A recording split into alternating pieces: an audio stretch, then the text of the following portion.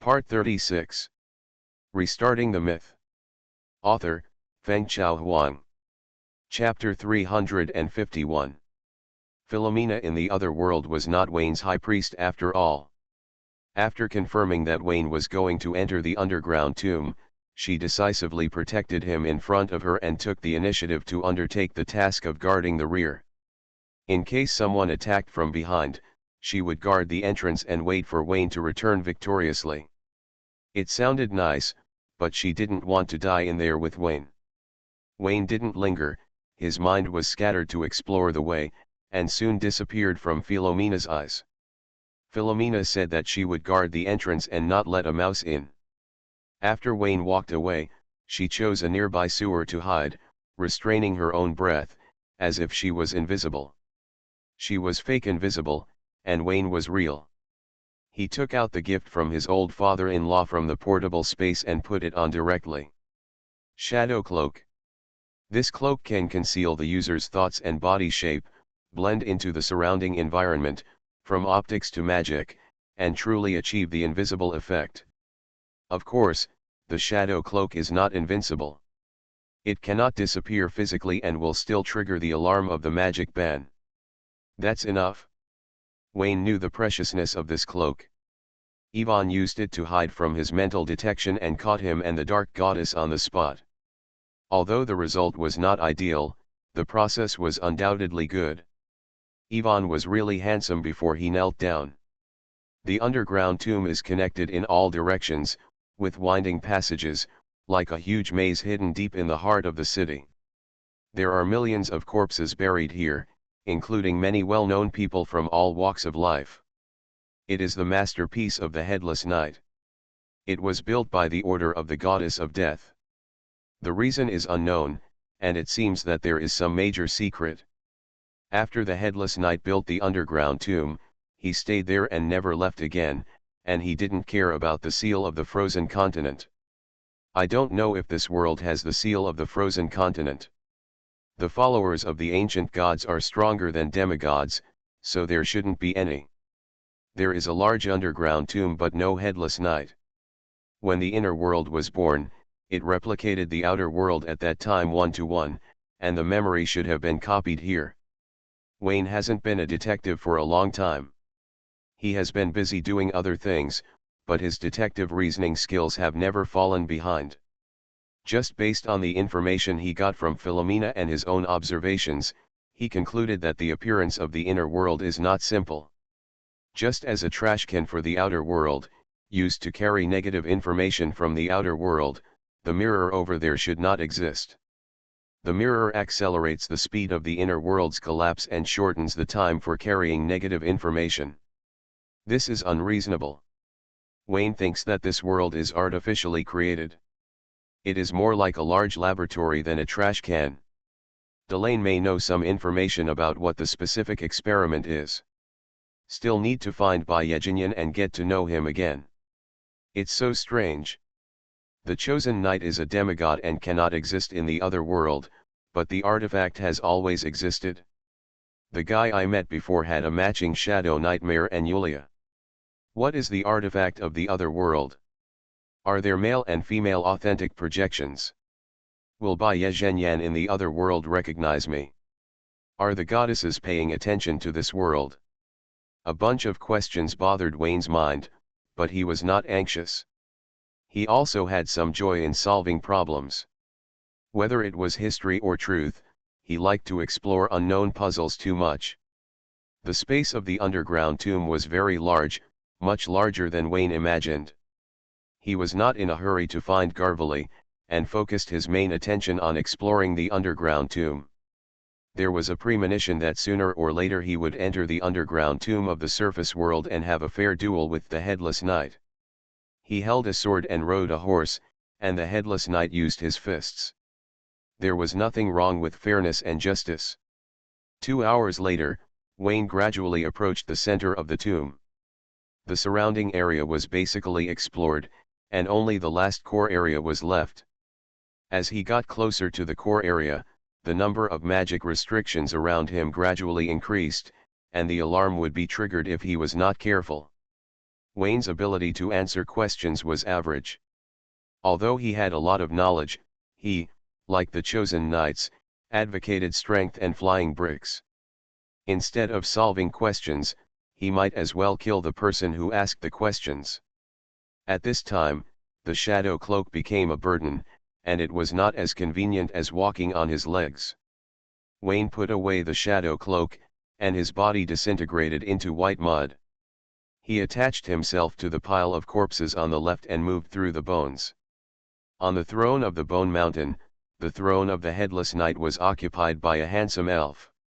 He wore white slim armor, long silver hair, slender elf ears, and handsome and neutral facial features. He was a cross-dresser who was difficult to distinguish between male and female after a little dressing up. The Moonlight Knight in the other world, the Pope, the Great Sage, and the Saint in one, Galville. That's right, the Saint of the Moonlight Church was also killed by him. A flat space was cleared under the Bone Mountain. The long conference table was filled with red-eyed Moonlight Church elites on both sides. There were men and women, starting from the Golden Mage, and some were legendary-level strongmen. Like Philomena, they were haggard, tortured by negative information and became unrecognizable. They did not have Philomena's beautiful foundation, and they were even more miserable after falling into poverty. Wayne looked at the house number. It was the Moonlight Church refugee camp, not the Hell Office in Paris. Although it was true to say so, the underground tombs in the surface world had been occupied by the devil. Sir Knight, the envoy we sent out was killed by the Pope of the Natural Church. She did not accept the peace talks and asked us to surrender immediately. A black-robed golden wizard stood up and recounted the humiliation he encountered in the Church of Nature. His face was grim and he said, "Pope Senna said that you are just a thief who stole the artifact and are not qualified to be on equal footing with her. This is nonsense." Her elemental mantra was also picked up. Without the elemental mantra, she would not become a natural knight, let alone rule the entire Church of Nature. After the voice fell, a group of downtrodden elites cursed and scolded the ungrateful Pope of Nature. Wayne Senna in the other world became a natural knight and violently ruled the entire Church of Nature. Well, it's a bit outrageous, but he was not surprised to hear it. Senna, who was not polluted, was indeed not a serious woman. She was scheming all day long and thinking about the highest power. Thinking of the fortune-telling house in the frozen continent, the prophecy about Senna was that the future was bright. Looking at the noisy meeting below, Garvely said nothing. Upon closer inspection, it can be found that although the whites of his eyes were also red, they were obviously much clearer, not as red as others who were about to bleed. What about the Dark Church? What do other churches say? The Pope Ivan of the Dark Church was killed by Senna. Now the Dark Church is led by Saint Anastasia. She and Senna are irreconcilable and agree to sign a temporary alliance agreement. The Sun Church was completely destroyed and has been wiped out by the Nature Church. The Sun Knight is fighting alone. He is no match for Senna. His whereabouts are currently unknown. I don't know where he is hiding. The Death Church has not sent any messages to the outside world for a long time. Perhaps it is true as the Nature Church said that it has been wiped out by Senna. As for the Holy See, they are still the same, hiding in the Papal States, calling for the angels to descend every day. Wayne eavesdropped on the side and was surprised to find that Senna was doing well. She destroyed the Sun and Death churches by herself and crippled the Dark Church. However, Senna killed Anastasia's Pope father, which was a bit unexpected. What about the deep sisterly love? If it is changed to the other world, it will really not be acted, right? In addition, the angel summons from the Papal States are worth noting. Perhaps Hexunyo/Mona really came and is now chasing Jiao Huang in the Papal States. Mona may not have any grudges against Jiao Huang, but Hexunyo hates Jiao Huang so much that he wants to cut him into pieces with his own hands. Le.jpg. Wayne laughed for a moment, curious about the current situation of the chosen knights. The church is not important, The chosen knights and the artifacts in their hands are important. The church is still dreaming. If there were gods in the other world, it wouldn't have been destroyed again and again. A bunch of useless people who can only pray have not figured out that people can only rely on themselves. Galville, who was wearing moonlight armor, said this. He didn't let Wayne wait too long. He frowned and said, "The Sun Knight is missing. What about the Dark Knight and the Death Knight? Have they decided the winner?" "No, they are still fighting in London." The Golden Wizard said, "The Death Knight raided the Natural Church headquarters in London, killed the Dark Knight's wife with his own hands, and refined her bones into a puppet. The hatred cannot be reconciled. Only one of them can survive. Wayne, you born." Wayne heard this and cursed loudly in his heart. The evening of the sun, the rising east sun, the red mist, the bonfire wall at dusk. Basically, he cursed everything he could. In the divination house on the frozen continent, he knew that if the future had not been changed, his teacher Sci-fi would be killed by the Death Knight. Because of his time travel, the future had been changed, so he shrugged it off. Sci-fi himself didn't care and continued to raise Wayne as his own son, which made Veronica furious. He never expected that even in the inner world, the Death Knight would still do the same thing. Wayne hated it in his heart and vowed to kill Wayne with his own hands before returning to the outer world. In a trance, he thought of the family photo. Austin in this world must be in pain. It doesn't matter to me whether he is in pain or not. At most, I can let him take the fatal blow when I kill Wayne. Wayne whispered, not daring to imagine how crazy Austin is now. "Get ready, we retreat to London," Galville said. "The natural knight is too strong." Galville didn't want to say that, but Senna's talent was far higher than his, and with the artifact at the same time, Senna left him far behind. In a head-on confrontation, he might become the first chosen knight to fall. It's better to go to London, where there are two knights, Dark and Death. If you can unite one of them, you can definitely defeat Senna 2-1. Not only unite one side, Garvely is also thinking about mediating the conflict between the two knights of darkness and death. It's just a wife's death. Is it necessary to fight day and night until now? This is the other world, the end of the world. If you lose your wife, you can grab another one, but if you lose your life, you will lose everything. Garvely doesn't believe in his own eloquence, but he believes in the madness of the other world. He strongly suspects that the two knights of darkness and death are exhausted from fighting until now, and they just need a third party to stand up and hand over a ladder so that they can shake hands and make peace. Garvely feels that he is responsible for it. The identity of the Moonlight Knight is enough. When the time comes, he will give a beauty to the Death Knight and let him compensate the Dark Knight at the wine table, and the conflict will be resolved. "Have you caught Philomena?" "XN. A bunch of trash, what's the use of you?" Galville's eyes were red. He thought of something in the moment of rage. He quickly calmed down and took out Bai Zhenyan and held it in his hand. The red in his eyes gradually faded, which made the downtrodden elites below particularly jealous. The artifact can resist negative invasions, and everyone wants to replace it. Wayne looked at Bai Zhenyan from a distance, a tentacle squirmed, and silently chanted a bow in his heart. The effect was not ordinary, but it was definitely not. Bai Zhenyan ignored him, as if two strangers met for the first time and didn't know each other. Wayne was puzzled again. The Bai Zhenyan in the two worlds didn't seem to be the genuine product and projection of a bow. He would like to call it a double-faced. It's interesting. The goddess's hand must have reached this world. While Wayne was muttering, the meeting came to an end. The current Moonlight Church is Galville's one-man show. What he says is what it is. Everyone is ready to move and go to London as quickly as possible. Garvely named two golden wizards and asked them to carry supplies as bait. When Philomena showed up, he would capture her personally. Why did he capture Philomena? Did she have any secrets? Wayne was confused. He didn't understand what was so good about the old witch. If it was Philomena from the surface world, he could understand. The high priest was so beautiful that no cotter could withstand such a test. Forget Philomena from the inner world, she was too ugly. After the meeting, a group of elites left one after another. Some packed up their things, some served as bait, and only Garvely held a longbow and closed his eyes to calm down.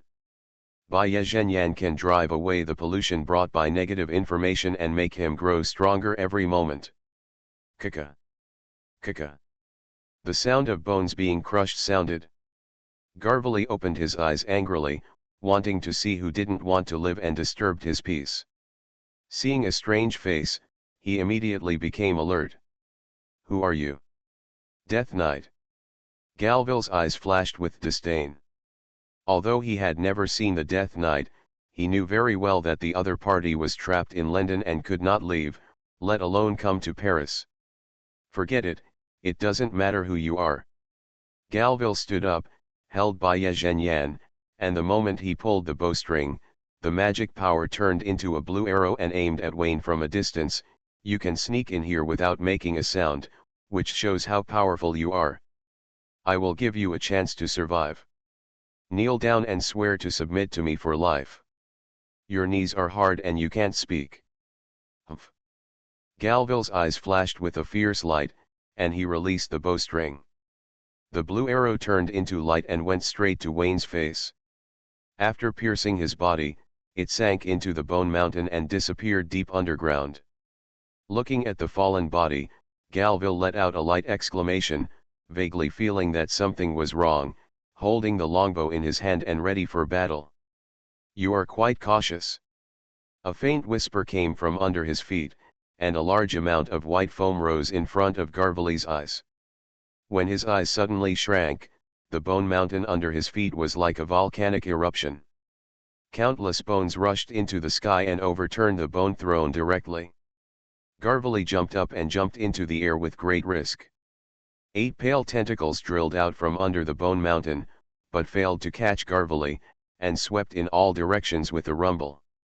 Where they passed, the sea of white foam spread out and spread with an all-pervasive momentum.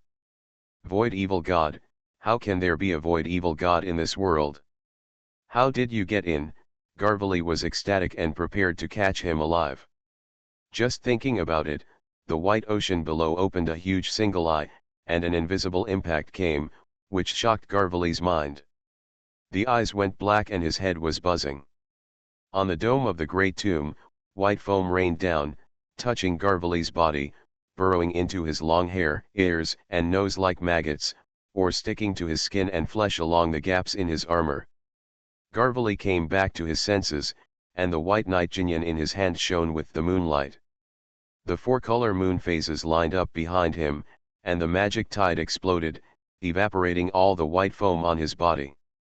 The strong light was dazzling, and with Garvely as the center, a 100-meter-long arrow extended up and down. Downward, piercing the one-eyed in the white sea, upward, piercing the dome, and the remaining force rushed to the sky of the ruined city of Paris. The terrifying power swept across the whole scene, evaporating all the white foam, leaving not a drop.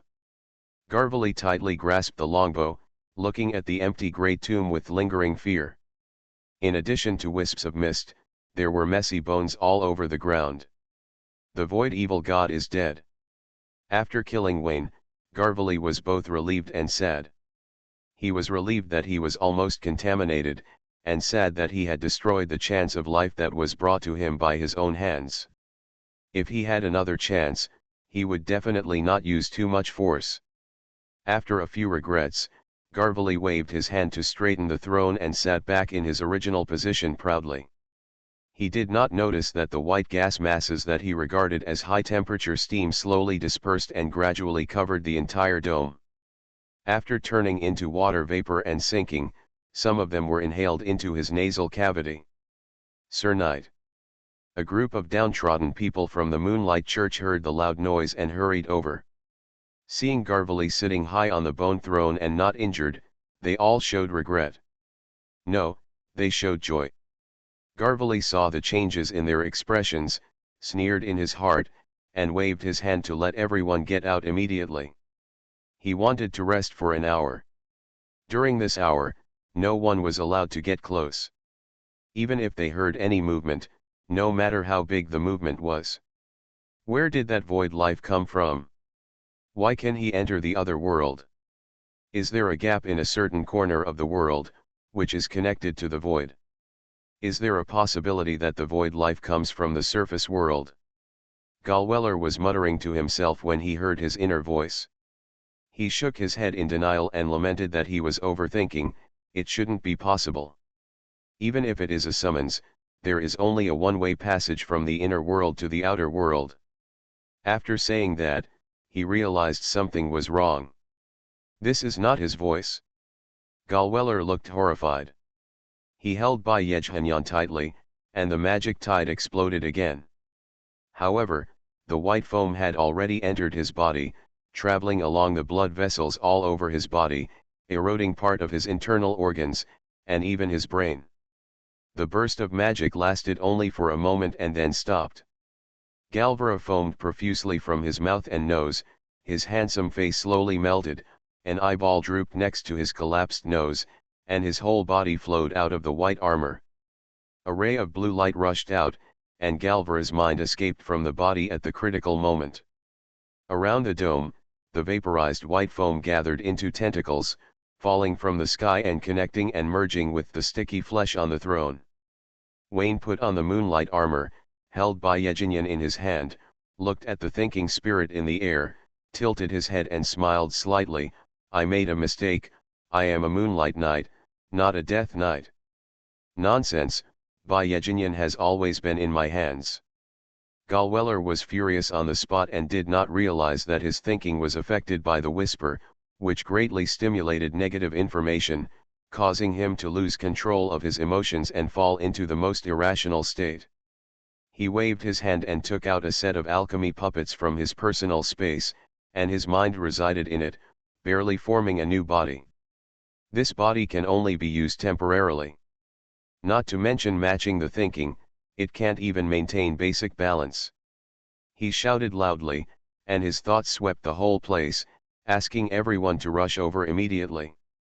No one answered, and no one came.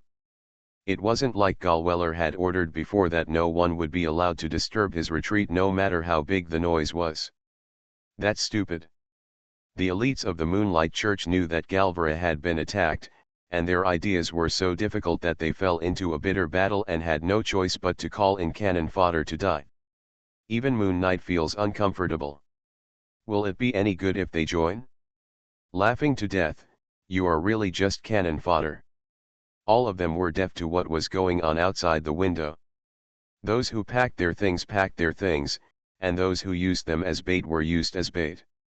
When Gallweller won, he said it was his order and did not dare to disturb him. The attackers won. No, how could we say they were the attackers? He was clearly the one who took the lead in bringing order to the chaos. The Pope arrived at his loyal Paris. Galvera's call failed, and he was so angry that he was shaking all over. In his rage, he didn't notice a few white raindrops falling on the puppet's body. He waved his hand, and Bai Yejhanyan came in the form of light. Wayne lost Bai Yejhanyan, and the moonlight armor on his body also disappeared on its own. The inheritance of knights is like this. The predecessor has absolute control, and if Gallweller doesn't let go, he can only use Bai Yejhanyan as a fire stick. Wayne was not disappointed. In the trial stage of the battle, he discovered that Galvera was too weak to pick his feet and was not even qualified to carry Delane's shoes. Also a Moon Knight, the hexagonal archer Delane completely crushed Galvera and threw him out of 105 consecutive hairpin turns. Galvera's specialty lies not only in his strength, but also in the erosion of negative information from the other world. Wayne's whispers can affect him unconsciously. In mid-air, Gallweller's body stood proudly, with two magic stone eyeballs staring at Wayne on the puppet's face. There was no hearty battle or deafening explosion. The two of them just stared at each other for 10 minutes. Galvera gradually became exhausted, and his mind was riddled with holes. Under the constant harassment of whispers, he voluntarily gave up Bayezhenyan. His mind collapsed, and Galweller left without saying a word. The ownerless puppet fell from the air, smashed to pieces, and merged with the bones everywhere. Wayne sat high on the bone throne, holding Bayezhenyan in his hand. Hearing the cry of the Book of Greed, he immediately smiled and said nothing. Ja. At the same time, in a corner of the other world, the iceberg-faced beauty raised her head, looked in the direction of Paris, and said disgustedly, "What's going on? Bayezhenyan just changed hands like this. Why do you want everything and are so hungry?" She bet that he must be another waste, otherwise he would eat all the chips in his pocket. Fortunately, this is the other world. I wouldn't be surprised to give this kind of successor to him for free. Delane hummed and continued to perform the task. We have to speed up. This world is on the verge of collapse. If I don't leave, I will fall into it myself. Restarting the myth. Author, Fengchao Huang. Chapter 352. On the bone throne, Wayne held Bayezhenyan in his hand, and the moonlight flowed along his arm to his whole body, shaping a streamlined armor that fits his body. Diamond suit, diamond suit, diamond suit. The surface of the armor is as smooth as a mirror. Between the seams, silver-white lines interweave moon phase patterns, and the reflected light is like a stream under the moon. The terrifying energy is quiet and restrained, mysterious and noble. Wayne has worn all 5 sets of God's chosen artifacts. The characteristics of the moonlight armor are lightness and agility, and there is a buff that enhances speed. It is even more powerful when paired with Bayezhenyan. It's not a projection of the surface world, they are not the same artifact. Wayne stroked Bayezhenyan and muttered to himself. Others may not recognize it, but the Book of Greed can distinguish it very clearly. Bayezhenyan in the 2 worlds of the surface and the inside seem to be exactly the same, but the internal information is very different, and the similarities are very limited. Thinking of Delane who entered the inner world to do a task, he speculated that the inner world is the laboratory of the Moonlight Goddess. Even if it is not, the Moonlight Goddess is also one of the shareholders. The inner world was forged by the goddesses of the Life Alliance. Due to the strong negative information, the artifacts of the God of Choice were adjusted. That's not right. If the gods take action personally, the artifacts should be immune to negative information to ensure that the God of Choice Knights are not affected. Only when the mind is clear can the Knights better complete the goddess's mission. Galville was affected by negative information, and his thinking defense line was full of holes. He had serious shortcomings. Wayne talked him to death with just a few words. This is not the performance of the God of Choice Knight. If it was the handiwork of the goddess, it can only be said that the goddess did it deliberately and deliberately made loopholes in the artifacts of the God of Choice in the inner world. What is the purpose? The God of Choice Knights in the inner world are also trash cans. The crazier they are, the more rational the God of Choice Knights in the outer world are. Wayne touched his chin. This may be one of the possibilities. After all, the outer world is the basic foundation of the goddess's faith. The God of Choice Knights have a heavy responsibility and must not fail. That's not right. The goddesses are not so good. They must have other purposes. Wayne touched his chest. The Dean has a bad personality. The other goddesses are probably not good women either. There may not be deep meanings inside and outside. Of course, another possibility is not ruled out. Galville is really bad. Even Bayezhenyan can't exert his full power. He is a stain in Moonlight Night. Don't say it, this possibility is very high. In the surface world, Galville is just a great sage of the Moonlight Church. The real God-chosen knight is Delane. Because the shadow of Delane can't be reflected in the inner world, Bayezhenyan chose the spare tire Galville. If this statement is true, Austin and Wayne in the inner world are the most talented. They are God's chosen in the surface world. Speaking of this, Wayne couldn't help wondering, what the hell is Senna? The Pope of the Natural Church has won consecutive battles with the elemental truth. Several churches have been blown up by her. The Sun Knight was defeated and disappeared. The Moonlight Knight took the initiative to seek peace. This is not the performance of a spare tire. Backups also have strengths and weaknesses. She is really excellent. She broke the dragon blood curse by herself. Wayne was having a lot of fun with his brain-burning reasoning. The elites of the Moonlight Church came from all directions. They had not heard any noise for a long time. They guessed that the war had ended and came to see the Pope to show their loyalty. Whoever wins is the Pope. The headquarters of the Moonlight Church is not in Paris, but since this group of people moved in, they have inherited the will of Paris's Genbei banner, which is the flag with 3 uses. This is the influence of culture. Everyone looked at the strange face sitting on the bone throne, knowing that Galville had become a thing of the past. The new Pope set things right and arrived in his loyal Paris. Looking at the moonlight armor and the White Knight's words, everyone was envious and jealous. The artifact changed hands easily, as if there was no picky at all, giving them a feeling that I can do it too. If I had known it was so easy, the brothers should have joined hands to overthrow Galville. Now it's good, an outsider has benefited.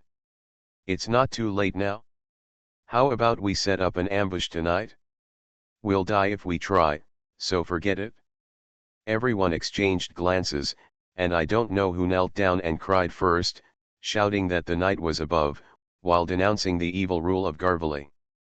Now that I have seen the wise master, I am willing to serve him with my broken body. With the night coming, the Moonlight Church will be peaceful, and with the night coming, there will be a blue sky. The sinner Garvely is powerful. The night can kill this beast, so his strength must be far greater than his. My admiration for you is like the endless torrent of the river, and it is like the flood of the Seine, which is out of control. These are not their original words, but Wayne heard that it was roughly the same meaning.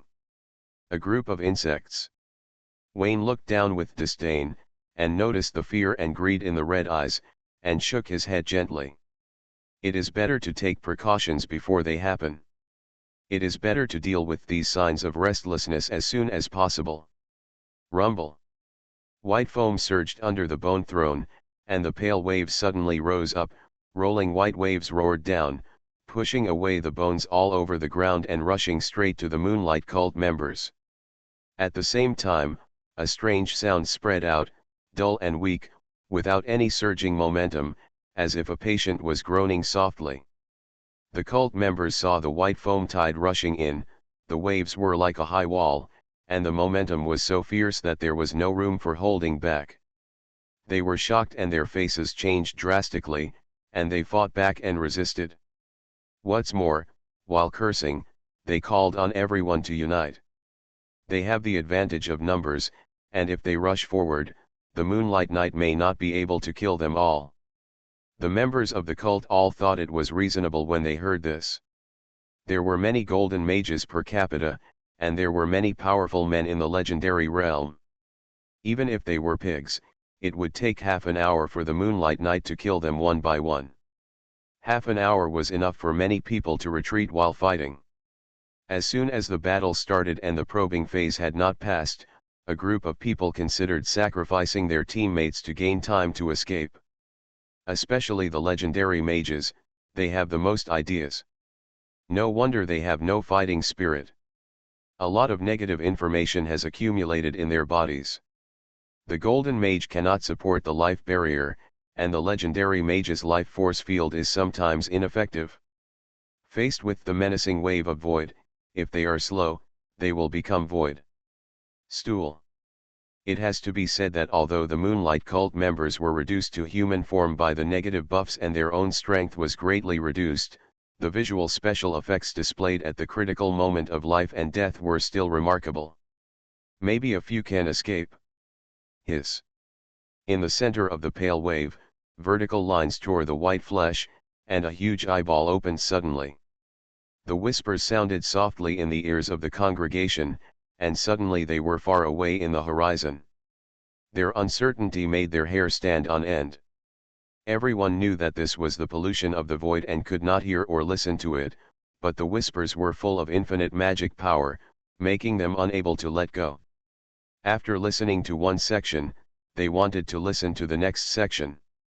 It seems to make sense. Listen to it again, just for a moment, and then stop listening. I'll just listen to the last sentence. XN. After a brief moment of panic, everyone's expressions turned into thoughtful recognition. The mystery and unknown made them scratch their heads, and they all said the last sentence. Because of their curiosity, they all stood there and refused to leave. So that's it, he was so right. XN. I gradually understood everything. The white wave passed by, drowning the faces that suddenly realized. After the wave returned to the throne, the place was deserted, leaving only Wayne sitting on the bone throne. This world is very friendly to void beings. They fell before I even exerted my strength. Wayne cleared the screen with one move, and his proficiency in food abuse went up upward arrow. He lamented that in the other world, the pollution of the void was much easier to use than the god's chosen artifact. Because it works so well, I can't help but wonder if there is a connection between the two. Is this also the goddess's plan? In the center of the ruined city, a beam of light 100 meters in diameter shot straight into the sky. The arrow seemed to be able to penetrate all obstacles, its speed was staggering, and it disappeared into the sky like lightning, leaving only a bright trajectory that lingered for a long time. Sensing the strong energy fluctuations, Philomena was shocked and restrained her breath again to ensure that she would not be discovered by the Moonlight Cult. The light of the arrow came from Bayejhanyan, and Wayne and Galweller were already fighting. Philomena can't be sure who loses and who wins. Although Moon Knight Galvera is powerful, Wayne is so evil that no attack can harm him. Philomena guessed it was a 50-50 split, giving Bayejhanyan a face, Galville 6, Wayne 4, this battle will last a long time. Philomena expected both sides to suffer losses, preferably to die together, and the aftermath involved the members of Moonlight Church. When she went to collect the body, she found nothing except Bayejhanyan. This is the best outcome, but because Wayne is her husband, she hopes to pick up a half-dead Wayne and take care of him for a while to develop a relationship so that she can snatch him away. Although she looks the same on the outside, she is new and her charm is definitely greater than that of herself in the outside world. As long as she works hard, the plan will definitely succeed. There's no point thinking about it now, the key is whether Wayne can survive. Philomena held her breath and focused on the changes in the field. As soon as Galvera appeared, she would leave immediately and never stay. The wait was more than 3 hours. A figure floated up from the hole in the ground. When Philomena saw that it was Wayne, she was horrified by his powerful strength, but still squatted in place and refused to show up. Wait a minute, what if it's a trap from Galvera? The poor living environment in the other world makes her more cautious and suspicious than herself in the outside world. Wayne floated in the air, his thoughts dispersed and he didn't notice Philomena. He shrugged and landed on the ground. He waved his hand and took out Bayejhanyan. His thoughts turned into a big net, interweaving and covering several kilometers in radius. The bowstring vibrated, and the magic arrow suddenly shot out, like a signal transmission, traveling at high speed along the thinking network.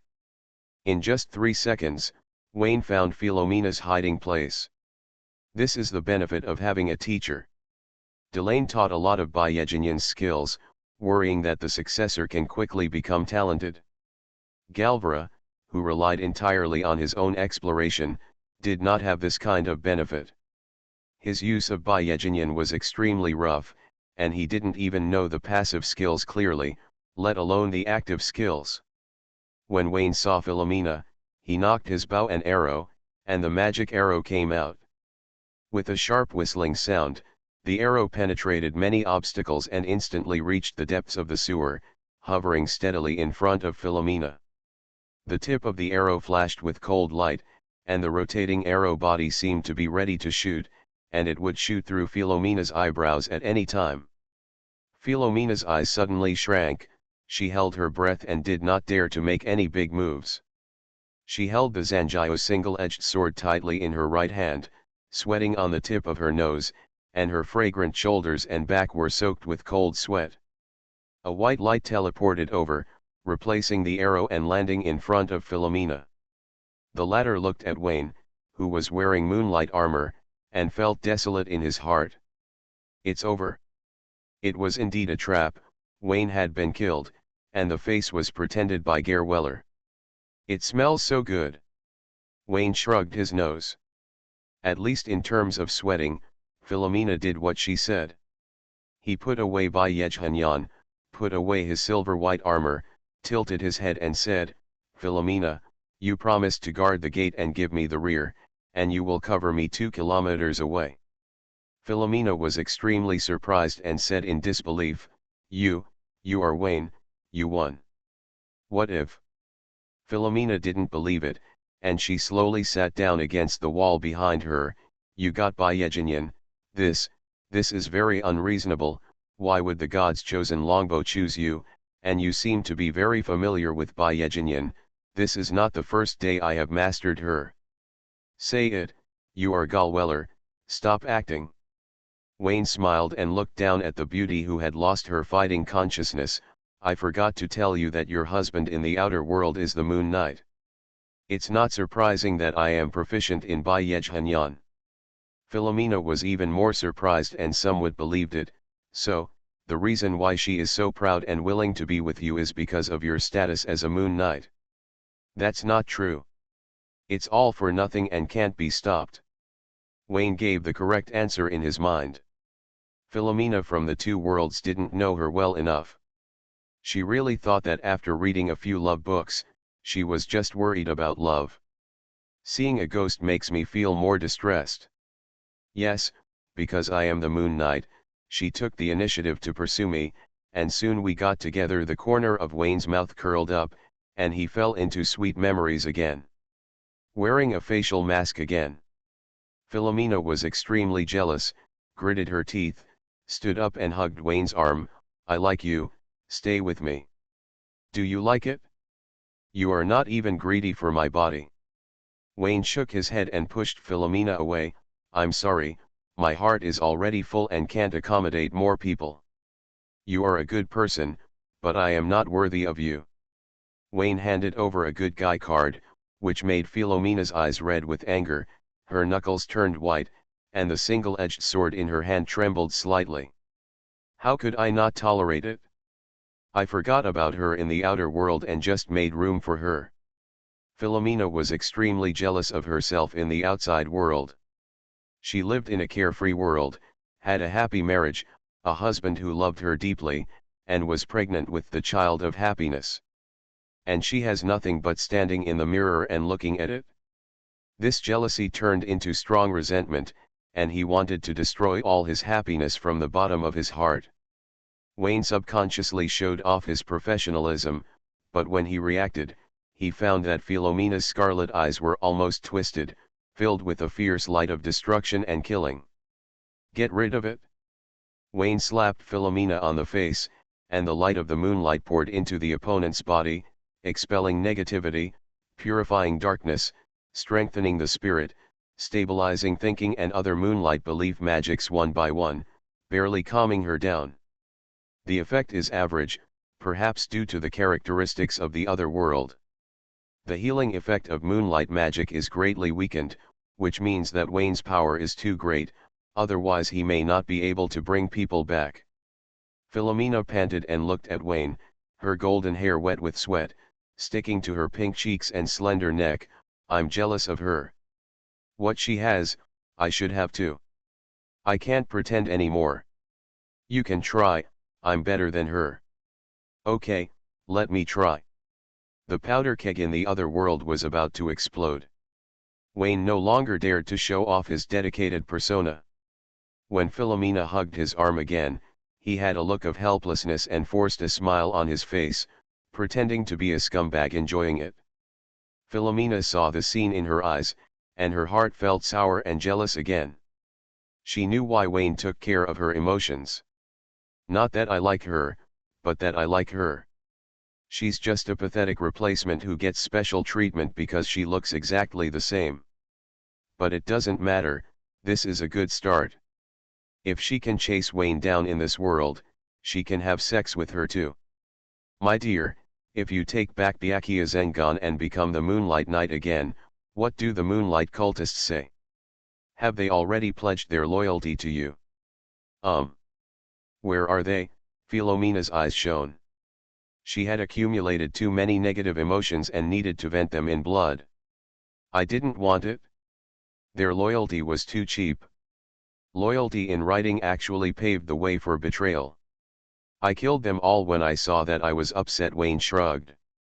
As expected of Philomena, the sense of oppression from the seal was too strong. Kill them all. Philomena felt heartbroken. You may look down on them, but in the end of the world, it is better to have your own power than to do everything yourself. Suddenly, she thought that Wayne came from the outside world, hugged her arms tightly, and trembled with excitement. You can leave the other world, right? It should be okay. Wayne nodded, and he was going to go to London to find the space projection enchantment research at the Ministry of Magic headquarters.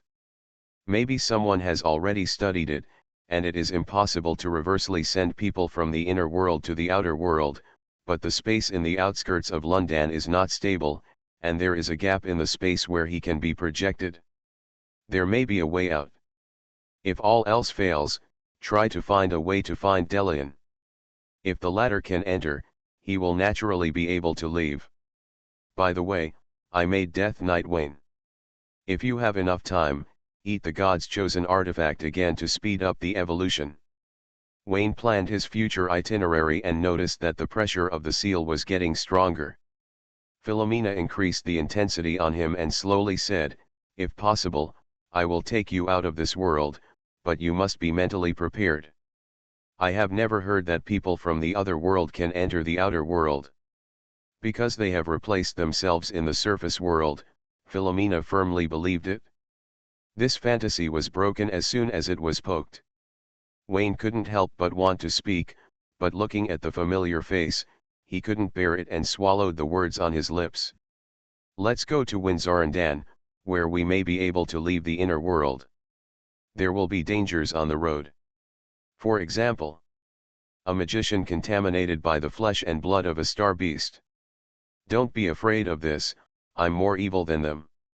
Wayne pulled out his hand, patted his buttocks, and asked Philomena to talk while walking to popularize the current situation of the inner world for him. Philomena's buttocks were attacked, guessing that it was the intimate interaction between husband and wife, jealousy and acquiescence to this behavior. She has everything she wants. She also has everything she doesn't have. The two walked and talked. Philomena talked about the dramatic changes in the past 2 years. When the inner world was just formed, the influence of negative information had not spread, and people barely retained their sanity. My neighbor hoards grain and I hoard guns, my neighbor is my granary. Soon, negative information was deeply rooted in people's hearts, social order collapsed, and the plunder of resources between people rose to countries and churches. You want to leave without killing my whole family. It makes no sense, but this is the impact of negative information. Everyone loses their rationality on the edge of destruction. They either destroy others or themselves. There is no such thing as stopping when things are going well. Magicians are not immune. Magicians with a stable balance can still persist. Magicians with strong desires or unstable balance will fall into collapse in the initial stage. The snowball of negative information is getting bigger and bigger. When the avalanche comes, except for the chosen knights who can still stay awake, everyone else is dominated by negative emotions. In this case, the brainless void life stood up, followed the desire to devour in their hearts, traveled through every corner of the chosen continent, hunting ordinary people who were lingering in the bunker, and solitary magicians. The origin of void life is easy to understand. There is no shortage of buyers for this thing. It involves a root of evolution. The church or the ministry of magic has reserves. After the end of the world, the dark magician broke the seal and released the flesh and blood of the star beast. Soon, Wayne saw the pale void life at the port. It looked like a whale, huge and spectacular, with a bloody mouth and tentacles gushing out. The camera turned, and Wayne and Philomena took the whale cruise to Windsor and London. As a void life, Wayne spoke more reasonably. He made the whale dizzy with a few words and was willing to send the two of them across the river and the sea for free. Windsor, London. The former metropolis is now in ruins, with withered black vines crawling on the broken walls, and the bright and beautiful are covered with dust and rust, scorched earth everywhere, and there is still a trace of scorching smoke. The shops on both sides of the street are dilapidated, collapsed houses, empty shells of burned cars, wild dogs looking for corpses, and flocks of scavenging birds. Compared with Paris, London is undoubtedly more lively. A roaring engine sounded, and the tank spewing black smoke slowly opened the way. Two military trucks followed closely behind. The magicians with live ammunition jumped out of the car and searched for available supplies everywhere. They have explored this road many times, and they checked carefully every time, fearing that they missed something. Boom! The scorching holy light fell from the sky, like a precise artillery shell, hitting the tank with a sharp whistling sound. Fire splashed, thick smoke billowed with pungent burning, the armor was violently torn apart, and the metal made a shrill whine in the flames. The tank was burned by the high temperature in an instant, and the shock wave of the explosion set off a gust of wind, mixed with dust and gravel, and hit in all directions like raindrops. In the scorching flames, the tank twisted and deformed. As two white lights fell at the same time, the military trucks carrying soldiers followed suit and turned into blazing torches one after another. The squad of soldiers composed of magicians pointed their guns at the sky, and the flames converged to form a crossfire network. The smell of gunpowder gradually became thicker. In the air, a bird-shaped monster with white wings laughed loudly. The monster's head had obvious bird characteristics, a slender torso, a pale body, 2 arms on each side, and sharp bird claws on the fingers. Holding the holy light spear in hand, he shuttled between the gunfire and the rain of bullets. She didn't seem to be in a hurry to kill the magician below. She smelled the thick gunpowder and fear in the air, and her scarlet eyes were full of intoxication. At this moment, a white beam of light came from a distance. The bird-shaped monster set up the holy spear for defense, but was knocked down from the sky by the holy light in a hurry, and fell into the ruins, raising a large amount of dust. Flutter, flutter. A figure flew from a distance. It was also a bird-shaped monster. Except for the difference in height and body shape, the characteristics were almost the same. There is a difference in the weapons. The newcomer holds a white sword with a cross-shaped golden pattern on the blade. It looks holy and solemn, and is definitely not the stuff of the first and second classes. The Sword of Oath? Elizabeth, it's so easy to lure you out. Is your brain broken? The bird monster spoke human language, cold and clear, clearly a female voice. In the ruins, white wings soared into the sky, and the violent airflow stirred up a hurricane, blowing away the surrounding dust. Elizabeth, that is, Wayne's #1 experimental subject Juno, stared at the enemy opposite, the red light in her eyes surged, and she said with murderous intent, "Sophia, why don't you come to my territory instead of begging for mercy from your dark master? I'm here to kill you and avenge my son." "Really? My good brother was clearly killed by you." Juno looked at the Sword of Oath in Sophia's hand with fear, and the spear was erected, shining with dazzling brilliance. One arrow piercing the clouds, thousands of troops came to meet. London now has no thousands of troops, and those who can resist the erosion of negative information and barely maintain a certain combat effectiveness are not easy to deal with. Almost in the blink of an eye, a new angel appeared beside Juno. This angel has wings on his back, his whole body is pale, he has an octopus head, long hair that wriggles like tentacles, 2 arms without joints, and his lower body is no lower body. The new angel is Juno's fiancée Elisa.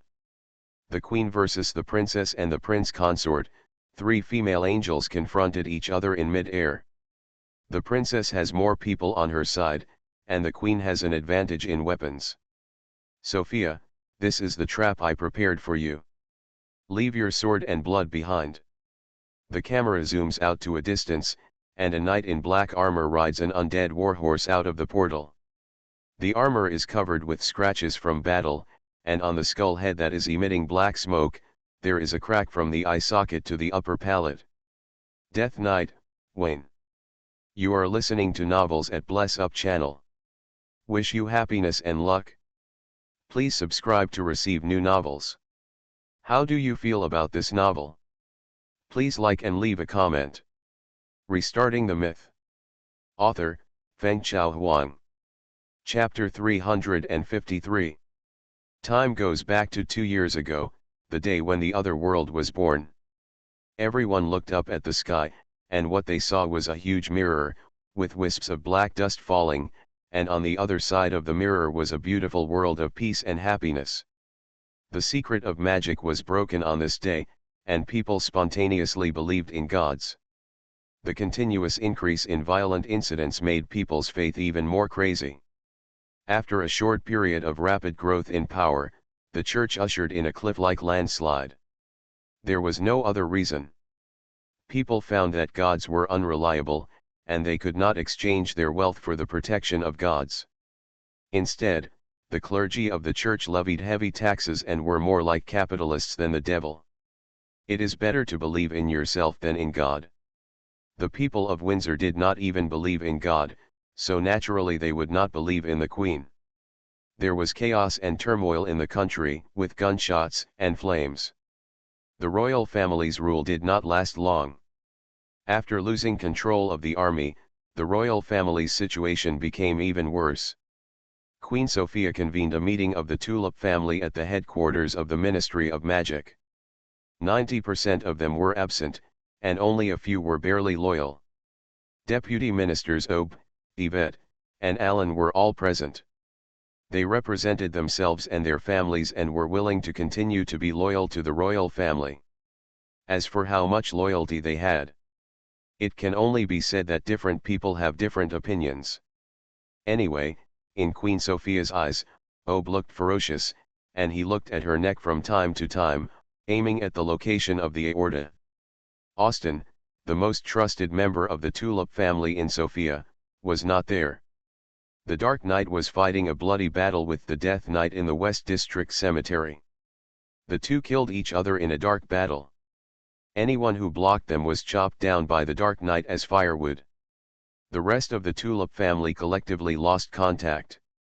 In the Doomsday, they were too lazy to maintain their loyal personalities.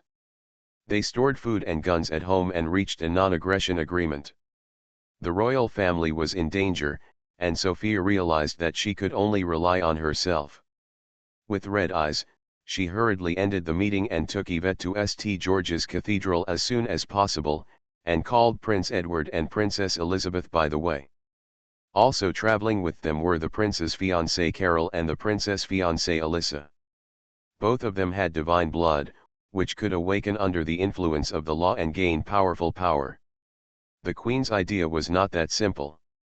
The royal family was full of intrigues. Relatives were not like relatives, but more like an aggregate of interests. Under the influence of negative information, the Queen would not trust her children.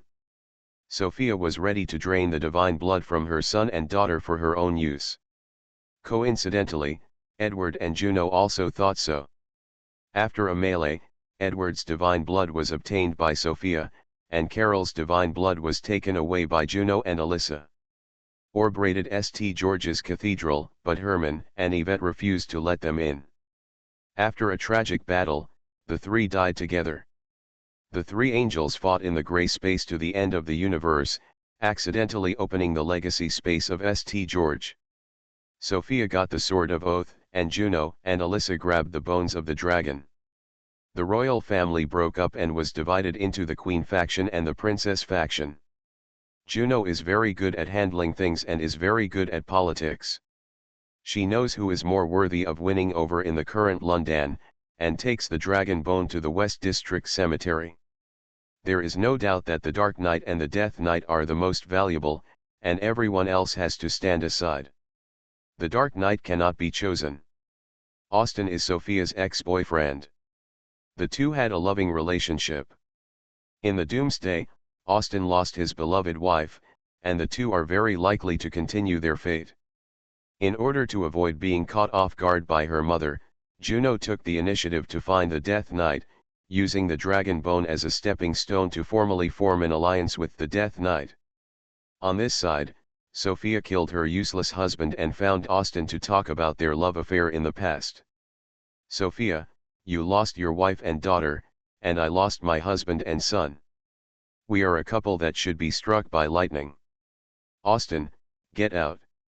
The Dark Knight disagreed at first, but there were two more angels around the Death Knight, so he was restrained in fighting, so he had to reach an alliance with Sophia. The two sides drew a line to divide the huge London into two parts, one for the Dark Knight/Queen and the other for the Death Knight/Princess. All the others had to either stand on one side or die. The vigorous sweep lasted for more than half a year. The power of the church was basically eliminated, and the remaining cats and dogs were not worth mentioning. The situation in London temporarily stabilized. In this confrontational situation, London was forced to rule by high pressure and unexpectedly had peace for a while. The Dark Knight lost his beloved wife, and his corpse was refined into a high-level soldier by the Death Knight, and matched with the Bone Dragon to become a Dragon Knight. The contradiction was irreconcilable and there was no possibility of stopping. After a short period of calm, the battle intensified. The power of the two knights was growing stronger and the internal balance was tilted. The Queen and the Princess went from allies to foils, and then from foils to lackeys, living a very depressed life. So there was today's scene. Austin set a trap to lure Juno to appear. The bait was a team of magician soldiers and the fragrant Queen Angel. The Death Knight Wayne has an average IQ. He is good at fighting, but his mind is very slow. He relies on Juno to give him advice. She took advantage of the situation and stepped into the trap, intending to kill her mother with a gun. It would be best if she could be caught alive. After all, she is a queen with a charming temperament, and she has grown up with the aesthetics of a rebellious mother. The three female angels fought fiercely in the air for more than a year. They are very familiar with each other. Without external forces, it is almost impossible to tell the winner. There is no winner, and no life or death. Death Knight Wayne stood still and looked at the angel who was fighting life and death. In the eyes of the skull, the two red lights were silent and motionless, without a trace of ripples. He was waiting for Austin to make the first move. But no, something happened to Austin, and he didn't show up for a long time. If he didn't show up, Sophia would definitely die today. Lend me your hand to kill the disobedient chess piece, or are you waiting for me to take action first? The Death Knight touched the scar on his face, and a stinging pain hit him as if it was yesterday. When something goes wrong, there must be a monster. If the enemy cannot move, I will not move. The one who strikes first will die. These are the principles that Juno taught Death Knight Wayne. He thinks they make sense. Today, Austin is showing signs of abnormality, and he is most likely holding back some bad move. He believed that Austin's wisdom was definitely better than his. He snorted coldly and drove away on the undead war horse. The cloak of death opened like a curtain, rolling over the ruined city, cutting off all life wherever it passed. The majestic curtain slowly opened, and they calmly arrived at the center of the battlefield. Upon seeing this, the three female angels hurriedly separated, avoiding the cape of death that connected the sky and the earth, and did not dare to touch its edge. Juno received the signal from the Death Knight to withdraw his troops. He was dissatisfied but did not dare to complain. He said harsh words about marrying you someday and left in a hurry with his fiancée. Sophilia wanted to chase, but there was no support from the Dark Knight behind her. She was dissatisfied but did not dare to complain, so she turned around and flew towards the base camp. We agreed to go ahead with the plan, but why did we suddenly change our minds? Is this the latest play? Landau Manor. The door of the manor was ajar, the carvings and family crest on the door were blurred, and the iron door nails were rusty. Entering the manor, you will see a deserted courtyard. The former flower beds and green space are now overgrown with weeds, withered vines entangled around the dilapidated sculptures, and the groves are sparse. A few trees have barely survived due to the dark energy. Most of the main building of the big house collapsed, the windows were broken, and the incomplete curtains swayed in the wind, making a rustling sound. The tiles on the roof were incomplete, and rainwater seeped into the house along the cracks, leaving behind dank water stains. Walking into the house, it was even more messy, with furniture overturned and broken porcelain, books, and clothes scattered everywhere.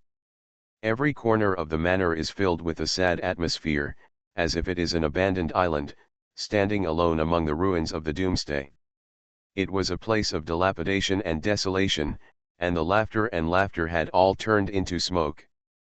Alston stood in the grove, raising his hand to brush the tree trunk in front of him. His temples were all white, and a trace of remembrance flashed in his red eyes.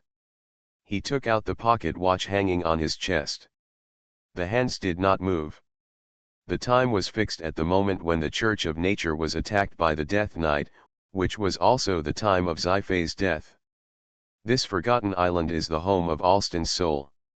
Looking at the photo of his wife on the pocket watch, his scarlet eyes suddenly became fierce. Tenton's murderous intention turned into a dark python, occupying the sky above the manor. The terrifying pressure twisted the air and pulled dark ripples. "Master, you need to stay sensible." Megan, the housekeeper, stood behind Austin with an expressionless face, wearing a women's suit and white gloves, looking neat and tidy. After hearing this, Austin lost his murderous intent and turned to look at Megan, who had short blonde hair and looked exactly like the dead Heap-Hee. Megan originally looked like Heap-Hee, with some slight adjustments. She was about 70% similar, and her body shape was exactly the same. After Heap-Hee died, she completely changed into her appearance, which made Austin crazy. Maintain your last sanity. Xi-Fei. Austin raised his hand and touched Megan's face. The latter closed his eyes and turned his head, his cheek brushed against the rough palm lines, and said softly, "Yes, it's me, I'm always by your side." Austin took a deep breath, the red light in his eyes dissipated slightly, and he retracted his hand ruthlessly. Megan was not surprised. She had long been used to being a failed substitute, used to being disappointed, and used to being jealous of Heap-Hee. Megan firmly believes that the reason why she cannot replace Heap-Hee is because the other person is dead. Death has left an unforgettable longing in Austin's heart.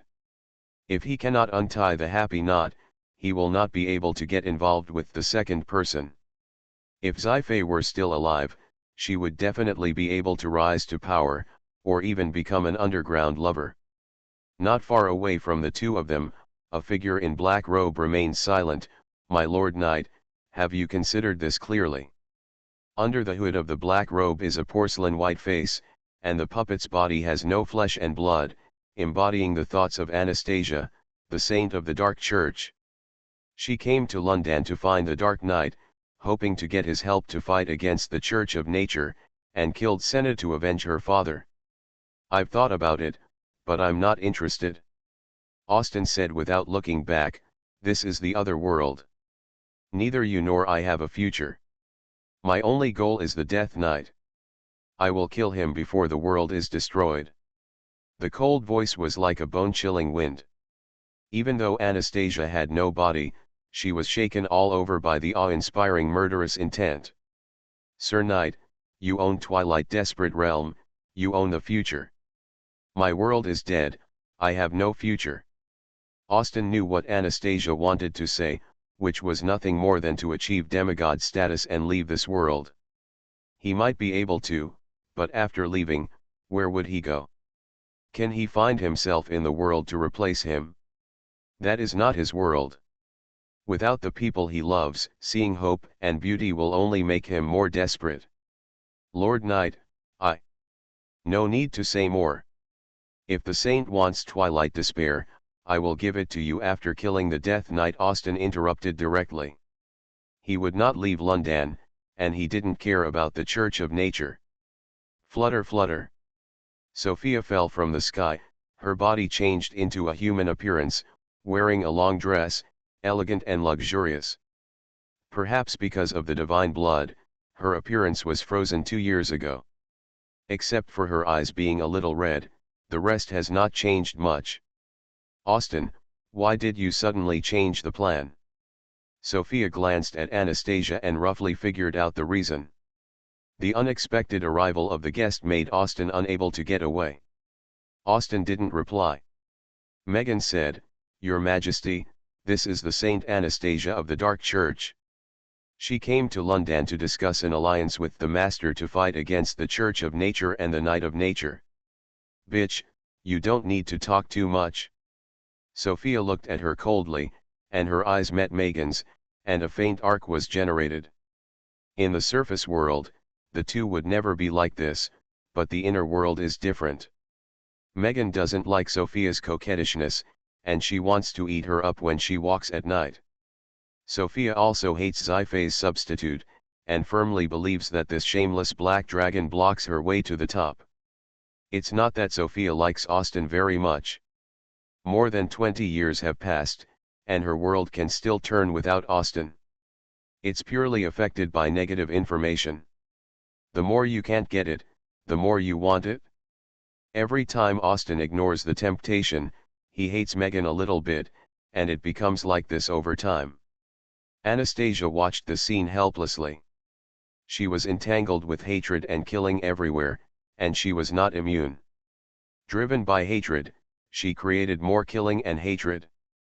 When she saw the mirror in the sky, Anastasia was far away in the frozen continent. Because the seal disappeared, she took the Dark Elves back to the headquarters of the Dark Church. After confirming that she was in the other world in the mirror, she wanted to disappear and end her painful life. Unexpectedly, she was involved in the internal strife of the Dark Church and could not get out. When the internal strife of the Dark Church ended, the Natural Church came to attack, led by the new Pope, the Natural Knight Senna. The battle was one-sided, and the elemental mantra was invincible.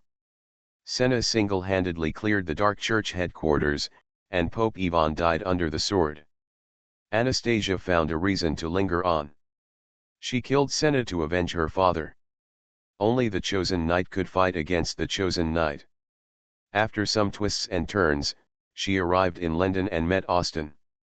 The result was not ideal. She lost her father and was irreconcilable with the natural knight. Austin lost his wife and was irreconcilable with the Death Knight. Anastasia could not convince Austin.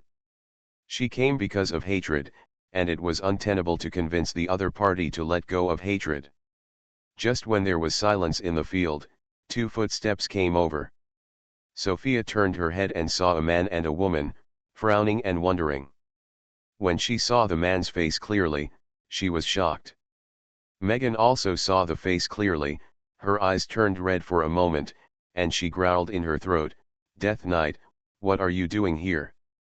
"Death Knight?" Austin's body stagnated, he reached into the void and pulled out Twilight Despair, black light covered his whole body, his eyes were crimson and twisted, his mind was occupied by killing and hatred.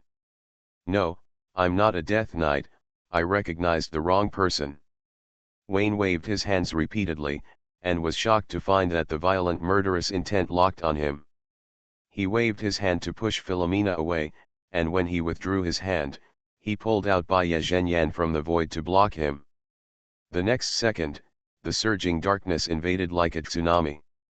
The twisted dark face covered the sky, a pair of red eyes swept down, the terrifying energy frenzy set off endless waves, the imprisoned space seemed to be substantial, and the air was so sticky that people could not move in an instant.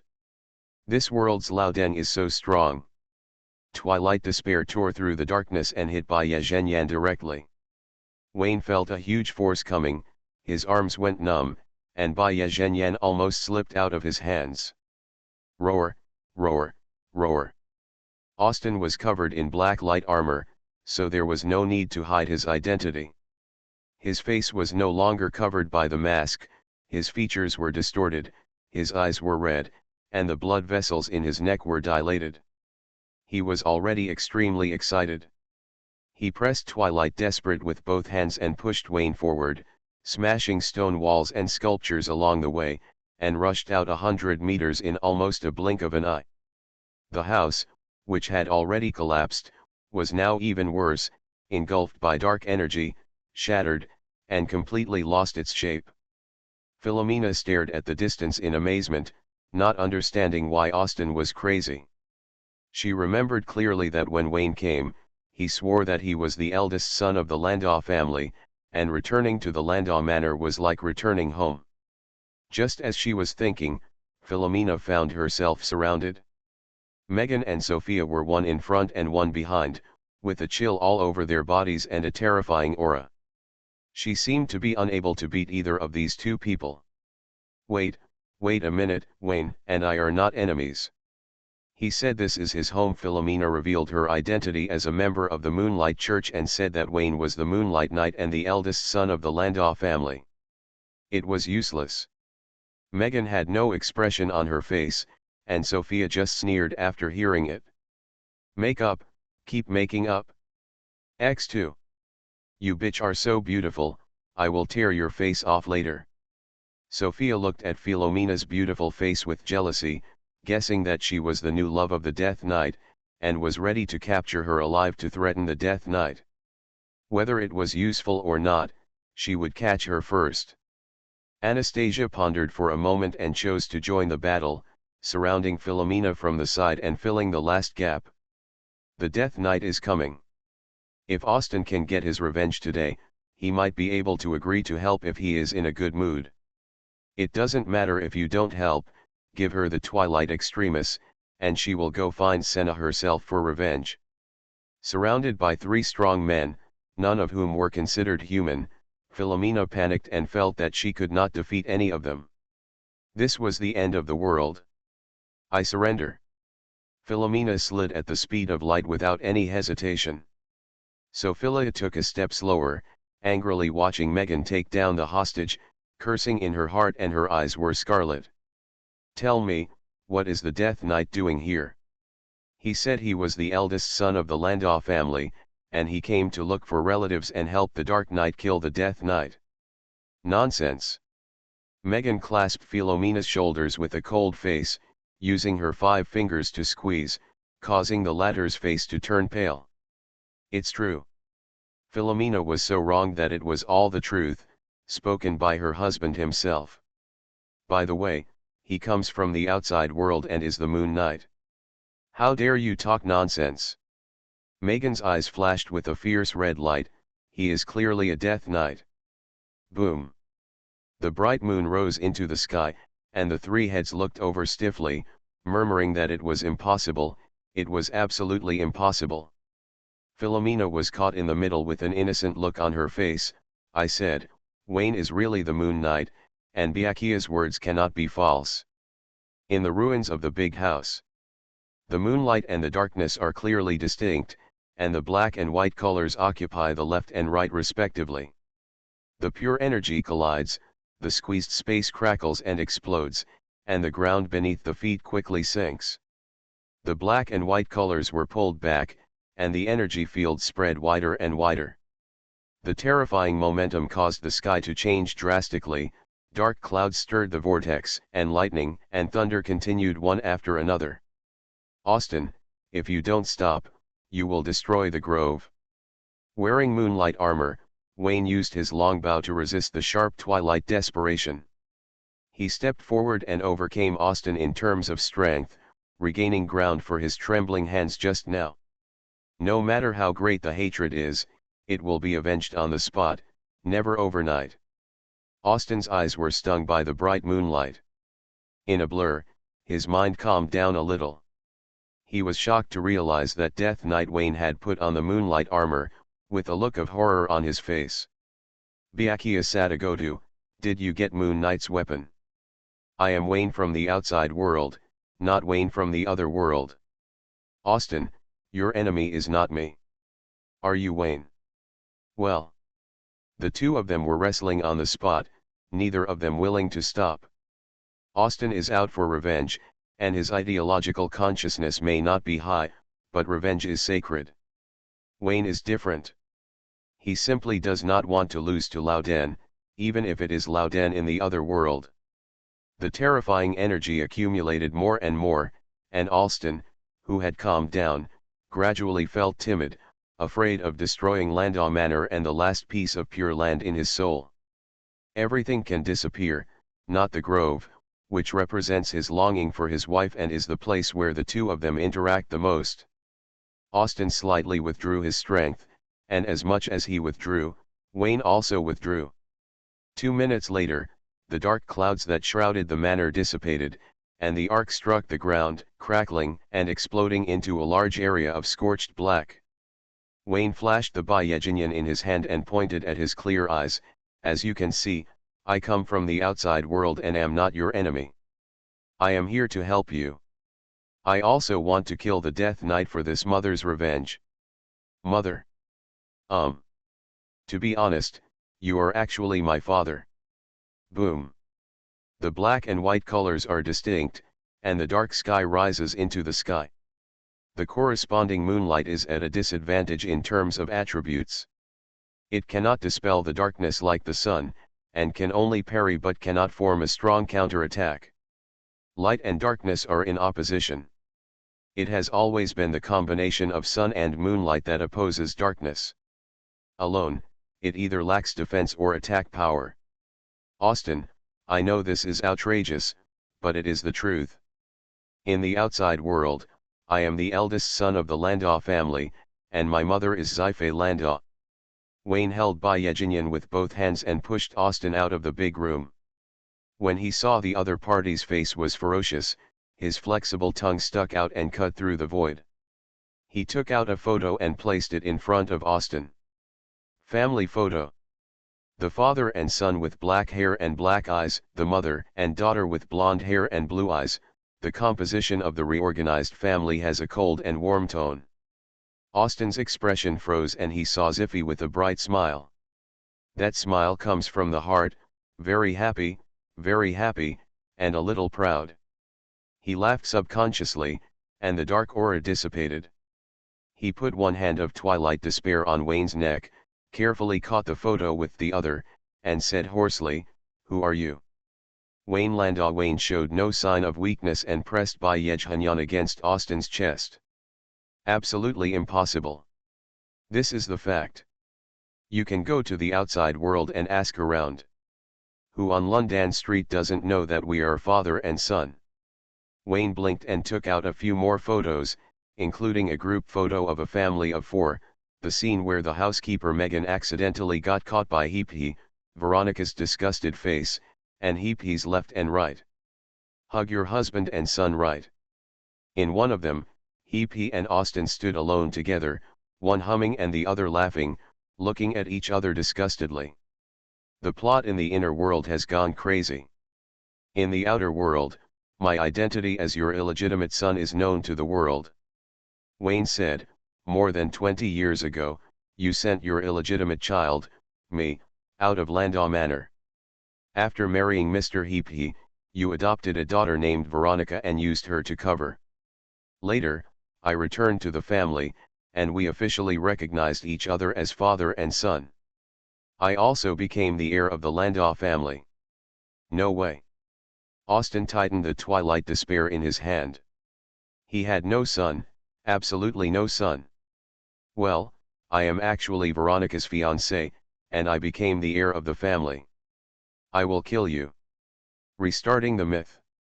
Author, Feng Chao Huang. Chapter 354. An hour later. Austin moved Twilight Despair away from Wayne's neck with an expressionless face. Wayne convinced Austin, but not completely. He talked about this face and this name, but Austin couldn't let it go. The hatred of killing his wife is irreconcilable. Wayne made Austin let go of Twilight Despair. In addition to the photos that proved his hypocrisy, there was also a promise. "I will help you kill the Death Knight Wayne and avenge teacher Sci-fi." Austin couldn't refuse and asked, "Why should I believe you, if you are in the same group with him? Byejinian can prove that I am not a Death Knight. Moreover, if I am in the same group with him, we can work together to flatten Landau Manor. There is no need to deceive and sneak attack." Wayne raised his longbow, and the evidence was conclusive. He was really the Moonlight Knight. Austin turned around silently and gestured for Megan to let go of Philomena. The four girls came quickly and wanted to ask clearly. Philomena's face turned pale, and she raised her hand to hold Wayne's arm. "Dear, you said you were the illegitimate son of the Dark Knight, the eldest son of the Landau family. Why is this happening? Wayne in this world is a Death Knight, and my experience in the surface world is inconsistent." Wayne briefly explained the reason. "Dear." Austin stopped and frowned at Wayne, who was sealed by Philomena, and said coldly, "When you mentioned the surface world, you said you were my daughter's fiancé. How come you became her dear? You have another fiancé?" Philomena's eyes widened, and she said angrily, "Aren't we engaged and living together in the surface world? I'm pregnant with your child. How can you be engaged to someone else behind my back? What a bastard!" X3. Megan, Sophia, and Anastasia looked at Wayne at the same time. As women, they didn't like the two-timing stuff at all. The upper class is like this. Wayne was not ashamed, and said openly, "Philomena, I am Veronica's fiancé, which does not affect my cohabitation with you. By the way, it was you who took the initiative to pursue me." "Impossible." "How is it impossible? You are pure. That year, you were sent to London by the Moonlight Church headquarters to serve as the High Priest. You were attacked by the Windsor Ministry of Magic in Luzul City. The traitor Orb planned it. I went to Luzul City on behalf of the Landau family to negotiate the contract and rescued you. As a result, Orb's conspiracy was exposed." Wayne talked about the whole story of the bad fate, and slightly modified some of the plot.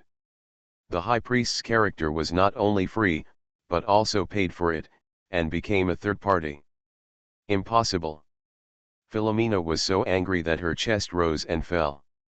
Even if she had the bonus of being a hero saving a beautiful woman, she would not take the initiative to pay for it when she knew that Wayne had a fiancé. It makes sense. Although Mina was pure, she was somewhat arrogant and would not wrong herself to be a third party. Wayne nodded secretly, with a slight smile on his lips. This question was very simple and could not stump him at all. He showed off his white knight's chastity and said calmly, "Generally speaking, it is impossible, but if I, the Moonlight Knight, am the pastor of the Church of Nature, and my teacher is the High Priest of the Church of Nature, and wants to train me to be the son of the Church of Nature, what do you think you will do? Grab you? Look, isn't this right?" X5. Philomena was confused, and the others were extremely disgusted, especially Austin, who looked at Wayne as if he was looking at a social garbage. "Zyph would be crazy to accept you as a student and willing to marry her daughter to you. To be honest, I am very good at deceiving women." Seeing that Austin weighed Twilight Despair again and wanted to tear up the alliance contract, Wayne told the secret that only they knew. "Austin, is our black cat Monica still there?" Austin's expression froze, closed his eyes and shook his head slightly. "I understand. I'll tell you about this after I go back." Wayne's eyelids jumped. The inner world can replicate the outer world one-to-one, but the absolutely strong ones are not among them, such as the three chosen knights of Delane, Mura, and Leo, and the ancient god's follower Togigai in the frozen continent. Speaking of Togigai, Wayne looked at the dark saint Anastasia. Anna, since you are not staying in the frozen continent, can I think that the seal of Togigai has disappeared? Are we familiar with each other? Anastasia's heart tightened. Wayne's address was too intimate, which made the saint have an ominous premonition. Too familiar, you are my lover. After the seal crisis of the frozen continent ended, you came to London as a saint to establish a dark church base, and we began to live together officially, Wayne said truthfully. X5. The news was too explosive. Austin, who was deeply in the pain of losing his wife, couldn't help but be stunned for a moment.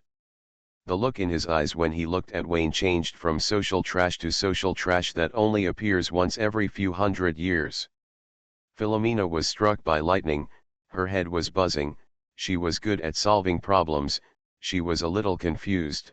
Was she crazy or stupid in the outer world, actually willing to have a child for such a rubbish? Wait, the other party is the saint of the dark church, it is impossible for her to lose her virginity. The dark goddess was the first to disagree. Yes, Wayne is lying, it must be like this.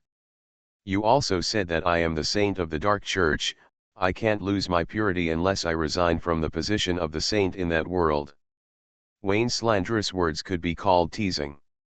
Anastasia did not get angry and said rationally, besides, with my current physical condition, would you live with a doll? Anna, what you want to say is not a doll. What's the meaning? Without your body, your mind is being tortured every day. You have longed for relief, because the ancient gods of the frozen continent are about to awaken, and the dark knight Austin is nowhere to be seen. You are stationed in the dark seal land as a substitute, and you cannot let go of your shoulders.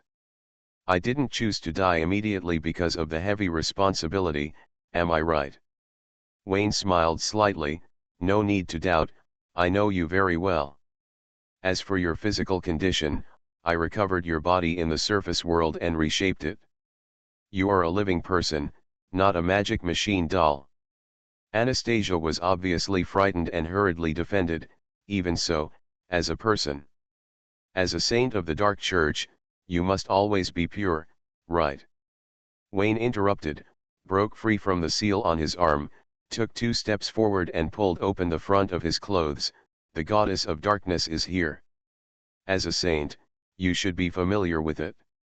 You will know after touching it. Anastasia subconsciously took a step back, still saying it was impossible. Seeing that Wayne was confident, she felt cruel and raised her hand to press on his chest. It's okay if you don't touch it, but if you touch it, your whole body will feel bad. She backed away repeatedly and said in horror, you actually sealed the goddess in your body, what did you do, you madman? Everyone was shocked and subconsciously took out their weapons to be on guard. The way Austin looked at Wayne was extremely strange, with a mixture of horror and admiration. This was not a piece of social trash that only appeared in a few hundred years, but was clearly a social trash that was born in the age of myth over thousands of years. Anna, for some reason, the goddess of darkness focused on me. She descended into your body and used your body to seduce me.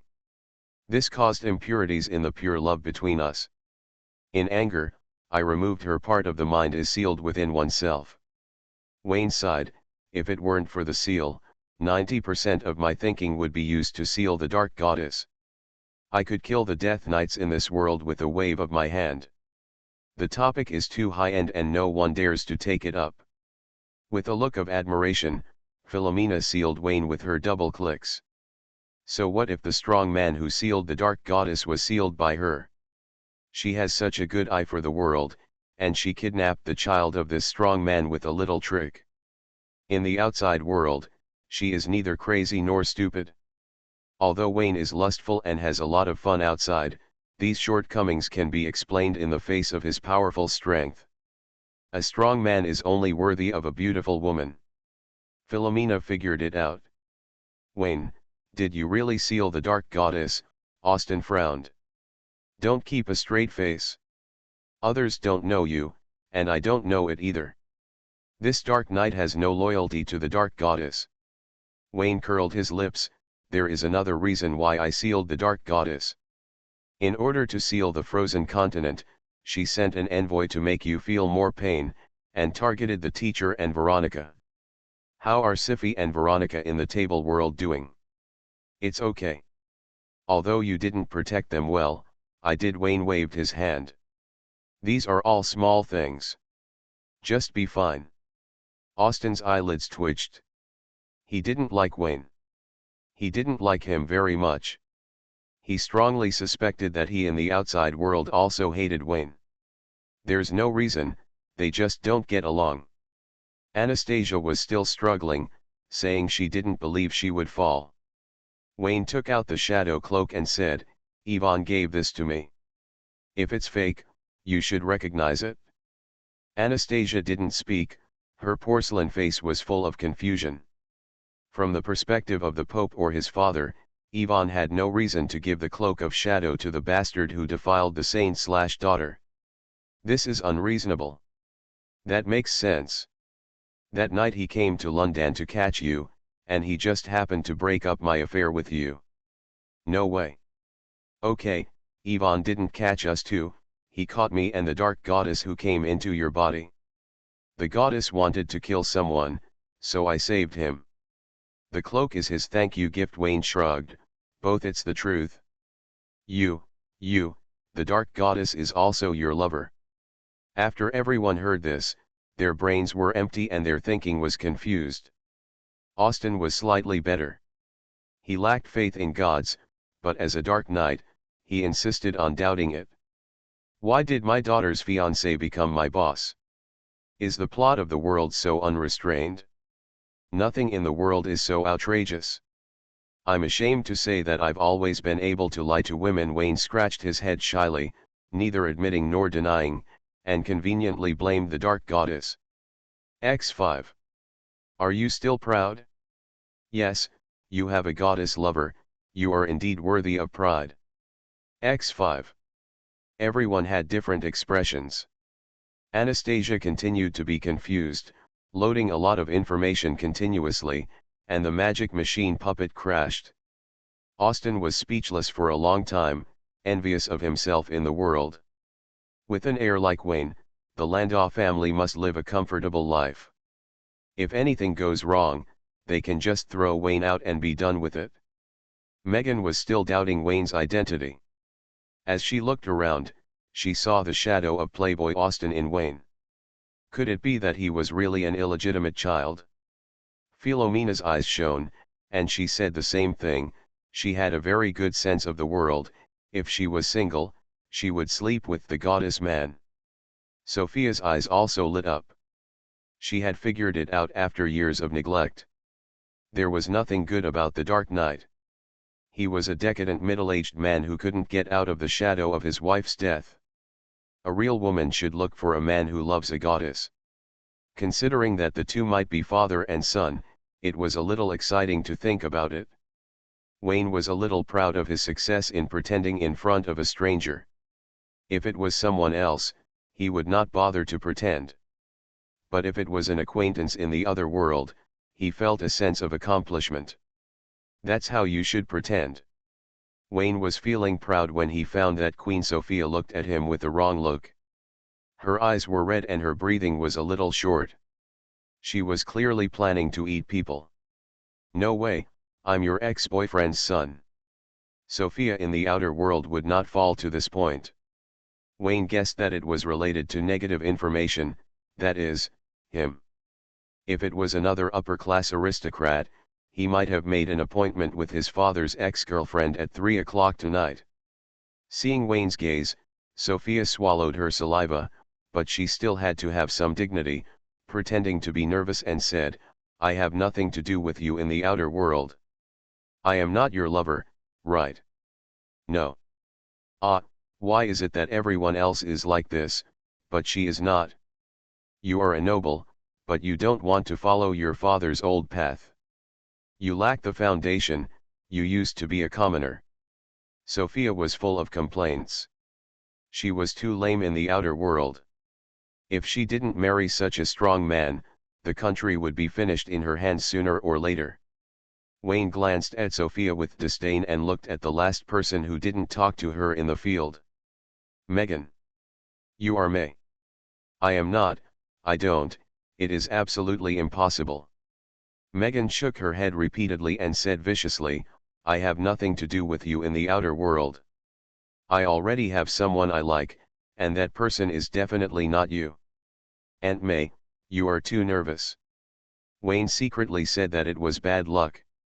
It was all the fault of the inner world, causing Megan to misunderstand him. Aunt May, I'm just curious, have you become the second wife of the Landau family in this world? Everyone looked at Megan and Austin. From what Wayne said, in the surface world, the Landau family also has a second wife. Megan's heartbeat accelerated. What did you call me just now? Aunt May, what's wrong? Wayne wondered, and then said, the teacher is a little violent.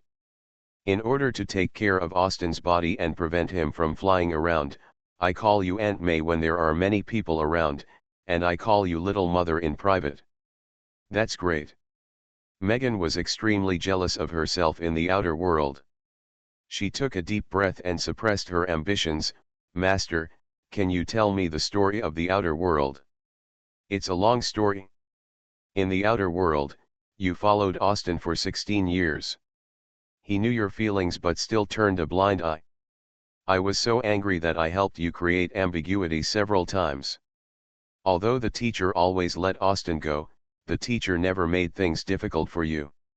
Wayne touched his chin and said firmly, Austin is a typical person who has a thief's heart but no courage. He has been attracted to you for a long time. He is shameless and doesn't say it. He just wants to be a good husband. When you suppress it and burst out and make mistakes, he will have a reason to hug you left and right. Megan's mouth curled up when she heard it, and her eyes narrowed into crescents. Laughing and laughing, she thought that this was the inner world, Sci-fi was dead, and her dream would never come true. The smile was silent, and her expression was gloomy. There was grief and anger for herself, as well as envy and hatred for herself. If she lived in the outer world, how great it would be. Wayne was like a devil, and he messed up everyone without saying a word. Austin saw it and sneered, Megan, don't listen to his nonsense. He just said that he is very good at cheating women. What do you mean, can I cheat my stepmother? Haha, you shouldn't make up stories and deny my feelings for Sci-fi. This is the biggest failure in the lie. Austin still sneered. So cruel, Megan is still here. Wayne frowned fiercely. In the surface world, even if Austin refused, he would take care of Megan's emotions and would never say such words to her face. He saw Megan expressionless, obviously heartbroken, but still supported Austin, and he was immediately dissatisfied with her. Austin, you in the outer world regard Megan as an indispensable family member, but you in the inner world look down on her. You disappoint me so much. Take back what you just said. Aunt May will be sad. Master, Master. Aunt May, you just spoil him too much. It's the same in the outer world. If I hadn't helped you, the Landau family wouldn't have an extra mouth to feed this year. Wayne took out 4 twos and threw them hard on the table. Megan was so excited that she was overwhelmed, while Austin shouted, nonsense, if you deny my feelings for Sci-fi again, I will kill you. Haha, you are sweating all over. It's obviously you. Ah, yes, I'm talking nonsense, I'm telling lies, is that okay? You still. Look, you're anxious again. Wayne sneered, if what I said were all lies, if you have a clear conscience, what's there to be anxious about? Explanation is covering up, and covering up is the fact. You are clearly guilty. I didn't. You did. Wayne was righteous and confident. Putting aside the fact that he lied and spread rumors, he was the only one from the surface world here, and he was the only one who knew what happened in the surface world. Austin is a local, and he framed him for talking nonsense without any evidence. Isn't this bullying the honest people from other places? Bah, The locals are really dirty. Omega Wten. Austin was so angry that he was trembling all over. He pulled out Twilight Extremis and was about to bleed Wayne. The latter did not panic at all and sighed, "In fact, I am so good at lying to women. Isn't it because of your influence? Austin, you are committing a heinous crime." "What does this have to do with me?" Austin said angrily. "Queen over there, were you deceived back then?" "Well." Sophia looked aside and nodded silently. Although the sweet memories of her first love were very good, it was undeniable that Austin had indeed tricked her back then. "That's Austin from the table world," Austin shouted. "You." "Is it Austin?" Wayne's voice became louder. Austin looked aggrieved, and the feeling of being hit by the boomerang was terrible. "That's right. I am Veronica's fiancé. I have many girlfriends outside. This and that. Both the teacher and you know it well." Wayne pointed at Philomena and Anastasia and glared at Austin with disgust. "Don't you think about it, as a father, why didn't you stuff me into a cement bucket and sink me into the river even though you knew this?" "Because I can't beat him."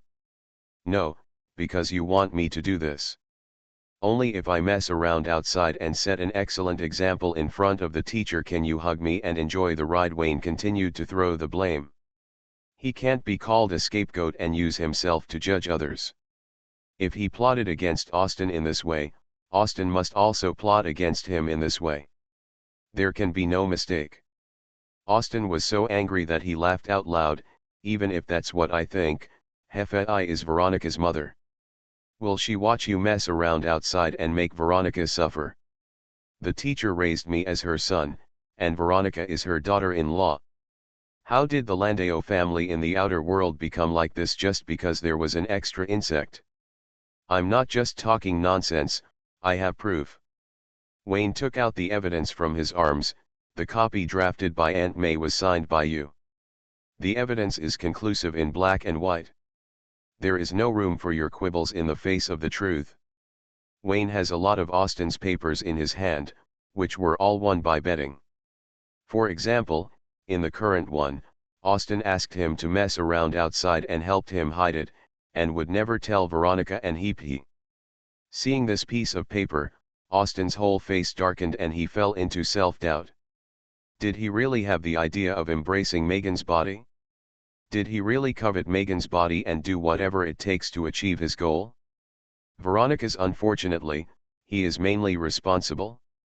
Megan was also stunned when she saw the handwriting. It was indeed her and Austin's handwriting, so, the master actually thought that as long as she worked hard, she could succeed. The evidence doesn't stop there. Wayne pulled out another pile of photos, a collection of the high priests of the Church of Nature working overtime late at night, with the male protagonist Austin and the female protagonist Sophia. The first collection was destroyed by Sci-fi, leaving one alone, which he used to accumulate anger points when he was in a bad mood to achieve the effect of relieving stress. Wayne subsequently asked Mona to wash 3 more copies, one for collection, one for viewing, and one for preaching. Everyone was reading it and they were all speechless. Obviously, the Dark Knight's devoted character has completely collapsed. No one will believe him if he says he loves his wife in the future. As for the battle with the Death Knight, it is understandable that if there is no winner or loser 3 times, then the nature of the game will change. Sophia made some careful thoughts. If she became the person in the outer world, she should also be able to become the person in the inner world. No, the son is better. If you can get Wayne, what kind of Austin do you need? The man of the Dark Goddess is more legendary. Sophia clenched her fists and coughed twice. "Knight Wayne, in the outer world, I may have rekindled my old feelings for Austin, but in this inner world, everything is based on strength, and I no longer have such thoughts about him." So, Wayne was speechless. If it weren't for the lack of a camera, I would have really wanted to take a picture of the Queen's wretched state and bring her back to the outside world to let her die. Wait, there should still be some cameras or something if you look for them. If it can't be washed here, you can take it back to the watch world for cleaning. Wayne was greatly refreshed and thought to himself that it was wonderful, it was a good time that he should come to the other world. Night Wayne, I'm curious, why did I and Austin get together in the outside world? Sophelia smiled slightly and tried to seduce Wayne with her father's lover's identity.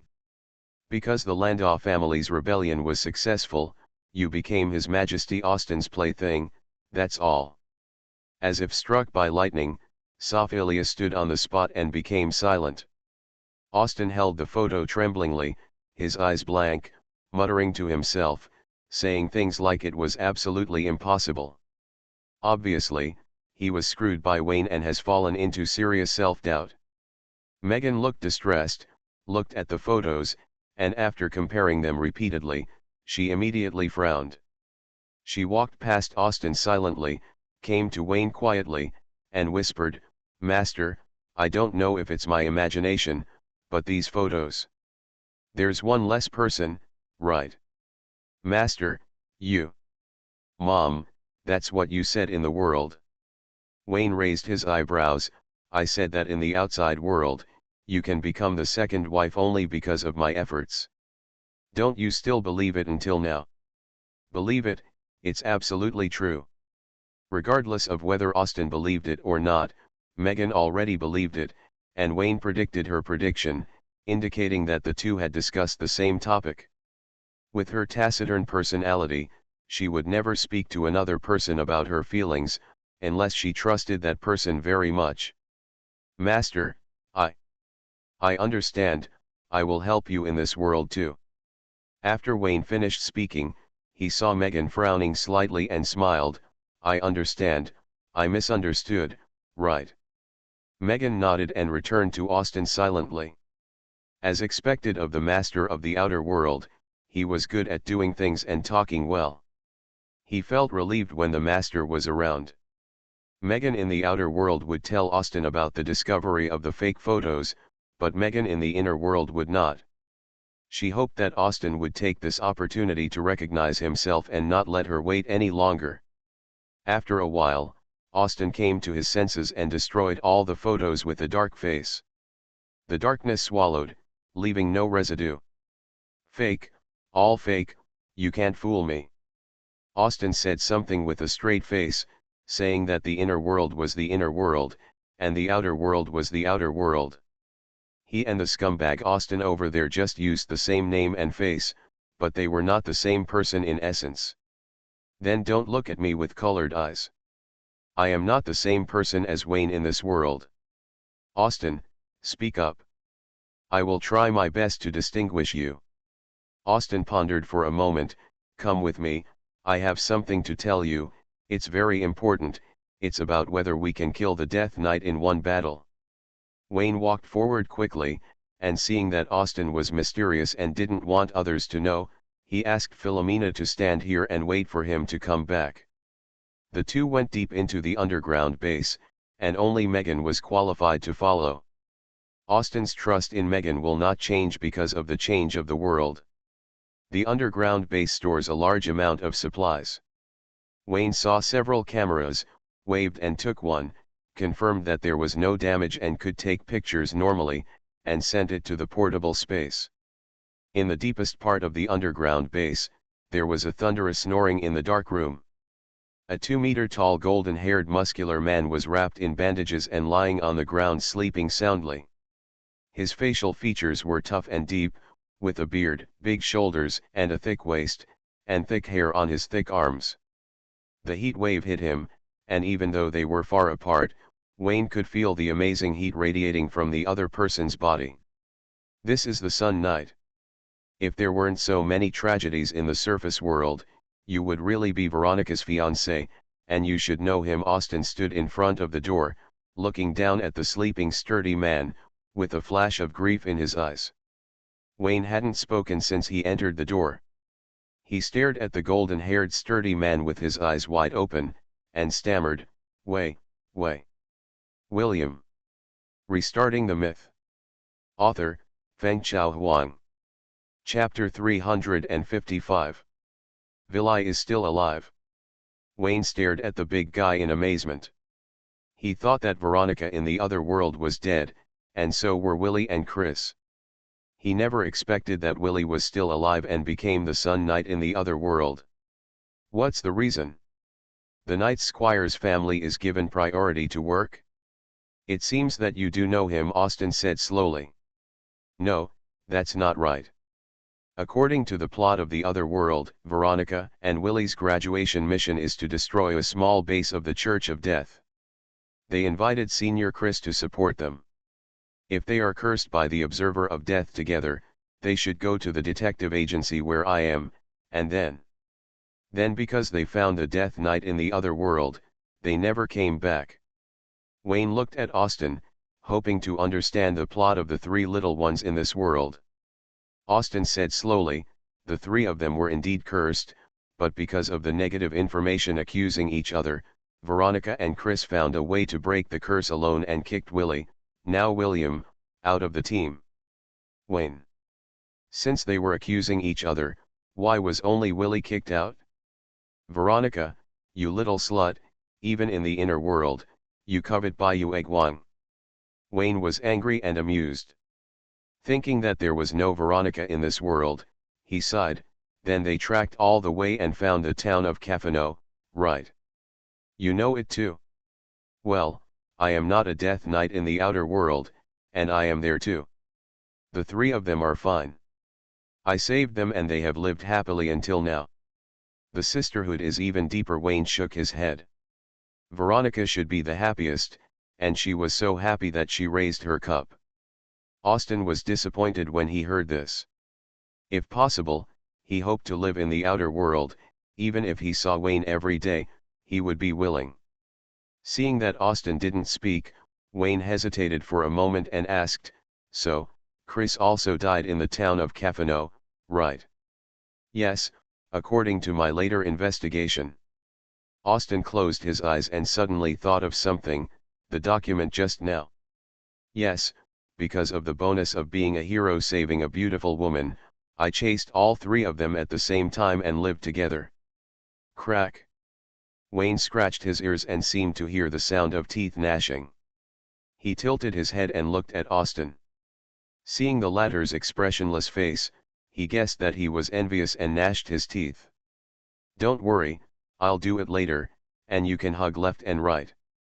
Wayne knows too much about the Landau family and secrets. Austin no longer doubts his identity as the heir, and there is no need to talk about illegitimate children. This is the only thing that is impossible. Even if they look very similar, even if Wayne looks like him when he was young and is very good at deceiving women. Since you know him, then persuade him. He lost his fighting spirit after being defeated by the Knight of Nature. He is decadent and eats and sleeps all day long. You are not allowed to say bad things about him. Wayne rolled his eyes. Willie might be decadent, and so is Aston. They also lost important people. Willie sleeps all day long. Aston can't get out of the shadow and looks at Megan coldly. Not as good as Willie. At least she doesn't radiate negative emotions to others. Thinking of this, he immediately retorted, what do you mean by eating and sleeping?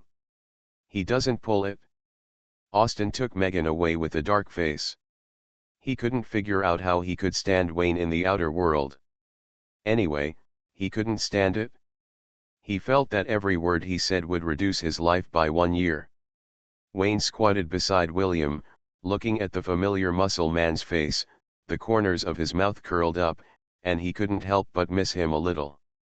I vaguely remember that Willie had already taken a fancy to him at that time, deliberately not revealing her identity, pretending to be gay to scare him. Today, I will take this opportunity to retaliate and let you feel the horror of gays.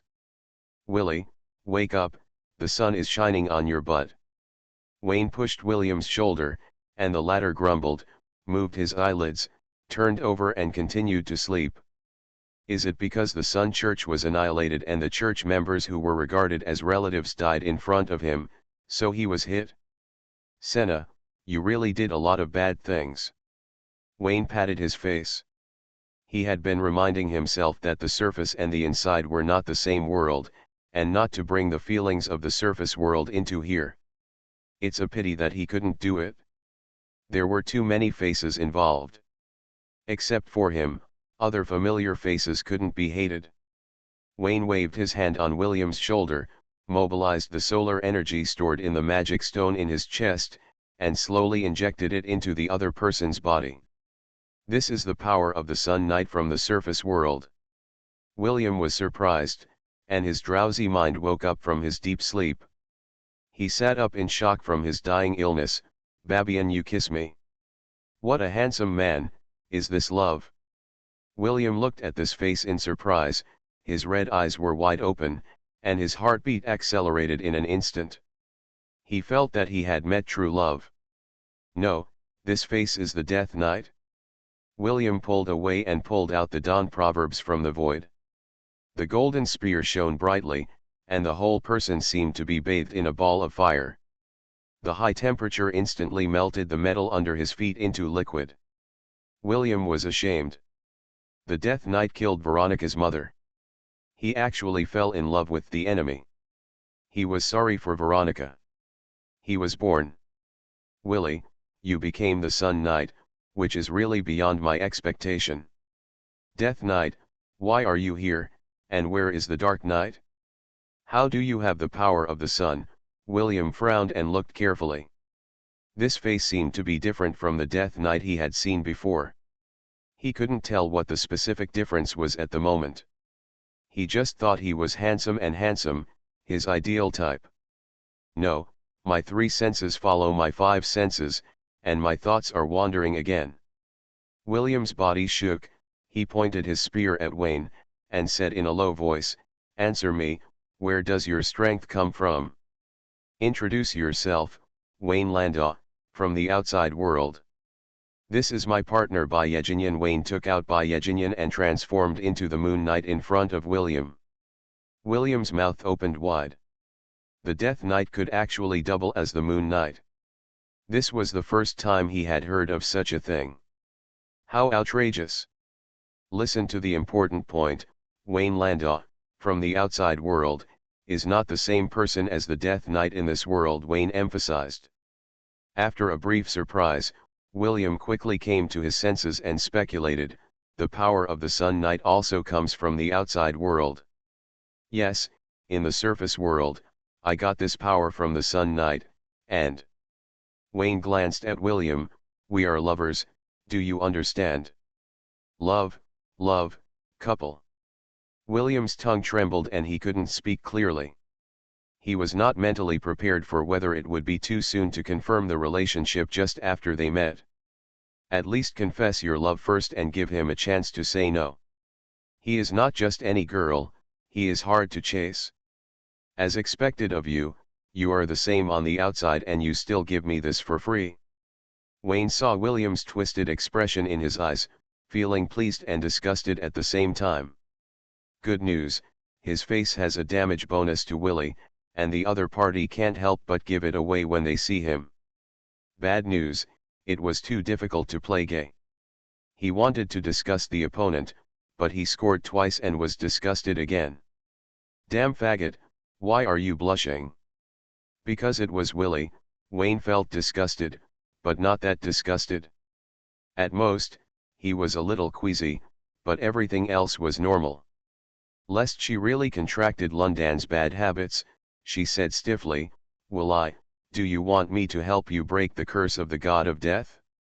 I feel very uncomfortable when you look like this." "No, I can break the curse myself." William shook his head, his body swayed, and a ray of golden light spread out from his body, covering it with holy light like a beautiful girl transforming. Wayne could vaguely see the outline of the golden light changing from tall to short, and the thick limbs became slender. When the light dissipated, the little blonde beauty with bulging front and back appeared in front of him. The wrapped bandage fell, and the little white rabbit poked his head, staring straight into Wayne's eyes. Ah! After the gender change, Willie was obviously a little more shy. She blushed and asked Wayne to turn her head to stop peeking. She hurriedly used solar energy to make a robe to cover her body. Wayne looked straight the whole time, then looked back and said with a smile, "There is nothing to cover up. I haven't seen anything on you. You may not know it yet, but you have a mole in the crack of your buttocks. You have to get closer to see it clearly. Damn it, why are you looking so carefully?" Willie gritted her teeth and held the morning proverb in front of her. "Are we so familiar with each other in this world? How did you catch me?" She believed it, followed her heart's feelings, and was convinced of it. "To be precise, you were chasing me, and I was chasing Veronica and Chrissy." "Ah." Willie's head tilted, and the turn happened so quickly that she almost slipped on the spot. "In the outside world, you, Veronica, and Chris were cursed. You were so embarrassed that you didn't want to find your parents and investigated the death church alone. Passing by my detective agency, you took a liking to me at a glance and encouraged Veronica to leave. I started to check, it was London at night in March 1938, and the fog was very thick." Wayne recalled that once, that was where the dream began. That's more than half an hour. After learning that Wayne had become Veronica's fiancé, Chrissy moved into the Wayne house. She needed Chrissy's nod to move in, and she immediately refused. "Why, I came first." As he said that, his expression darkened. Veronica and Chris were both gone. It didn't matter if she came first. There was no joy in defeating a powerful enemy. She would be willing to lose to Veronica and Chrissy if they could come back. Wayne took 2 steps forward, held down Willie's head, touched the back of her head, and lifted her chin skillfully. Willie squinted her eyes and made a comfortable hum, confirming that Wayne was very familiar with her body and would make a lot of noises. However, traveling with the Troika, wouldn't it be too greedy to be more dedicated? Wayne used his mind to shape 2 rubber bands and help Willie tie up her familiar twin tails. He smiled and said, "I heard from Austin that after you were defeated by the natural night, you were so depressed that you slept every day to escape reality." Willie touched her twin ponytails, lowered her head and said, "Everyone is dead, including Dick and the others. I didn't protect anyone. I'm a useless knight." The crystal tears fell to the ground, touching the hot ground and steaming up. Wayne was so distressed that he raised his hands and hugged her into his arms. This hug seemed to turn on the vent switch, and Willie howled as loudly as she wanted. Wayne warned himself again that this Willie was not Beverly. He opened his mouth but didn't know what to say. He patted her back and said, "It's okay. Just cry." Willie cried for about 10 minutes, her voice gradually getting smaller, feeling the warm embrace, and she felt strong jealousy towards herself, Veronica, and Chris in the outside world. The kind I wish I could replace. She held onto the morning proverb tightly and found the motivation to become stronger. She didn't want to disappear with the inner world and wanted to go to the outer world to get back everything she had lost. Wayne had a complicated look on his face, sighed and said nothing, just hugged the person tightly in his arms. After a while, when the sobbing stopped completely, Wayne asked, "Tell me, what have you been through? Why did Dick and the others die?" "The curse of the graduation exam," Veronica blamed me. "She only wanted to team up with Chris. I was so angry that I left. The church was in turmoil, everyone received an order to leave London. I followed to the church headquarters, confusedly got the recognition of the dawn proverbs, and became a Sun Knight. The Pope and the Oracle High Priest said that I stole the power of the Sun Knight and was a thief. Someone spoke for me, and finally a fight broke out. After waiting for the storm to settle, the natural night came. I failed everyone's expectations. I was no match for the natural night, that old witch was too strong." Willie recounted her experiences in the past 2 years, running back and forth, accomplishing nothing, and protecting nothing. She returned to London to lick her wounds, and learned that Veronica and Chris were also dead. She was disheartened and squatted in a small dark room. Miserable. There is no worst in the other world, only worse. Willie lost her parents when she was young and was raised by uncles and aunts in the church. Now these relatives who were regarded as uncles and aunts are gone. Her best friends Veronica and Chrissy are also. Wayne touched the golden-haired head, knowing that it was wrong, but still said, "I'm still here, I will protect you in the future." Willie's body trembled, and she didn't know what she thought of, and whispered, "The other world will be destroyed, you can't stay here, I need you more over there." She didn't look up, her eyes were red, and her whole face was distorted. Wayne raised her chin and saw the smiling face that switched in a second, and deeply felt the cruelty of this world. The other world should not exist. It has destroyed beauty and happiness again and again. This is hell on earth. Wayne had a strong urge to take the familiar people away from hell, and then destroy this hell so that they can never be reborn. You just said your name is Wayne Landau, right? What's wrong, is there anything wrong? Of course it's not right. Whaley asked in confusion, what is your relationship with Austin in the surface world, and what about Aunt Xife? The relationship between father and son and mother and son. Can you say it again? I didn't hear it clearly just now. Willie was so shocked that her mouth opened into an O shape, and she stammered, if you and Aunt Xife are mother and son, then you are. Yes, Veronica and I are siblings, but the upper class has always been very vulgar, and siblings are normal, no surprise. I didn't say that, what I meant was that you are a death knight in the other world, and you personally. Willie's eyes widened in the middle of her words, what, you and Veronica are siblings, so I haven't defeated Veronica, why? Sister's taboo identity is a plus. Then, what about Chris? She and Veronica are together, which is also a plus. Why didn't you say it just now? You didn't ask. Willie staggered out of Wayne's arms, there was too much information, she had to sort it out first. Where should I start? This mess looks very complicated. Seeing Willie tilting her head and thinking seriously, Wayne smiled. It was worth it for him to criticize himself. He finally found some shadows of the world in Willie. Stupid, not very smart. By the way, I have a secret. Wayne picked up the dawn mantra that fell to the ground, release your restrictions on the God-chosen artifact. Don't worry about hurting me. I'll tell you where the sun power in my body comes from. It's too dangerous.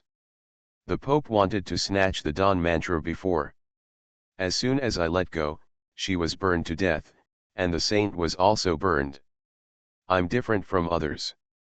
Seeing Wayne's insistence, Willie reluctantly agreed and slowly released a little restraint. As long as Wayne showed discomfort, she would stop immediately. A moment later, Willie's shouting and Wayne's proud voice were heard in the small dark room. How is it? Is it powerful? Is my gun big? Very powerful, very big. Is it hot? Why don't you talk? I'm not stupid. Landau Manor.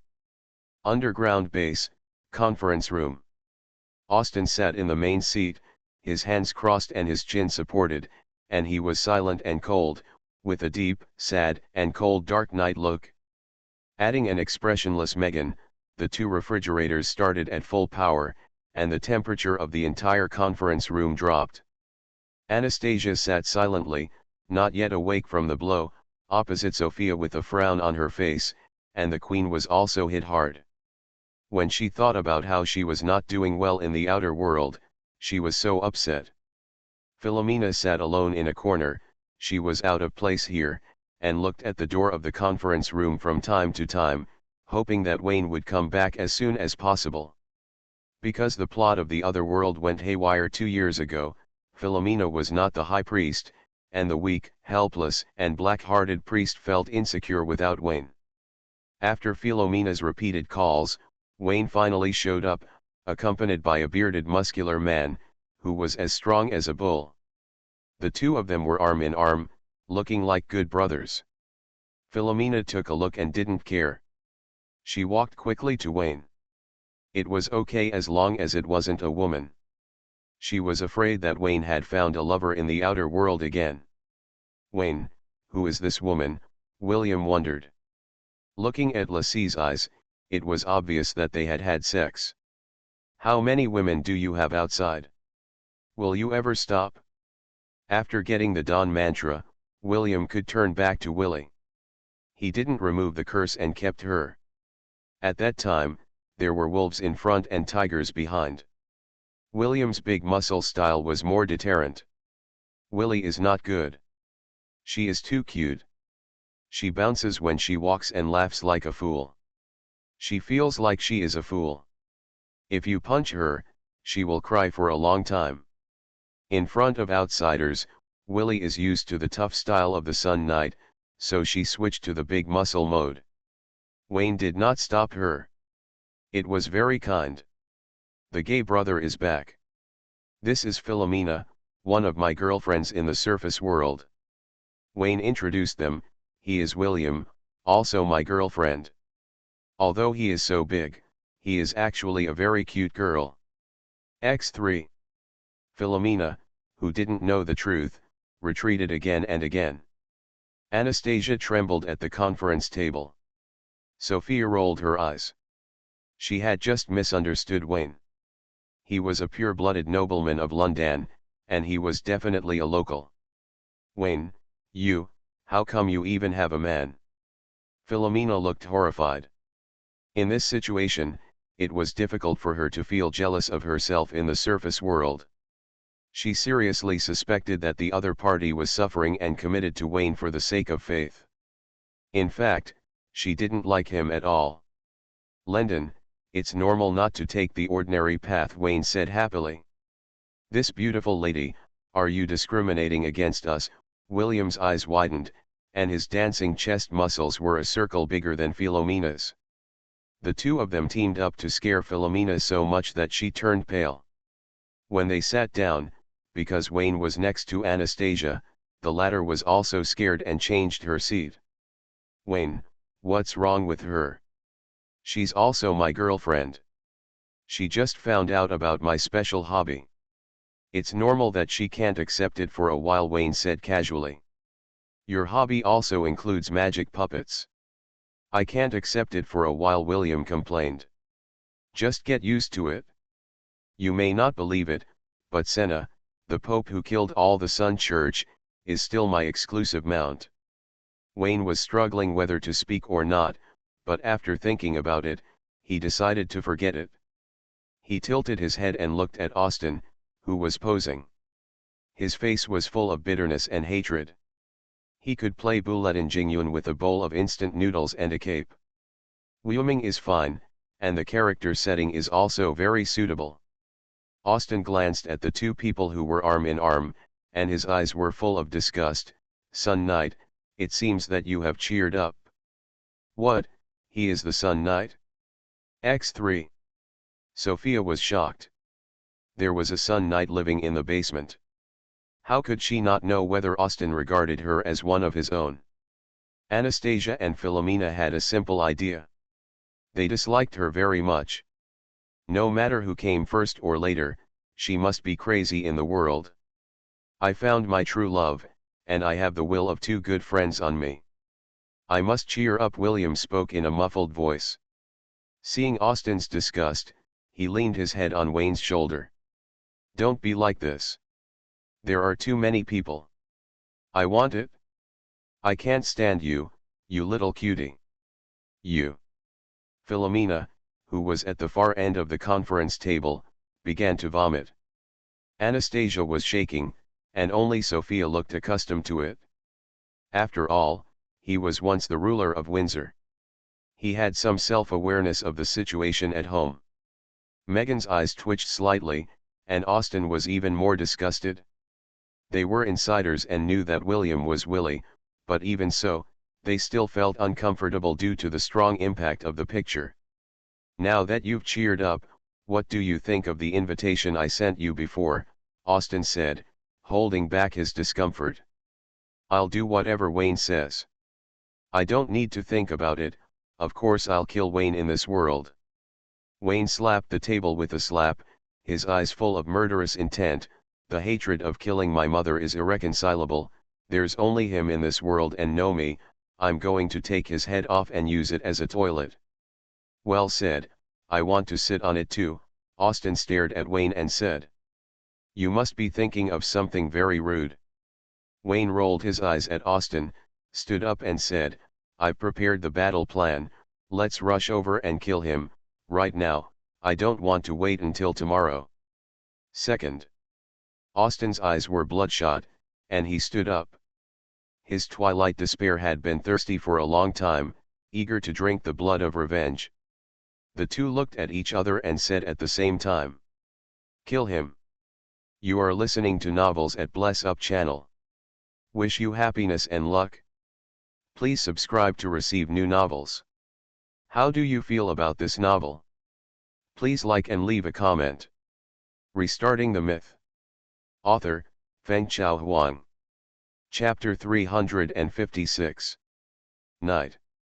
West End Cemetery. Mist filled the air, covering the scattered tombstones. The surrounding dead trees were twisting and dormant in the mist, and only the outlines of shadows could be seen. Occasionally, a cold wind blew through, and the mist rolled, revealing deep and shallow marks on the tombstones. The branches like ghost claws rustled, as if they were dead souls. Whispers made during communication. There is no sun or moon in this world. Both lights come from the mirror covering the sky. The sun and moon in the outer world change, and the inner world changes accordingly. You will live in the shadow of the other person all your life, and even the few rays of light are left by the other person. Hatred and jealousy are not difficult to understand.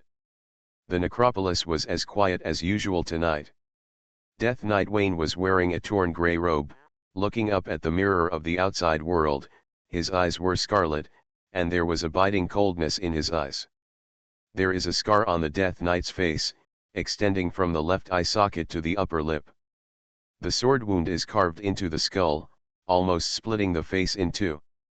The sword wound came from Dark Knight Austin and could not be repaired. The scar stung the Death Knight's mind every day. He himself doesn't think it is a shame. Scars are medals of merit for the strong. If there is any shame, it can only be in the surface world, where he betrayed his belief in death. He can only watch the other person being cool and unrestrained. Happy, unable to deal with this shame. Wayne, you deserve to die. Death Knight Wayne chanted his name.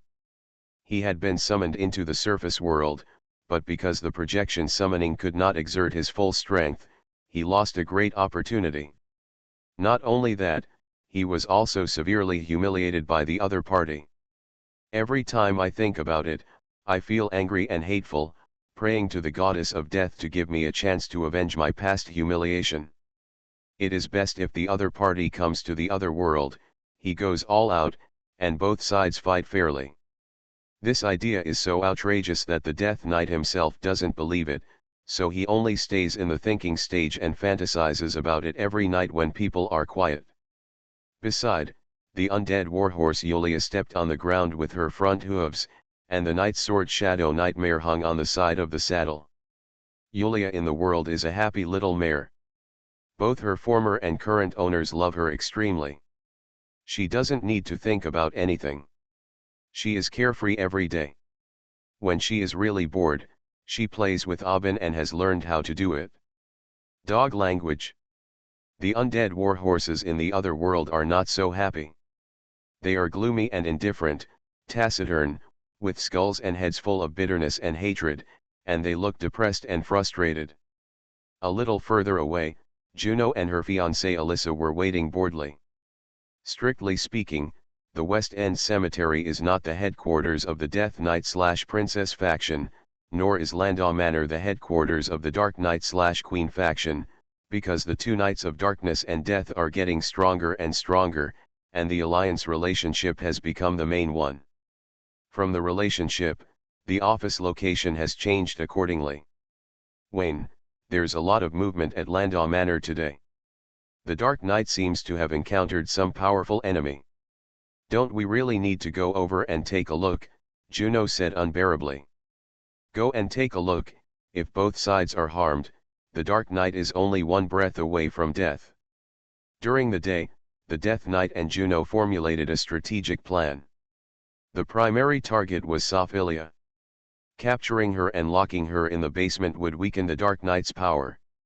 It would be great if the Dark Knight could also be killed. The Queen still has her charm and is the Dark Knight's lover. She has many uses. Capturing her alive will ensure a strategic advantage. Mingren doesn't tell secrets. Juno, the rebellious girl, has been coveting Sophilia for a day or two. In the past, she had a thief's heart but not the courage, but now she has a thief's heart and courage, but her strength does not allow it. Death Knight Wayne only wants to kill the Dark Knight, while Juno is not interested in the Dark Knight and only wants to kill Sophilia. There are certain differences in strategy. It was hard to convince the Death Knight, but he didn't show up today. If you ask, you will lose if you move first. If you are decisive, you will get free money. In case the Dark Knight is cheating, take a look first before talking. Afterwards, the energy in the sky above Landau Manor was chaotic, and the Death Knight still chose to stand still.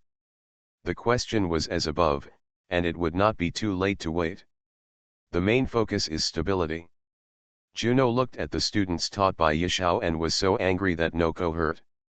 She felt uncomfortable every time the Death Knight started thinking. You're a guy with an empty brain. How can you use your brain? You don't even have brains. There is no comparison between the darkness of the other world and the Death Knight's ingenuity. The battle has lasted for almost 2 years and there is still no winner. On the one hand, Juno provides advice and serves as the Death Knight's external brain. On the other hand, Austin cannot escape the loss of his wife. Shadow will fall into a state of madness every time he encounters a Death Knight. The battle has entered the phase of strength and brick flying. The two Windsor strongmen are equally powerful, but they are in a stalemate until now. To break the balance, Sophilia must be killed. Juno once again determined the strategic direction.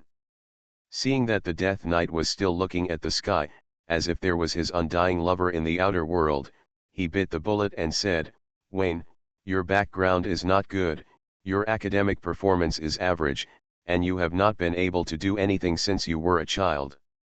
Less hardship and burden, these are all caused by Queen Sophilia. The country has become like this, she has a responsibility that she cannot shirk. In addition to the Dark Knight, your enemy also has Queen Sophilia. Trust me once. We will formulate a strategy to lure the enemy deeper, capture her alive and take revenge. She is a queen, a mother of 2 children, a widower, and the lover of your nemesis, the Dark Knight. Juno listed a series of Sophilia's advantages, and as he talked, he started to get greedy. Death Knight Wayne doesn't have it. He has been keeping the abstinence of a knight for many years. His heart is peaceful and he has no worldly desires. No matter how good Sophia is, in his eyes, she is just a skeleton in skin. She is even worse than a skeleton, because skeletons don't shit.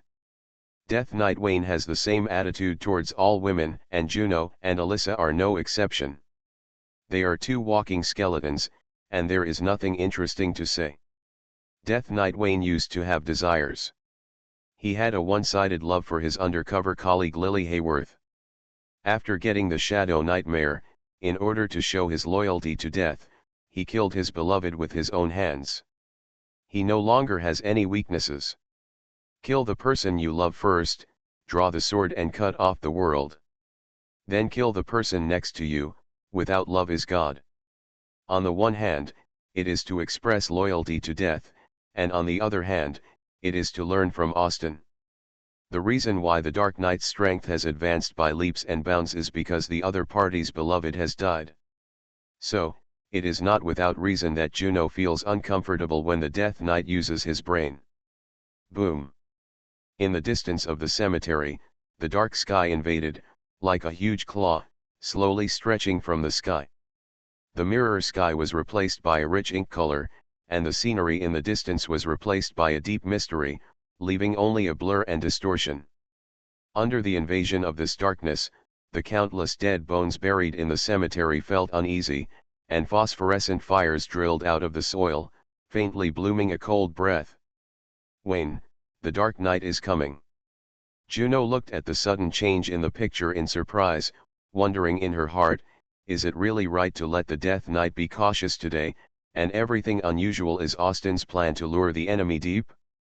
Although there is something wrong, every time the Dark Knight attacks, there is a lot of movement, and a big battle is inevitable tonight. Two holy light pillars soared into the sky. Juno and Elisa turned into strange angels, and stayed away from the Death Knight Wayne together. They could not intervene in the battle between death and darkness, and went to find Sophia according to their previous battle experience. Elisa, cover me later. We must take down Sophia even if we are seriously injured today. Juno's eyes were bloodshot, and there was a strong desire in his eyes. The royal family was screaming, and they were completely ruined by the negative information in the other world. Of course, it is not ruled out that they were like this before, and the dark side and desires in their hearts were magnified by negative information. Boom! With a bang, the dark aurora dragged a tail and rushed from a distance. Austin's eyes were bloodshot, holding the twilight despair, his figure teleported in the darkness, and each flash and jump lengthened the after-image. Rushing to the range of the great cemetery, the speed was already shocking. Absolute speed was transformed into absolute power. The twilight despair was raised in his hand, and the accumulated terrifying force swept through the distorted space, creating a visual illusion of a curved sword. Wayne.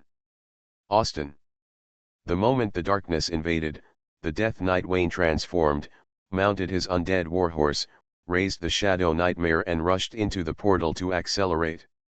One black and one white, two slightly curved night swords collided in the air. Death wiped out darkness, darkness swallowed death, and the tyrannical energy shot out dazzling light, and everything around was instantly broken like thin paper. In the center of the battle, energy intertwined and squeezed, the arc space fluctuated chaotically, and the figures entangled with the two people seemed distorted. The terrifying energy was forcibly pressed into a small space. After tearing the limit, the gray and black colors vented down one after the other. Darkness sank and dormant, and death surged and churned. The two colors rendered the sky, and the energy collision area in the middle, the thunder arc rushed, the four elements appeared and disappeared, the space made a squeaky whine, and the oppressive feeling of the vast sea made everyone's heart sink. It is very dangerous here. Without the power of the chosen knight, entering this place by mistake will surely lead to death. Juno and Elisa hid far away. Juno saw a white light from afar and approached calmly. He gave Elisa a look. The two of them had a tacit understanding and surrounded her from the left and right. Sophia, I will definitely let you. Juno was halfway through his harsh words when the ferocious lust on his face froze for a moment.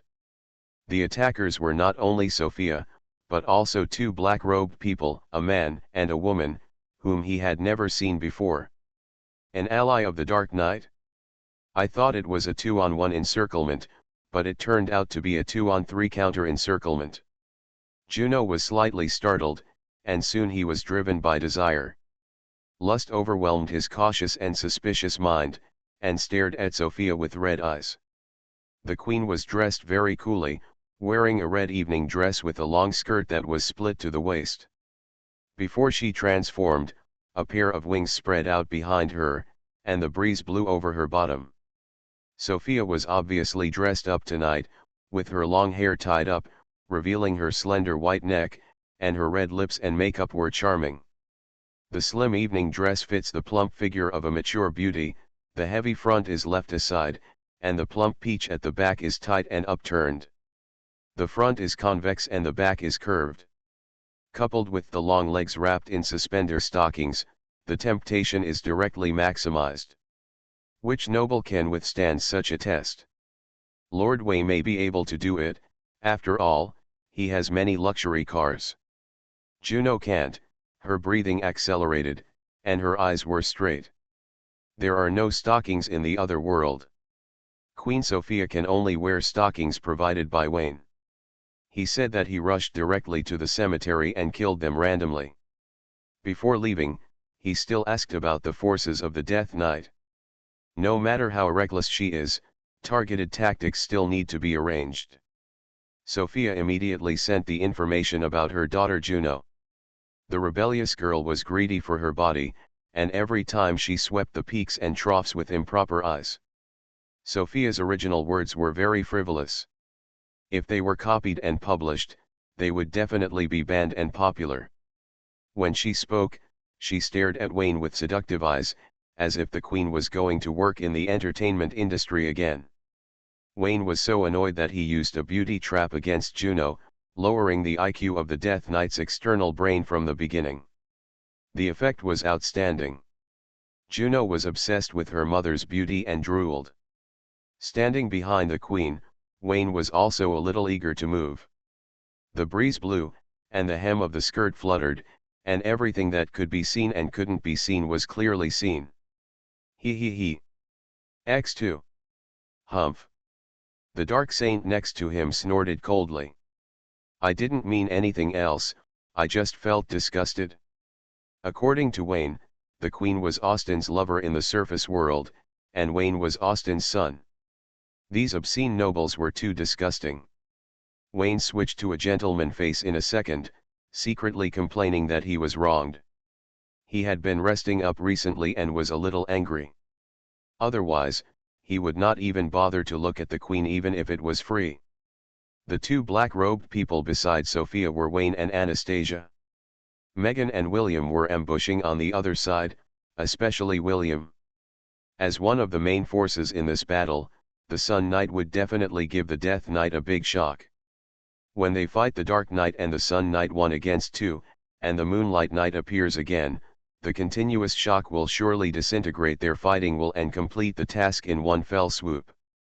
Philomena is not strong enough, so she stays away from the battlefield and is responsible for observing the surroundings to prevent new enemies from appearing. The new enemy refers to Senna, the last chosen Knight of God. Although the possibility is not great, what if she appears in the chaos and stands on the side of the Death Knight?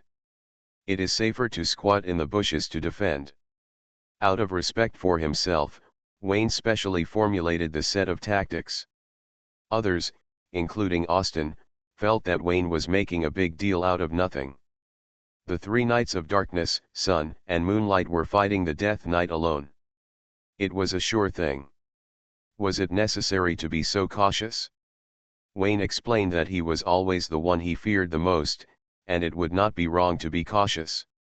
His words made sense, and everyone was convinced. William was a little confused. Wayne in the surface world was too smart. Wayne, the Death Knight in the inner world, was not even worthy of carrying his shoes in terms of IQ.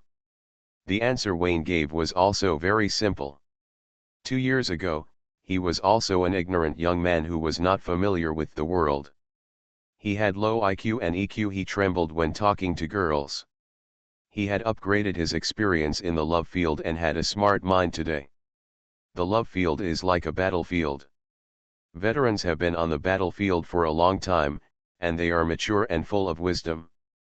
Because he has a lot of girlfriends, this statement from his mouth is quite convincing, and William believed it on the spot. Anastasia snorted coldly, waking up Wayne and Juno. The latter raised his hand to wipe the saliva from the corner of his mouth, thinking that it was not the time to salivate. He should calm down first and wait until the screen was settled before salivating.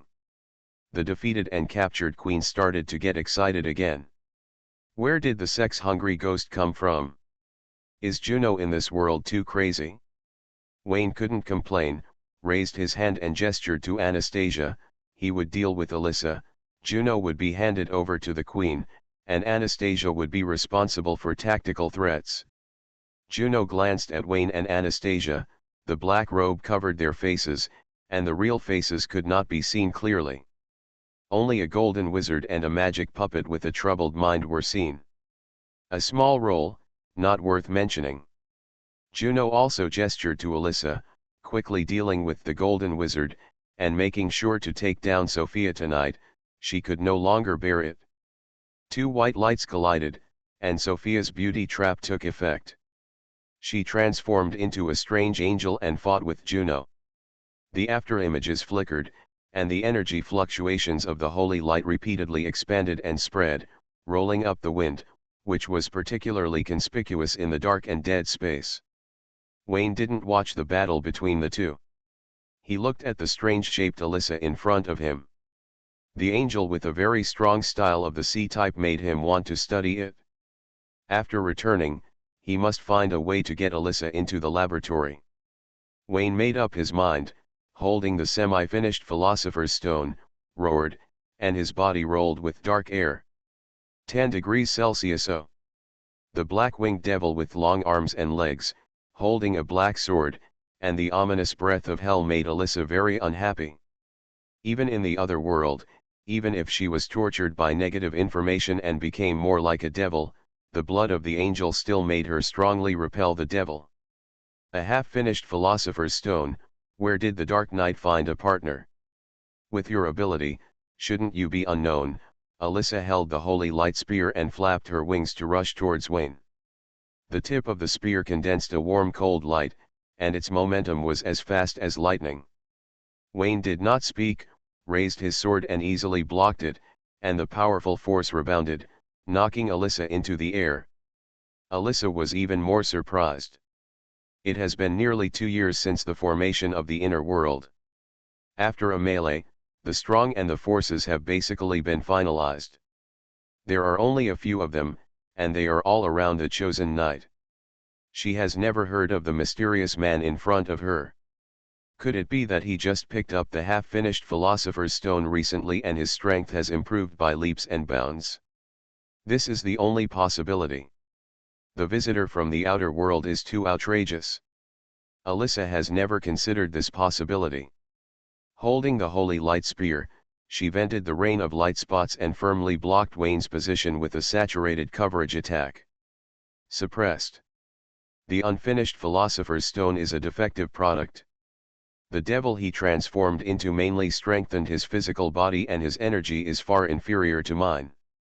As Alyssa thought about this, she noticed Anastasia had moved a step, and immediately pulled back to take a defensive stance. Swish. The black afterimage teleported to Alyssa's side. The latter was distracted and on guard, and the moment she realized the malicious attack was too late.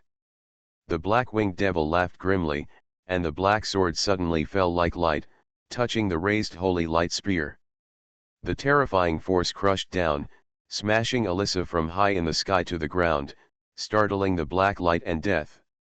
In the dust waves, the earth rumbled and trembled. Alyssa waved her wings and flew out.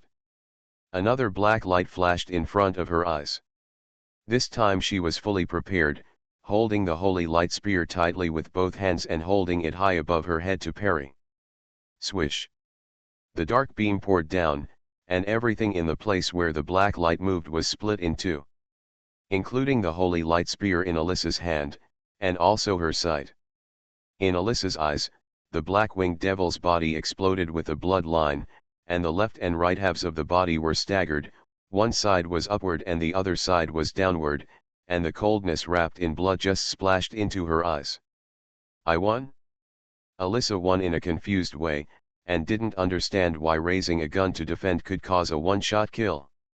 She only felt a stinging pain in her mind and a strong fatigue hit her heart. The next second, it was not only the devil that was separated from the left and right, but also the sky and the earth shrouded in darkness in the distance. So that's it?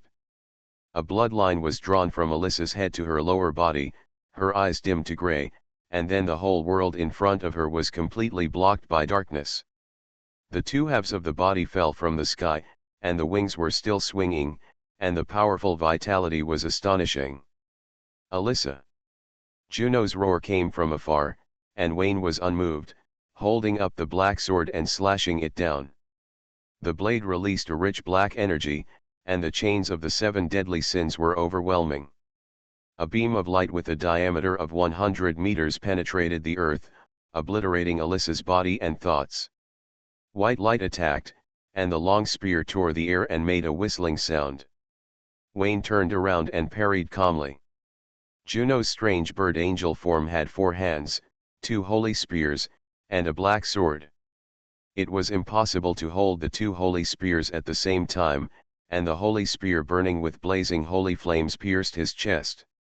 Juno's eyes were red, and his wings were dancing, stabbing the holy spear into another 3 points. Under the cover of the amazing holy wool, Wayne coughed up blood repeatedly and exited the transformation state of the black-winged devil. Juno hated him to the extreme, and the 2 holy spears were inserted into the mysterious man's chest, one on the left and one on the right, regardless of the consequences. Release the holy light energy, wanting to burn the murderer of her husband to ashes in one breath. Sophia floated in the air, flapping her wings leisurely and approaching. Anastasia did not come to support. The cold relationship between teammates showed their ruthless nature, which made Juno secretly think that this was a sure thing.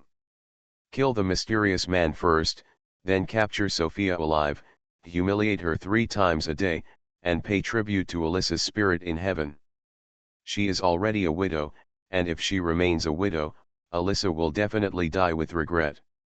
Juno lacked information and misunderstood the true thoughts of Sophia and Anastasia. Neither of them helped, which was a trust in Wayne's strength, especially Anastasia, a strong person who could seal the dark goddess. How could she die so easily? It's so funny, how could he have an affair with the dark goddess with such strength? The holy flames erupted in Wayne's body, rising up endless heat, and Juno's heart skipped a beat when he heard the screams full of energy. Howling for a long time, you die. At the moment of vigilance, the hot wind rolled up Wayne's black hood, revealing an extremely familiar face. Wayne, Wayne. Juno's pupils dilated. There were actually 2 Waynes in the other world. Was it a disguise? Puff. Juno felt a pain in her chest, and when she looked down, she saw a black sword piercing her chest.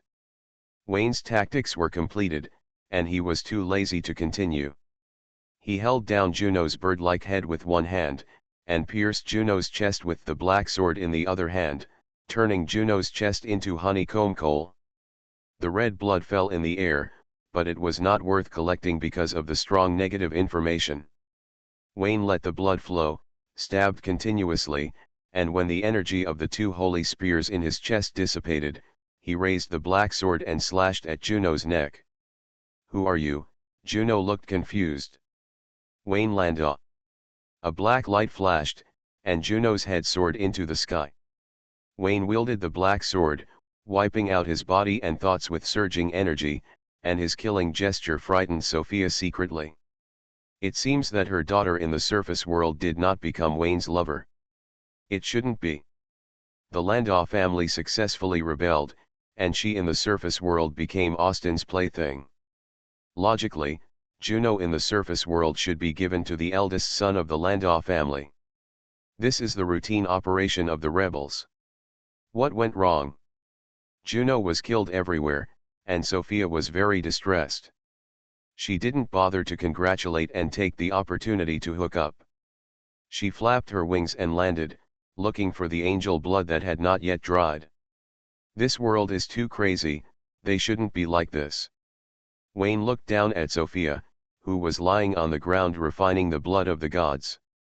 His satisfied smile made him shudder. For a moment, he didn't know whether to mock or feel sorry for the other party. Regardless of her purpose, the Queen of the Outer World did everything she could to send her children out of Windsor, and the most basic mother-child relationship still existed. The inner world. It's hard to describe. Just as I was sighing, the ground of the cemetery cracked into a deep abyss, and with a rumbling sound, a skull dragon emerged from the ground with its fangs and claws bared. The dragon head was ferocious, the dragon body was terrifying, the bone knight sat on it, holding a war spear, and the empty eye sockets were beating red. Teacher. Wayne narrowed his eyes slightly and clenched his teeth tightly. He had the Book of Greed, which not only did not affect negative information, but also could plunder this information in turn. His rationality was always online. But at this moment, the uncontrollable killing intent filled his heart. He threw the tactics he had formulated behind his mind, held the black sword in his hand, and rushed forward. Wayne must be killed tonight. Restarting the myth. Author, Fengchao Huang. Chapter 357. In the center of the cemetery, two figures were fighting fiercely, swords flashing and energy venting without limit. Occasionally, the Death Knight's sinister laughter could be heard. The darkness of the inner world and the battle between the Death Knights were not accompanied by the laughter of the outer world. The fire of revenge devoured Austin's mind. When he saw the face of Wayne, he fell into rampage mode. The powerful brick-flying segment began. In this situation, the Death Knight Wayne's worrying IQ was higher than that of Austin. Every time he made a few sarcastic remarks, Austin would roar. The two were old rivals, fighting all year round. Every time they met, it was a bloody battle. There were wins and losses, and the number of wins and losses was basically the same. Death Knight Wayne knew Austin very well. He had to use some unconventional means to defeat a strong enemy that he could not defeat even with all his strength. Coincidentally, he had a most proud collection. The black and white swords collided, and Austin's scarlet eyes met the red light jumping in the eye sockets of the skull. A strange laugh sounded, and the red gem at the end of the shadow nightmare hilt glowed. Rumble. The earth suddenly shook violently, as if a sleeping giant beast was awakened, tearing the flat ground in anger. The roar was like thunder and shocked people's hearts, and the surrounding scenery became blurred in the shaking. Soon, a deep crack in the ground slowly tore open on the left side of the cemetery, and a deafening dragon roar sounded, venting the bone-chilling chill of death. A huge bone dragon emerged from the abyss, with a hideous skull and cold and bloodthirsty red light jumping in its eye sockets. The grey death energy connected the whole skeleton of the bone dragon, and a layer of mist like a membrane was applied to the broken wing bones, allowing the bone dragon to spread its wings and fly, covering the sky and the earth with its huge body. The cold death aura spread out with the terrifying dragon's might, and the loud dragon roar resounded through the night sky, announcing its arrival. The bone dragon is not the key, but the dragon knight who is equipped with it. The slightly slender bone knight holds a lance that is extremely disproportionate to his body size, his eyes flickering with light, and rides the bone dragon towards Austin. Austin, High Priest Sci-fi is here to challenge you, what are you waiting for? Death Knight Wayne laughed loudly, and in sharp contrast, Austin was trapped in pain and despair, his eyes were bloodshot, and he became a puppet of revenge and completely lost his mind. Usually at this time, Megan transformed into a black dragon to fight with the bone dragon, leading Sci-fi away from a distance. Today is no exception. The relatively thin black dragon, who is still a minor of 16, spewed black flames, exuding dragon might and provoking, and led the bone dragon and Sci-fi away together. Death Knight Wayne was not annoyed. This is a reserved project. It will be staged every time against Austin. It is one of his few pleasures. He could still tell the difference between a full meal and a full meal. Boom. Just as the two knights were fighting fiercely, a strong light fell from the sky, and a small burning sun fell from the sky, carrying the momentum of the aurora, and suddenly hit the center of the battlefield. Death Knight Wayne drew his sword and retreated, summoning the undead warhorse halfway, and avoided the subsequent attack through the portal. The golden fireball expanded, and the golden light wave turned into a shock wave and spread in all directions, flattening the entire cemetery, steaming the mist, pushing away the dead air, leaving only the earth that was burned red by the high heat.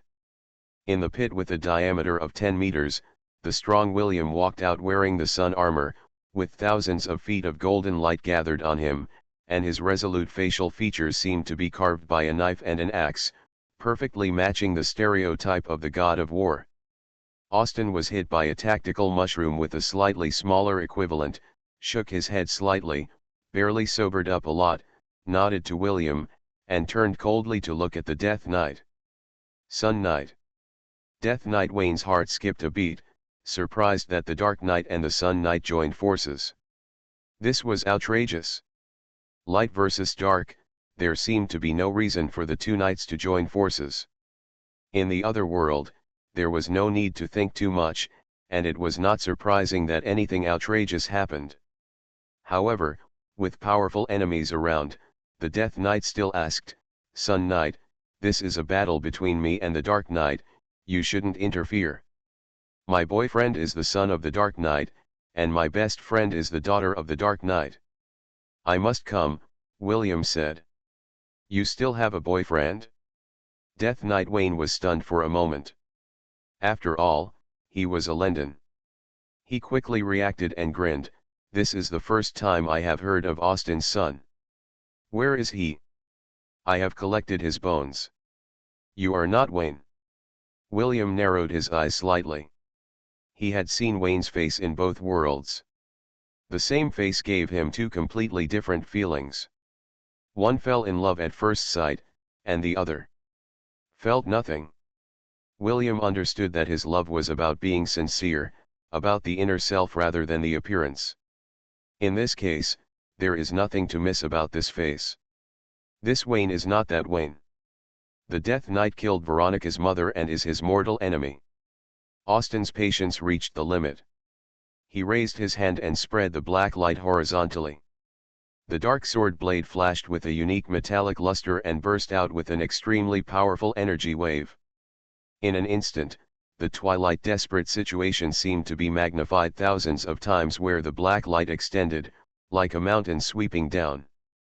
The cold sword blade turned into a peerless weapon, swallowing the death energy along the way in an instant, leaving behind the black fog that rolled wildly in the sky, and arrived in front of the Death Knight Wayne.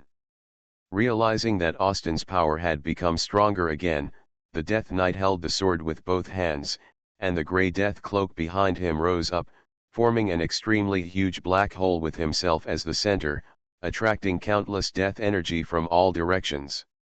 There is no shortage of death in the world. There are millions of dead lives in London alone.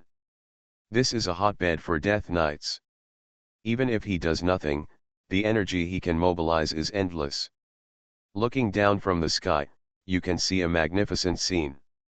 Countless greys rise in various areas of London and gather together, as if a long river of death is roaring, and the momentum is extremely terrifying.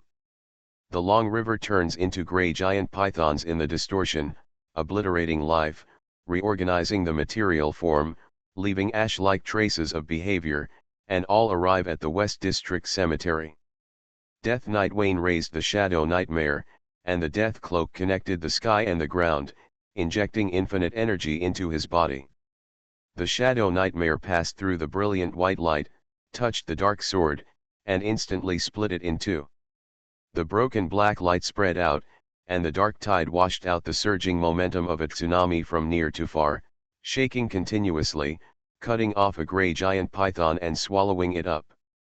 Death has its advantages, and darkness has its strengths.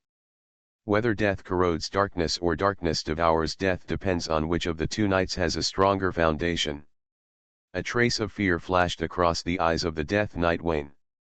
He didn't understand why Austin could keep getting stronger. If he cut off his beloved, he would have cut off his beloved, but his progress was far from being so rapid. Fortunately, the problem was not big. The inner world lacked everything, but death. The West District Cemetery was his base camp, and there were as many undead skeletons as he wanted. He could force the darkness and the sun to join forces with one against two. The grey air wave rushed up into the sky, and a huge pale image was projected above the death cloak that connected the sky and the ground. The eyes of the skull as big as a mountain were empty, and a sword mark on the left side of the face bone was glaring and conspicuous. The white skeleton skull was high in the sky, causing the trembling air to boil, and it emitted a shrill and piercing scream, which made people feel cold on their backs and produced a fear from the bottom of their hearts. Deathly auras surged into the sky, white skulls rolled in grey mist, and the entire cemetery shook. Countless corpses emerged from the ground, and the pale green phosphorescent light surged, dotted with stars, and the whole of London was responding to the call of death. This momentum extended outward, and the corpses lying in the suburbs of London also stood up. In an instant, death was everywhere. The instructor of London's 8 million ghost soldiers, Death Knight Wayne. Austen's eyes were scarlet, and he did not take these small fish seriously. The vast dark energy was swung out by his sword, and countless corpses were smashed into pieces in an instant. Rows of bodies fell down like wheat being cut, and pieces of white skulls flew all over the sky. These skulls were not directly crushed by the darkness. Attracted by the gravity of the sky, they all surged upward into the huge phantom of the skull, gathering sand into a tower, gathering a little into a lot, filling the phantom to make it real.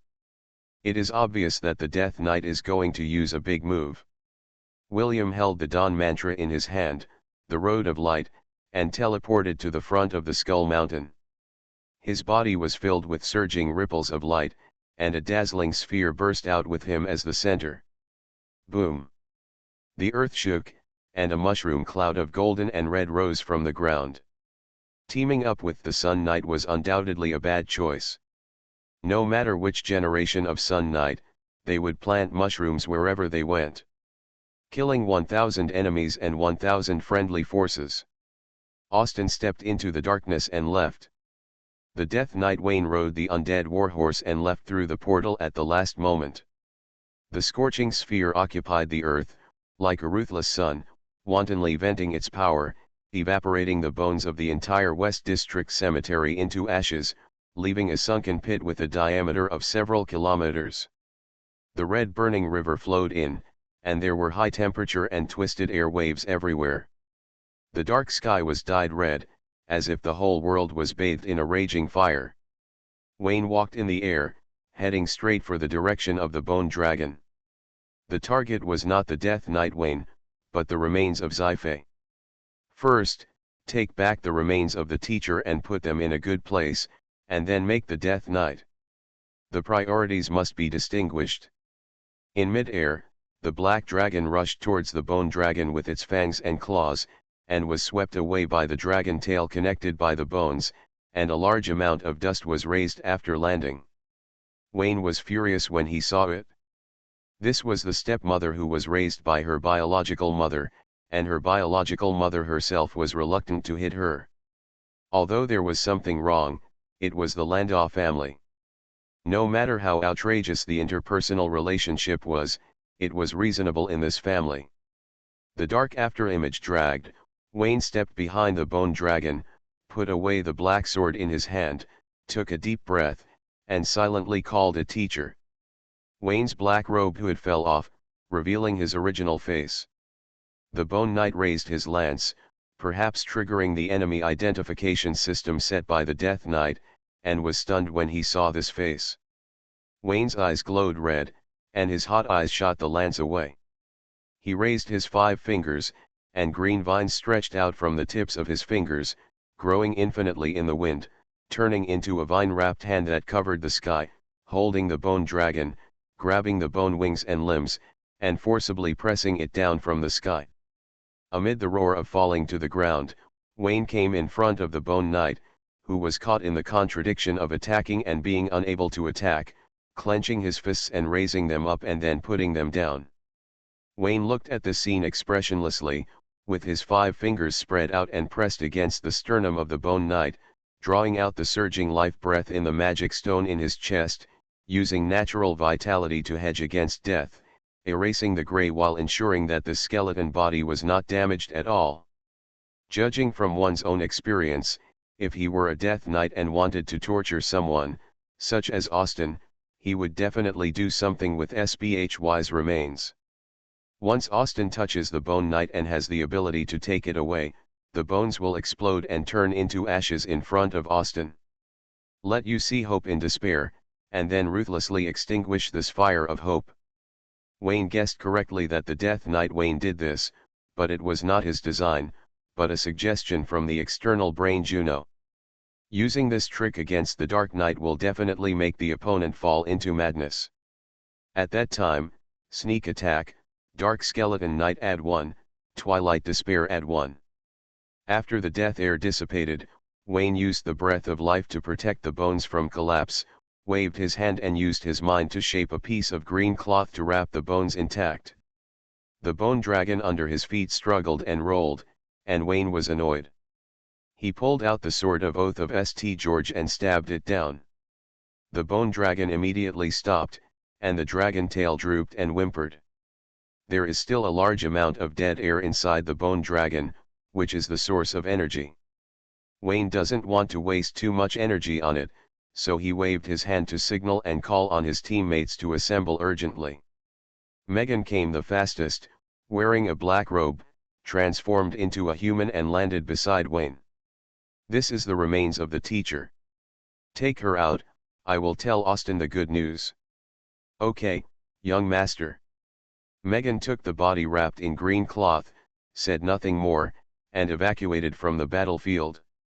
Anastasia and Sophia came one after another. The latter looked at the sword of oath at her feet, and then looked at the sword of oath in her hand, and was a little confused for a while. Wayne took advantage of the unpreparedness, snatched the sword of oath in the other world, and stabbed it into the bone dragon. The Book of Greed Probe.jpg. After a roar, Wayne was surprised to find that the sword of oath was also different from the one in the surface world, and was adjusted according to the negative situation in the inner world. There is one more shareholder in the inner world, and the father also holds shares. Wayne suppressed his doubts and pulled out his sword of oath to take it back to his personal space. Knight Wayne, how come you have this sword too? Sophia asked knowingly, a sword is only for the strong. The surface world has rebelled, the queen and the princess have been divided, it is not surprising that the sword of oath is in Wayne's hands. This is the symbol of loyalty and bravery of the Landau family. Wayne put one hand on his waist, and seeing the queen's expression, he pushed his nose over. Steamed bun, you are not convinced. You misunderstood, I just asked out of curiosity. It's better this way. Wayne snorted twice. Sophia got the divine blood of Juno and Alyssa, and she was a little inflated. She was thinking about changing her life and doing the treasonous thing of clearing the Emperor's side. The one who suffered was Austin in the inner world. Wayne was too lazy to care about it. He reached out and inserted his hand into the void to take out the white knight Jinyan, and transformed into the moonlight knight to draw the bow and arrow. Looking at Wayne in a gorgeous silver white armor, Sophia was annoyed. When she completed the transformation of the divine blood, she would definitely catch Wayne and put him in the basement to teach him a lesson. Father and son fought together, but the son was locked up.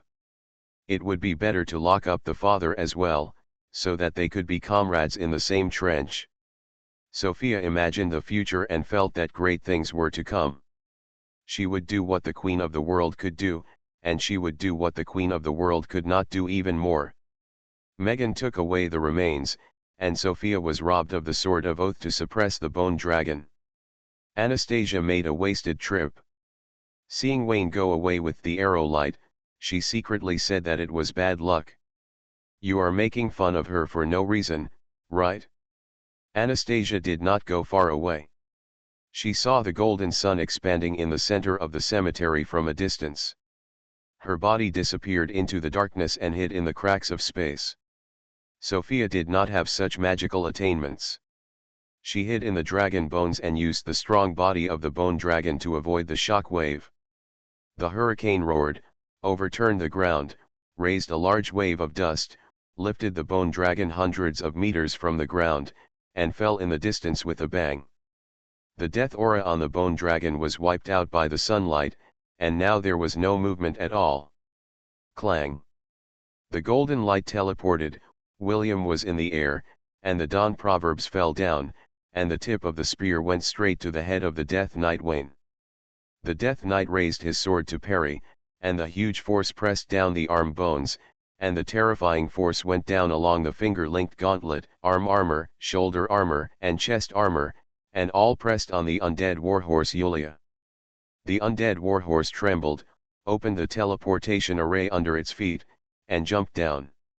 When it appeared again, it reversed up and down with the Death Knight and descended on William's head. The Shadow Nightmare blade flashed white light, accurately hit William's neck, and cut off his head with one sword. Golden light shone, and William's body turned into a light spot, and reassembled again on top of the Death Knight's head. After several repetitions, the undead horse couldn't bear it anymore. The Sun Knight was strong and capable, and his body was not ordinary strong. He transformed into light and reassembled at an incredibly fast speed. When he got angry, he would explode and grow mushrooms. All his attributes were maxed out, and there was almost no weakness. In this case, the undead horse's slender bones seemed particularly weak, like a newborn foal, with forehoofs shaking, unable to withstand this powerful and reckless fighting style. Darkness rushed over, and came out from the shadow of the sun, that is, from under the cloak of the Death Knight. Austin's eyes were scarlet, and the twilight despair flashed black light, piercing the eyes of the undead Nightwing. With a clang, metal and iron clashed, and sparks flew. The Death Knight deflected the Shadow Nightmare and parried. The one-on-two fight was more difficult than he had imagined.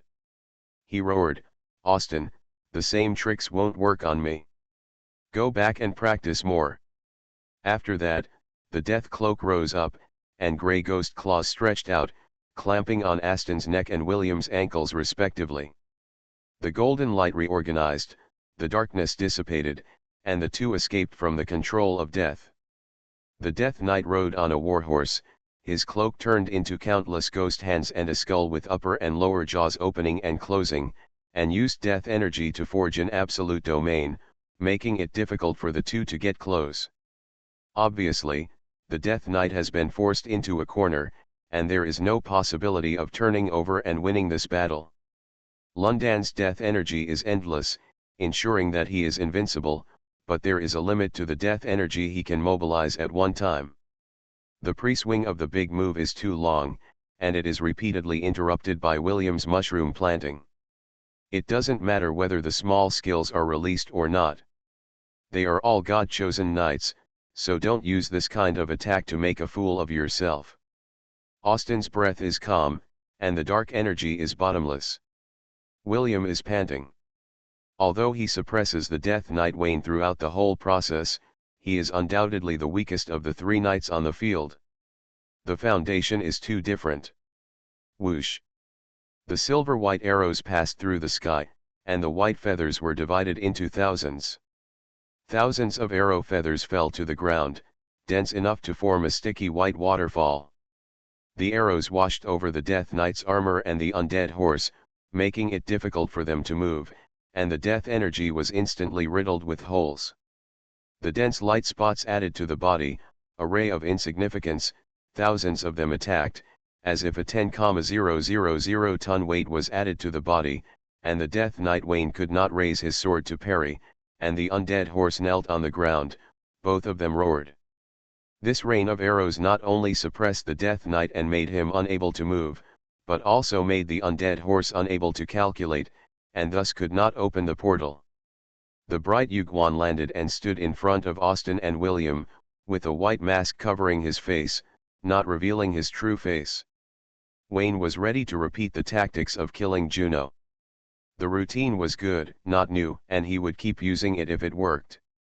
Amid the crackling sound of arrows, Wayne's distorted voice slowly spread, as if he had throat cancer, hoarse and low, difficult to distinguish. The portal of the undead warhorse can be interrupted, and it can only teleport over a short distance. These are the defects of the undead warhorse. If you make good use of it, you may be able to kill the Death Knight in one blow. Moonlight Knight, how do you know so much? William did not expose Wayne's identity. The moment he saw the mask, he guessed that Wayne wanted to play dirty. Austin did not say that the three of them standing together could make up 600 minds. Wayne gave 250, Aston gave 200, and William gave 150. If you count the Death Nightwing, it's exactly 599. In terms of IQ, Wayne has already formed a crushing, and he has also worked part-time as a Death Knight and has first-hand information. Yulia told Wayne everything, from the portal to the problem-solving process, to the disadvantages of the portal, and the inability to interrupt the casting.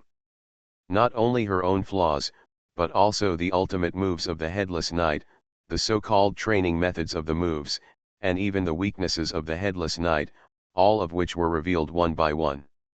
Yulia, the former master, has no weaknesses. The Headless Knight in the surface world has no weaknesses, and all the hexagons are full. The Death Knight Wayne in the inner world is obviously not one of them. Wayne beat him to his knees with a little trick, and answered William's doubts by the way.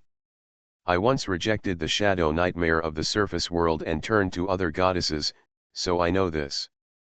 As the voice fell, the dense moonlight raindrops also stopped. Death Knight Wayne seemed to have heard something, and looked at the Moonlight Knight in front of him in doubt, and asked tentatively, "Wayne? Who is that?" Wayne said hoarsely and doubtfully, with the Moonlight longsword in his hand. He put on the bowstring and aimed at the Death Knight's head. The Death Knight raised his sword to parry, and the undead warhorse pushed open the portal under his body, and both fell into it at the same time. Wayne didn't even look at it. He counted 1, 2, 3, 4, 5 in his mind, turned around and shot at the sky at a 45-degree angle. Swish! The portal opened, the undead horse leaped out, and collided head-on with the moonlight arrow. The bone joints in the chest and abdomen just caught the arrowhead, and she jumped up and down in pain. Wayne's body faded, and the arrow light led the way to the undead horse. Before she could open the portal, 3 more arrows were shot, and she couldn't think in pain. The moonlight swept quickly and turned around the Death Knight. When the latter was in a panic and didn't know how to parry, a ray of moonlight penetrated the death fog and hovered steadily in front of the Death Knight. The white light jumped. Wayne, holding the moonlight longsword, replaced the arrow and appeared in front of the Death Knight. "See you again, Wayne." The white mask on Wayne's face dissipated, revealing his true face. In the moment when the Death Knight Wayne was in a trance, the moonlight longsword pierced into the right eye socket with red light jumping. A gift for you. Restarting the Myth. Author, Fengchao Huang. Chapter 358. The moonlight sword pierced into the eye socket of the Death Knight Wayne's skull, hitting the right eye socket without deviation. The bright white light extinguished the red light spot in the eye socket, and the severe pain invaded the mind of the Death Knight. He woke up from the shock and roared. The ghost claws and skulls of the dead air wrapped around his body rushed forward, wanting to devour Wayne. Wayne was in mid-air, pushing his wrist forward, and then picking it down. The moonlight sword was mostly corroded by the dead air, but some of it remained. The sword body drew a gorgeous trajectory, taking away pieces of white bone fragments. The moment the dead air surrounded and closed, Wayne pulled away, leisurely drew the bow and arrow in his hand, and guided his way with his mind. At the critical moment, he broke away from the burst of the dead air frenzy. Ah, ah, a scream sounded over the cemetery, and the Death Knight Wayne raised his hand to cover the skull face. The right side of the skull face was pierced by the moonlight sword, and the sword mark just corresponded to the left side, relaxed. Wayne landed lightly on the ground. Seeing that the Death Knight only had a wound on the left cheek, the obsessive-compulsive disorder patient added a stroke of his own hand, which immediately made it more symmetrical. In the grey fog filled with death, the Death Knight Wayne roared to the sky. The sword marks on both sides of his cheeks were eye-catching, like tears left by crying, which was particularly appropriate in the inner world full of negative information. Austin did not appreciate the beauty of his deadly enemy's painful howling. He would only take advantage of his illness to kill him. He raised his hand with infinite black light above his head and chopped down directly at the Death Knight Wayne and the undead warhorse. The terrifying darkness surged, like a demon dragon descending. The moment the sword fell, everything around was completely wiped out by the extremely dense darkness. Bang! With a loud bang, the heavy sword fell on the Death Knight's head. The latter was on the horse and could not dodge in time. The darkness slashed his head and chopped on his shoulder. The Death Knight hurriedly controlled the death energy to fight back. The huge force attacked, and the undead horse under him lost stability on all four legs, and half of his body sank into the ground. Cracks spread on the Death Knight's armor. He roared and held up his sword to resist. As the undead horse sank into the ground, the surging death energy corroded the surrounding ground, and only then did he barely stop the trend of half of his body sinking into the ground. However, the dark sword light was still there. Every time it fell a little, the armor on the Death Knight Wayne's body would squeak and burst open a crack. At this time, Wayne released the Bai Zhenyan bowstring, and the bright moonlight arrow tore through the air, skipped the death energy defense, and turned into a streak of lightning that hit the black armor on the Death Knight's chest. It hit the crack of the armor exactly. This blow was like the last straw that broke the camel's back. The cracks in the black armor exploded, and pieces of black fragments flew around Dance. The arrow of light continued to move forward, breaking through the sternum of the Death Knight, piercing into the empty chest, strangling the thoughts inside repeatedly. The Death Knight's body stagnated, and the shadow nightmare in his hand paused for a moment. Just like that, he could no longer stop the arrival of the black light. Boom! Austin's eyes were red, and the opportunity to kill the Death Knight Wayne was at hand. He ignored his own endurance and broke through the limit to release endless black light. In pain, he surpassed the peak, and the terrifying energy fluctuations swept in all directions with twilight despair as the center, and suddenly gathered into a beam, carrying the energy from all directions for his own use, and all of it was added to the blade of twilight despair. The dark sword light pressed down, crushing the Death Knight's black armor with heavy force, and then cut off a white bone arm to the ground. After this arm fell to the ground, the death energy spread all around, turning back to the normal state of flesh and blood. It was corroded by the death energy and turned into bones. The face, chest, and arms were severely injured one after another. The Death Knight Wayne had no time to cry out in pain. A group of extremely hot golden light enlarged in front of his eyes, and the dazzling light instantly submerged him. Boom! A golden and red mushroom cloud rose, and half of London shook violently with the explosion and shock wave. The energy hurricane instantly wiped out everything around it, leaving only a bare wasteland surface. In the center of the explosion, the heat waves of the burning river were rising, the earth was intertwined with red light, and the boiling magma poured into the deep pit. The dark portal opened, and the one-armed Death Knight was covered with broken armor, and Longdi jumped out on the undead warhorse.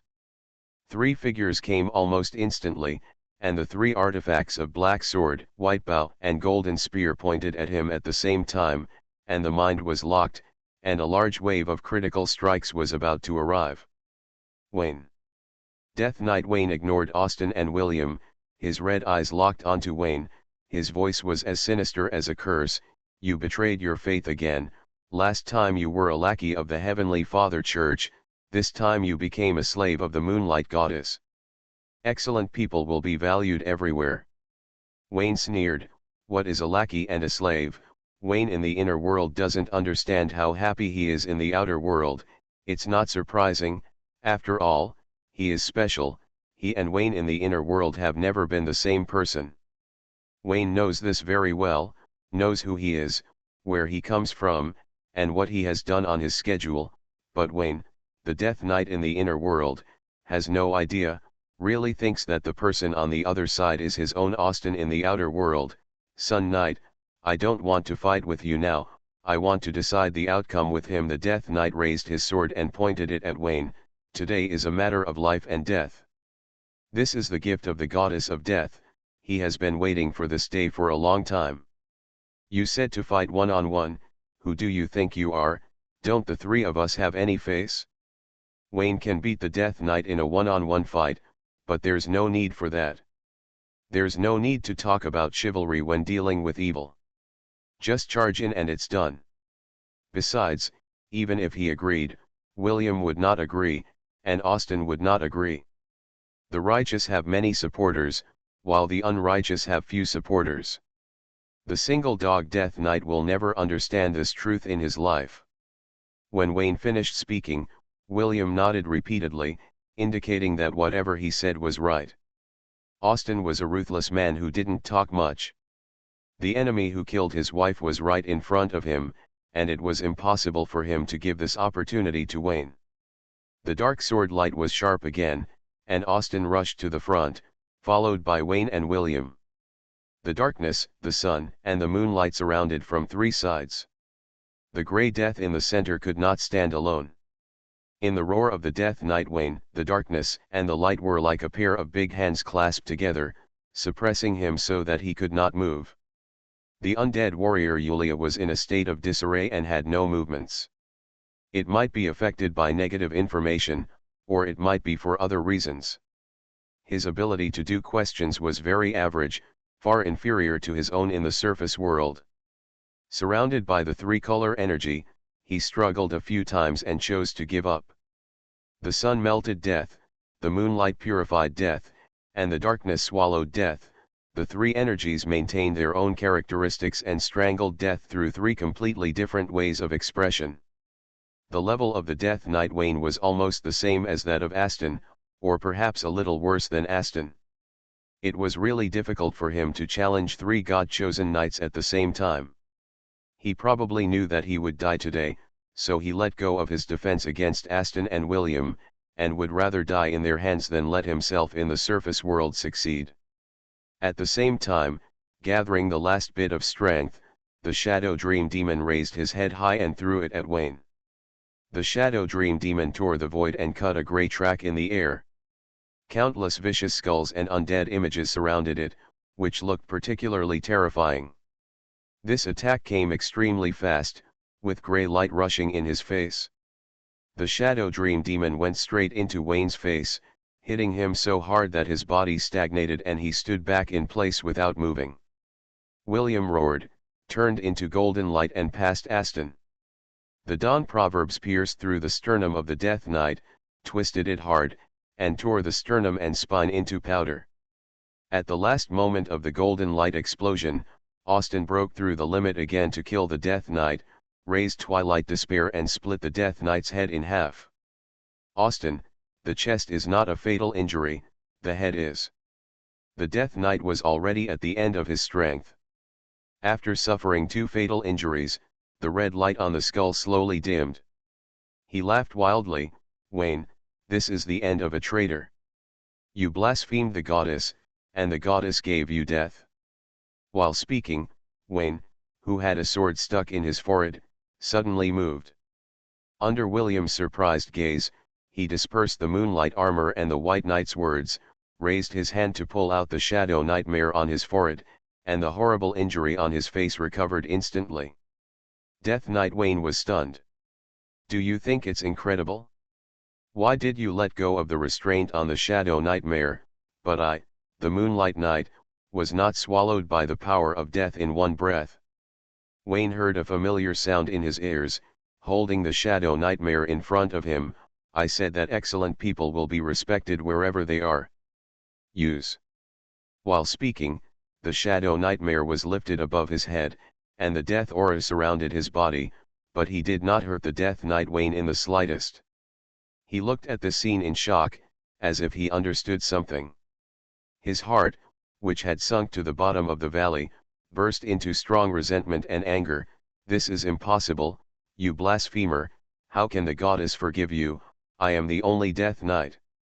It's so funny, if it weren't for me, how could you be qualified to be a Death Knight, and how can you be so ashamed to talk about loyalty in front of me? Wayne knew the truth but didn't say it, trampling on his self-esteem in the inner world.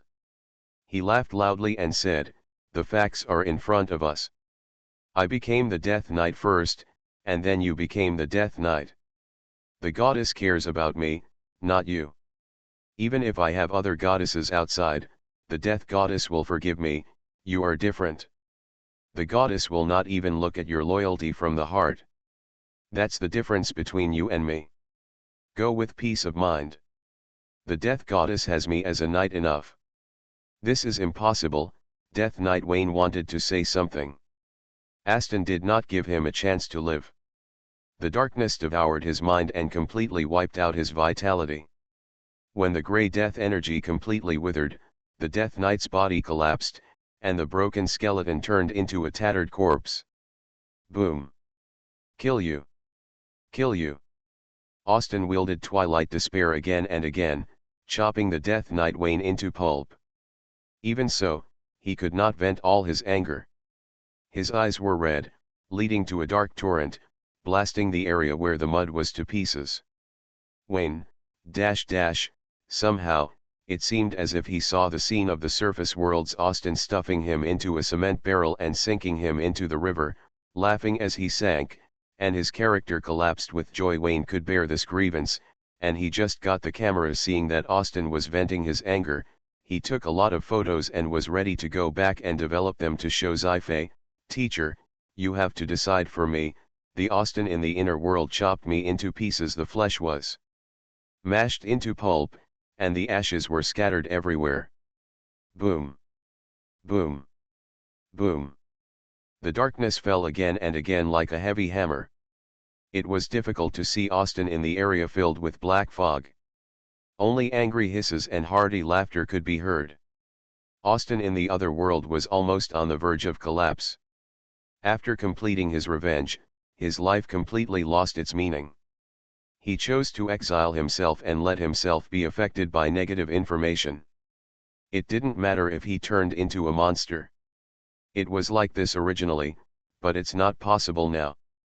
After a series of slashing sounds, Austin walked out of the dark area with red eyes, holding Twilight Despair, and walked towards Wayne with murderous intent. At this time, Wayne took over the account because he was offline in the inner world, and became the most familiar state of the Death Knight. Wayne and Moonlight Knight, Austin was half crazy. Wayne and Death Knight, Austin could not bear it. William held the Dawn Proverbs to block his tender boyfriend behind him, and shouted, "Austin, calm down, the murderer who killed Aunt Sci-fi has been killed by you, and the Wayne behind me is innocent. They are not the same person." "I know, but he lied to me." Austin raised his sword and pointed it at Wayne, saying fiercely, "When we first met, you called yourself the Moonlight Knight, and said that you were not the Death Knight in the outer world. What about now?" "Austin, the teacher's body was taken back by me, and now Megan is keeping it." Austin's hand holding the sword paused slightly, the scarlet in his eyes dimmed a lot, and he shook his head. "If it weren't for you, Wayne in this world would not have become the Death Knight. That was me who lied to him. I made up a lie to make his death more painful." "What does it mean?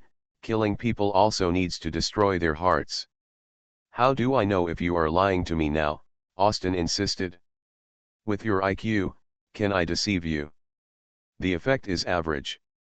When it comes to the dragon blood of the Landau family, Sci-fi and Veronica will only nod their heads repeatedly, proudly saying that they can't be deceived. Austin is different.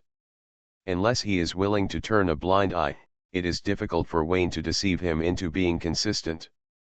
This time is no exception." Seeing that Austin insisted on an explanation, Wayne sighed and waved his hand to insert the Shadow Nightmare into the ground. "I'm afraid of you, William. Give me the Dawn Mantra, I will show this old den what a genius is." William nodded repeatedly, exited the Sun Knight state, and waved his hand to send the Dawn Mantra into the void. Wayne followed closely and pulled out the Dawn Mantra. Under Austin's surprised gaze, his body was shining brightly, and he completed the transformation of the Sun Knight. "Wayne is great." "No, William, you are also very strong." Austin was struck by lightning when he heard the gay conversation. His mind went blank. First, it was the Moonlight Knight, then the Death Knight, and now even the Sun Knight can transform. What on earth is Wayne in the surface world? Get it? Do you know why the Dark Goddess is willing to roll with me? Wayne raised his eyebrows, and inserted the Dawn Proverbs, the White Knight Proverbs, and the Shadow Nightmare on the ground in front of him, pointing to the Twilight Despair in Austin's hand. "I am the co-chosen of the 5 gods. When we were in the surface world, my father and I took turns to play the Dark Knight and provide each other with alibis. If I hadn't actively reported it, the teacher would still be kept in the dark by you now." Austin frowned, waved his hand and threw the twilight despair to Wayne, who raised his hand to take it, and the black light traveled all over his body, completing the transformation of the Dark Knight. Very skilled, obviously not the first time. Aston didn't say anything, and didn't want to ask for the twilight despair, and strode towards Megan's direction. He wanted to bring Healy's remains back to Landau Manor and bury them in the grove himself. Wayne followed behind with a frown. Austin's eyes were red. He felt the joy of revenge and the relief of taking back his wife's remains, but he had no vision for the future. This man has already decided to die. The moment Healy's remains were buried was also the moment when he was buried underground forever. Wayne followed behind Austin with a complicated mind. He didn't understand loyalty and thought that suicide for love was just an ancient rumor. The queen who still had charm and the substitute butler who was almost the same as Healy, if he were Austin, he would have been hugged by two women and riding one below. Wayne couldn't learn Austin's ruthlessness. Come on, he is too kind and doesn't know how to refuse. As long as they are happy, he is willing to bear the stigma of a scumbag for the rest of his life. Because he doesn't have it, and knows that he is not talented enough, he will never learn to be as ruthless as Austin in this life, so Wayne respects him very much and is willing to watch him die for love. But, what about Megan? If Austin leaves, Megan will probably follow him. How sad. Wayne wanted to persuade but didn't know how to start. He took 2 steps and found that the undead warhorse was standing alone, as if it was abandoned and at a loss. "Yulia, come here, I'm Wayne. Landau Manor, Grove." It was already dawn, the sun shone through the mirror in the sky, and sprinkled the second-hand warmth into the inner world. Austin buried Sif's remains last night and stood in front of the tombstone without saying a word. Behind him stood Megan, and next to him were Wayne, William, Philomena, Anastasia, Sophia, and the undead warhorse Yulia, who came to attend the funeral, tied outside the grove. Like the god-chosen artifact, Yulia was also hypocritical, dull, and wooden, lacking vitality and aura, and could only execute order, never communicate with Wayne through thoughts. Except for Sophia, who was waiting for the funeral to end so that she could return to the palace to refine the divine blood and strengthen herself, everyone else was a little sad. After a while, Austin waved his hand and took out Twilight Despair.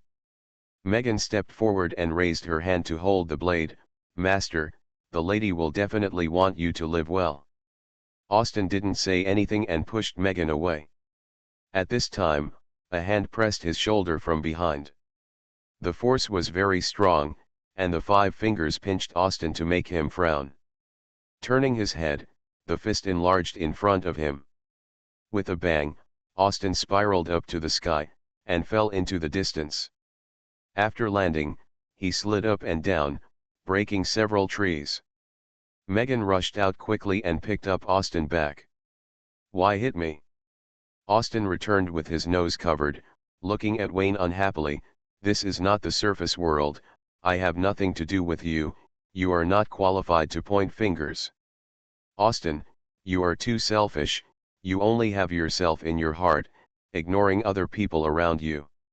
Wayne looked at Austin with a dark face, and after thinking for a long time, he decided to stop the other party from committing suicide. "Have you ever thought that if you die, Aunt May will commit suicide, Sophie?" "Oh, she probably won't." "Sophia, she won't, but this does not affect her appearance in the story." Austin looked at Wayne with a cold face. "You are the young master of the Landau family, Megan should serve you as a housekeeper, you are qualified to give her orders." "Who just said that this is not the surface world, who just said that I have nothing to do with him, how come I am suddenly the young master of the Landau family?" Wayne sneered. He hated 2 types of people the most, those who were hypocritical and those who didn't allow him to be hypocritical. Austin happened to be one of them. Seeing that Austin was blocked, he turned to Megan, who looked gloomy. "Aunt May, tell Austin, am I qualified to give you an order?" "No." "Wayne, too, although the answer is correct, can you hesitate for a moment? This is too straightforward." "Austin, I won't refuse you if you want to die. To be honest, I have wanted to be the head of the family for a long time, but you can't die now. You have tasted the pain of losing your beloved. Do you want Megan to repeat the same mistake?" Wayne said coldly, "Think about it carefully. If you die, it will be a double death. Megan has been with you for 16 years. Don't you care about her life or death at all?" Austin's eyes were red. He frowned fiercely when he heard this. He has always regarded Megan as a family member. Wayne's words were too ambiguous. "You can't die. There are still people who need you, just like you need a teacher. This taste is very difficult. I don't need to say more." Wayne tried to persuade them, and then he was silent. Don't persuade others to be kind without experiencing their suffering. He was just a passerby and a scumbag. He had no right to preach to Austin to stop him from committing suicide. He was just speaking up for Megan. "I have said everything that needs to be said. If Austin insists on doing it, he can only collect the accounts for the two of them. Of course, this is in the inner world, and there is a difference. In the outer world, it is not so easy for Austin to die. The Landau family must be tidy, no one can be missing. Speaking of this, I miss home a little." I took out the camera and pointed it at Austin and Megan in the same frame. 1. He felt that the position was just average, so he asked Megan to get closer, preferably more intimate, and he returned to the surface world to print it out for Sci-fi to see. Hearing this, Megan became bolder with strong jealousy, and hugged one of Austin's arms and sealed it forcefully. Ka. After a series of flashes of caca, Wayne stopped with satisfaction, feeling that this was stable. The evidence was conclusive, and Austin in the surface world would fly even if he talked his mouth off. Austin waited until the photo was taken before retracting his arm. Because of the negative information, he was also very jealous of Austin in the surface world. "Well, Your Majesty, please stand over there too."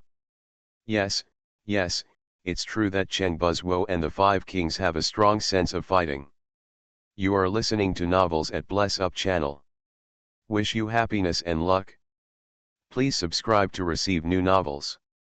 How do you feel about this novel? Please like and leave a comment. Restarting the Myth. Author, Fengchao Huang. Chapter 359. On the outskirts of London, small rickety cars drive on dilapidated roads. Wayne was driving, with the big guy William in the passenger seat and Anastasia and Philomena sitting in the back seat.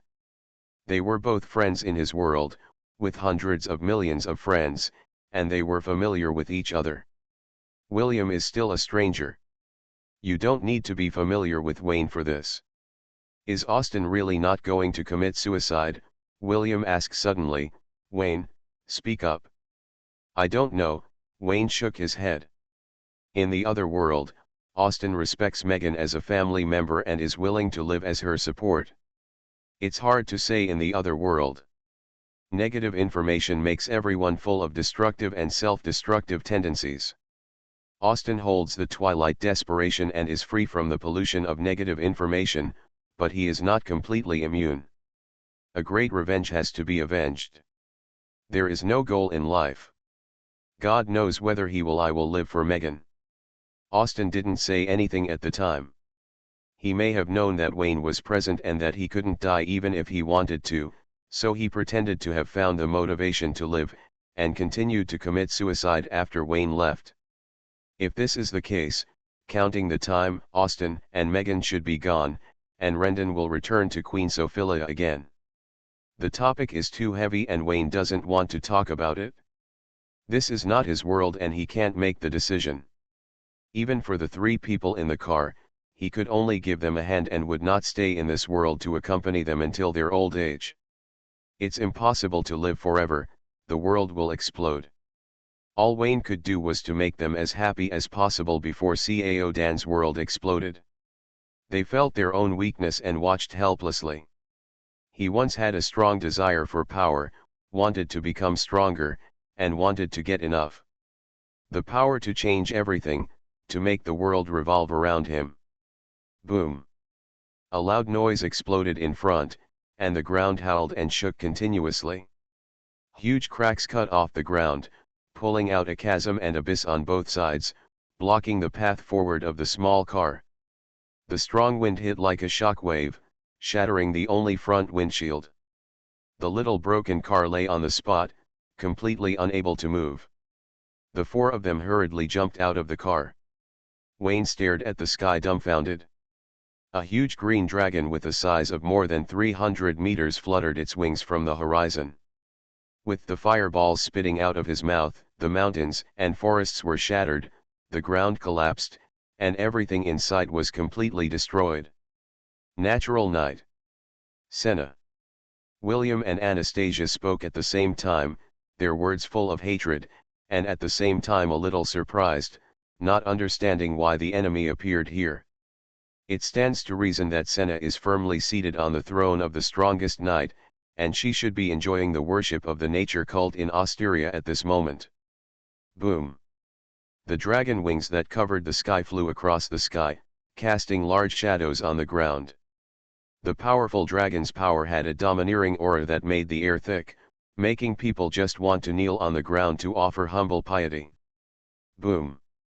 The giant dragon landed on the ground, raising dust all over the sky. A pair of red dragon eyes swept across the location of the small broken car, flashing with a fierce light, and several figures spat out from its mouth. In the dust that filled the sky, the shadows of Longway and the green dragon disappeared together. Immediately, a strong wind blew up and swept the dust in all directions, revealing several figures. The beautiful woman in the lead is tall, with outstanding appearance and figure. On her delicate and confident face, her brows are one-third arrogant, and 94 points domineering and majestic that cannot be rejected. Senna. She is wearing the Pope's gorgeous robes, and every move she makes is graceful and luxurious. Maybe it's because of the uniform, or maybe she's become the Pope and a natural knight. Her proud temperament adds another 3 points of charm to her original beauty. It's amazing to see Wayne is ready to take action. The several figures around are all women, all of whom are from the natural church. They are generally trained as golden mages. They are the Pope's bodyguards and servants of the Pope. Senna may not be able to use it, but as the Pope, she must have a few little girls to run errands. Otherwise, if she does everything herself, she will be too cheap as a Pope. Sun Knight, Anastasia, I didn't expect you are all in London, so I don't have to look for you one by one. Senna's red eyes swept over the two of them and only paid attention to William. When attacking the headquarters of the Dark Church, Senna jumped over the tower to kill Ivan and planted tracking magic on Anastasia's doll body. As for this good sister, Senna is not in a hurry to kill her. She plans to play cat and mouse slowly until she is torn apart and then swallows her in one gulp. Unexpectedly, as an unexpected surprise, the Sun Knight also arrived in front of Wayne and Philomena, but Senna ignored them. A driver and a beautiful vase were all the waste of a stupid couple. Especially the driver, who had a pair of sly eyes. He hadn't taken his eyes away from her since she appeared. Senna glared fiercely, her thoughts condensing into a bundle, slamming into Wayne's brain, trying to turn everything in his skull into a ball of sludge. The mental attack was like a mud cow entering the sea, and it only made Wayne shiver. Senna looked at the scene in surprise, with a stern look on her face. She had to treat this mysterious strong man with caution, the Pope of the Natural Church, the Natural Knight. Senna, who are you? Moon Knight. Galwale, was defeated by you. Senna was even more surprised. She only knew that the god's chosen artifact would choose a new knight in the other world. The selection conditions were unknown. However, this was the first time she heard about the change of knight's identity. Galvel. Wayne frowned, unclear. So he said, "Who is that? I seem to have heard it somewhere." "Gallweiler is the former Moon Knight." Philomena whispered. She didn't have any sharp eyesight at all. Didn't she see that I was showing off? Wayne has not had any in-depth communication with the High Priest of the other world. It is a new car that has not yet been run in, and there is no tacit understanding at all. It was useless to get along. He and Philomena from the outside world were in love for a long time. Adultery did not happen overnight, and it was difficult to develop a tacit understanding in a short period of time. Wayne curled his lips and forced himself to finish the pretense. "Oh, no wonder I heard it somewhere." It turned out to be the dust that could be easily brushed away. It stained my sleeves and left some impression. Because of Philomena's trouble, the pussy was a little stiff and not full. Senna's expression remained unchanged as she weighed the possibility of fighting against the two divinely chosen knights at the same time. She pondered for a moment and said, "Moonlight Knight, I'm here to see the Sun Knight and the Saint of the Dark Church." "Are they your friends?" "Yes, she is my woman." The group of people from the Nature Church fell silent. They had always heard that the Windsors had a wide range of interests and did not follow the usual path. This was indeed the case when they saw it today. Sun Knight is a pure man, his arms are thicker than ordinary people's thighs. If he can walk, then Anastasia, she is a magic doll now. Senna's eyelids twitched. The topic was too exciting, and she couldn't deal with the Pope who killed Toyama in a sea of blood. Wayne struggled to move his eyes away from the magnificent mountains and rivers of Lord Pope, and glanced at 5 or 6 good-looking female magicians, trying to see if there were any acquaintances here. At first glance, it turns out there is. Flora, the former saint of the world, Your Excellency, is standing obediently beside Senna at the moment. Although her eyes are scarlet, her eyebrows are lowered, showing a submissive look. She has obviously been trained. I didn't expect Senna to have this ability. Is it a skill exclusive to the inner world, or does it exist in the outer world and has never been shown? Wayne, is she your girlfriend too? William wondered, why are there girlfriends everywhere I go? Apart from anything else, are you busy enough? No, Flora and I have nothing to do with each other. If we have to say there is, it's just a matter of human life. Everyone died. Wayne nodded slightly, without revealing his relationship with Senna from the outside world. Senna in the other world did nothing, slaughtered the Church of the Sun, and killed Pope Ivan of the Dark Church. She was the mortal enemy of William and Anastasia. Even though she is now very attractive and arouses Wayne's pastry chef desire to make puffs, the villain is the villain and Wayne does not want to help her clear her name. There are too many black spots, destroy it where you stand. Moonlight Knight, at what price would you be able to leave right now? How about a price? Senna said bluntly. In this world, there is no need to hide it. The ugliness of human nature is everywhere. After all, it is just a matter of how much money is added. If it's a girlfriend who can't let go, everything she has can be given to Wayne, especially Flora. The former saint has remained pure so far, and with a little treatment, she can be a shrewd and capable star fury, no more fragrant than a big guy or a doll. Well, don't tell me, I really have some ideas. Wayne touched his chin, raised his eyebrows and said, you stay with me for a month, this is my asking price. Then there's nothing to talk about. It's because you don't want to talk about it, and you blame me. Wayne shrugged and laid out his business experience. The Pope thinks my asking price is high, so I can lower the price. Even if it doesn't take a month or 20 days, we can negotiate. Also, don't be so sure and say it to death. You underestimate me. Maybe after 20 days, you will want to do another 20 days. It makes sense. William nodded repeatedly, indicating that he could also help. Anastasia was speechless, and Philomena rolled her eyes. wondering what she liked about Wayne in the world. The ones who don't understand the most are the goddesses of darkness. It's okay for them to be blind. As mortals, it is inevitable that they will make mistakes sometimes. The goddess has never seen anything, so why did she become corrupted because she wanted him to be young and in good health? If this is the case, the outer world is not as good as the inner world. What a eloquent mouth, I keep your tongue. A fierce light flashed in Senna's eyes. Don't say that, my girlfriends are here and they will be angry. Wayne continued to stimulate Senna's anger level.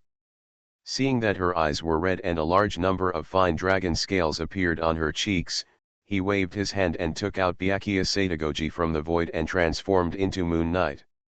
William soon became the Sun Knight. Anna, Philomena, I will leave the rest to you, William, and I will be responsible for slaying the dragon. Wayne knocked his bow and arrow, and in a flash, he was in front of Senna. The arrow penetrated through the mental barriers, creating circles of water ripples visible to the naked eye. The speed dropped again and again. When it came to Senna, it had already reached a slow speed. Senna stretched out her half-dragon palm and held it. The light arrow crushed it into pieces and said disdainfully, Galviel is a waste, and you are no exception. You have just received Byejinyan, and you are not worthy of calling yourself the god's chosen knight. If you say it nicely, I will shoot the makeup off your face with an arrow in a moment. Wayne turned around, patted his butt, finished the move, shot an arrow into the sky, guided his thoughts, and disappeared from the spot. The pornographic joke was too obscure, and Senna didn't understand it due to lack of control. However, the suggestive meaning made her furious. She stretched out her dragon wings behind her and flapped her wings to fly into the sky at high speed. William was about to follow up when he saw a row of female magicians from the Church of Nature on the opposite side forming a fighting formation. He blinked innocently and waved a ball of light towards them. The roar shook the heaven and the earth, and the golden light shockwave plowed away. William turned into light and left without looking back, with a spear in his hand, speeding up again and again, and the tip of the spear was faintly aimed at Senna's plump buttocks. Wayne liberated his nature, not the nature of a gay man, but the nature of the little devil in Willie. The golden light penetrated Senna's figure, shattering layers of mirror-like broken space, and crystal glass fragments scattered in the air. Senna drilled out of a piece of shards, with contempt in her eyes, mocking the Sun Knight's means. She waved her hand into the void, pulled out the elemental truth sword, and the surging vitality traveled through her body, and after attaching, it formed a white life armor. Looking at the white sword and armor, there is no green at all. It can be seen that the goddess of nature is not willing to be just a green elf goddess. The life in the Life Alliance is what she wants. It is very likely that she is almost at the end of this road. In the sky, three people confronted each other. Senna was powerful and had the capital to be proud. She could kill so many people in the other world and had never been defeated. She did not rely on conspiracy, but on the powerful force that could sweep away everything. The surging tide of magic slowly beat the waves, forming a vast ocean around Senna. The scale was so terrifying that it directly covered most of the sky. The blue light was projected on the ground, like a dream, and people felt a little cool in the wind. Senna stood horizontally with the elemental mantra, and the four elements of earth, fire, water, and wind were summoned by it. Except for the fire element that kept sticking to Wayne and was unwilling to obey the discipline, the other three elements were willing to accept the order and command of the elemental mantra. Senna looked at Wayne in confusion. The Moonlight Knight had a stronger affinity for the fire element than the Sun Knight. This was the first time she had seen such a thing. She had never heard of it before. Wayne was full of weirdness, so Senna attacked directly to prevent any trouble. The huge magic power allowed her mind to reshape the four elements. With the blessing of the elemental mantra, the surrounding world changed with her mind. Magic changed the inevitability of 1 + 1 = 2. It was the projection of the magician's own mind, which changed the world in different forms. But to say that the legendary wizard can't really change the world, they can only create a false world in the life force field. The elemental mantra made this possible, driving the four elements to reshape energy into matter, allowing Senna to maximize the impact on reality with minimal thinking. An excellent test taker can pry the whole world with a formula lever. To make an inappropriate analogy, the same strength makes bricks fly, but Senna's wrist when throwing bricks, it gave a rotational force, allowing it to fly further. If anyone can break through the demigod and escape from the other world, it can only be her. What a pity, you can be stronger, as long as you let go of the desire for power, Wayne murmured, raised his hand and gestured to William, waved his hand to condense a moonlight sword, drew the bow and aimed the arrow at the elemental ocean. William turned into golden light and rushed into the tidal sea. At the moment of reorganization, the golden little sun expanded into a huge sphere with a bang, and the whole sky seemed to be shaking on the edge of explosion. The four elements solidified and reorganized, building an absolute defense to resist the mushroom cloud of the explosion, and at the same time, the lethality was suppressed to the minimum, and the golden shockwave was arched to the sky. With the same level of power, Senna was able to suppress William with skills, not to mention that her power was still above William. The last time William had never blown up Senna in the battle, but this time, the dazzling arrow shot into the elemental ocean, and before it subsided, it went straight to Senna's face. The latter raised her sword to smash the slow-moving light arrow. Suddenly, Wayne's figure jumped over, replacing the light arrow, with the moonlight sword in hand, sweeping across Senna's slender white neck. Garvali's use of Bai Zhenyan was extremely superficial. Senna had limited information and had never seen this skill. In addition, her invincible arrogance made her make a big mistake of underestimating the enemy before the battle. When she hurriedly dodged, her neck was cut with a bloody mark. Just a little bit, they split up and completed the emergency collection box. Time slowed down at this moment. Senna slowly widened her eyes, her pupils slowly shrank, and the roaring elemental sea around her gathered together, trying to imprison Wayne in a cage. These elements were reshaped and arranged by Senna's thoughts and elemental mantras, turning into lifelike dragon heads, with bloody mouths opened, and dozens of different energy breaths slowly spewed out. Wayne was in mid-air, and his peripheral vision swept over, remembering dozens of dragons with different evolutionary routes with his mind. He turned his body, threw the moonlight sword at Senna's wide-open eyes, and at the same time drew his bow and arrows. At the moment when the elemental sea closed, his mind led the way out. He took William, who was halfway out, with him. The flow of time returned to normal. Facing the oncoming moonlight sword, Senna closed her eyes, and fine dragon scales appeared on her cheeks. With her own strong defense, she forcibly shattered the moonlight sword. After the first attempt, Senna touched her slightly stinging cheek, her eyes turned into vertical dragon eyes, and she chose to go all out to complete the dragon transformation. The giant dragon with a body length of more than 300 meters completed its transformation. The white life armor attached to the green dragon's body, covering the dragon's wings and claws. The elemental mantra turned into dozens of meters of white sharp horns on the dragon's head. The four-color light of the elements wandered along the cracks of the armor, making a magical dragon look like a metal sci-fi style of the future world. It's not over yet. The dragon vibrated its wings, and the sea of elements surrounded its body. Dozens of dragon heads of different shapes poked out of the void, dizzying mirror ripples, holding terrifying energy fluctuations in their mouths, shaking the space and roaring. With full defense, full attack, and powerful map cannon, Wayne was extremely jealous. Inspired by this, he finally understood the correct way to open Senna. Although this giant dragon is not yet a demigod, her destructive power is definitely not inferior to that of a demigod. Each breath of the dragon is comparable to the destructive power of William's mushroom. With full power output, it can take away last night's Death Knight in one wave. Wayne. As Senna looked up to the sky and roared, dragon heads were aimed at Wayne and William. A gorgeous and complex magic array appeared in front of dozens of dragon heads. The various energy balls held in the dragon's mouth passed through the magic array and transformed into an energy beam surges down. The sudden change caused the space to lose balance, the sky suddenly sank, waves spread out, and the entire world was rendered into colorful lights and shadows by colorful energy. In other words, one of the dragon heads represents the power of space, which compresses the movement range of Wayne and William, making them unable to escape and can only move within a small area. Wonderful!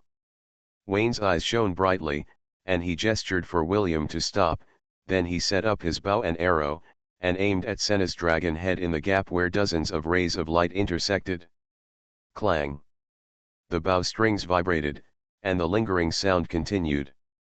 Dozens of beams of light crisscrossed down, penetrating through the afterimages of Wayne and William. In the sound of sonic booms that rubbed the air, they penetrated the space, hitting the ground hard, causing ripples in the water, and making the flat ground roll like a vast ocean. There was no explosion, only a black cyclone formed after the space collapsed, and the occasional black ripples that leaked out only had a slight impact, which showed how accurately Senna controlled the elemental energy. On the Earth, there were endless abysses crisscrossing each other. A complex magic array was formed in an instant. Dozens of dragon heads are not spitting out dragon breath randomly. They are laying the groundwork for the next stronger and more terrifying attack.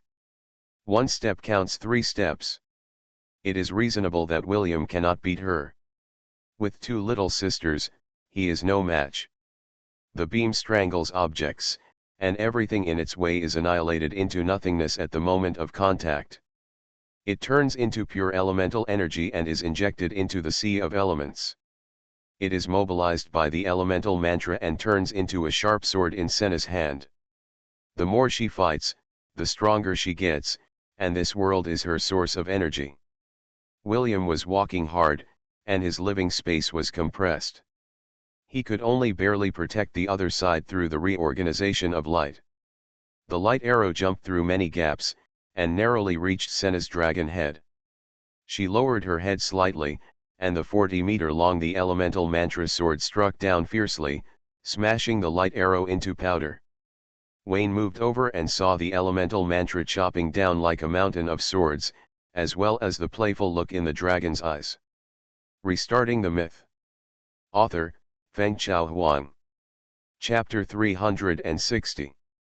2 pale blades shot out, piercing through the defense formed by the breath of life, and deeply inserted into the flesh and blood of the dragon's stomach.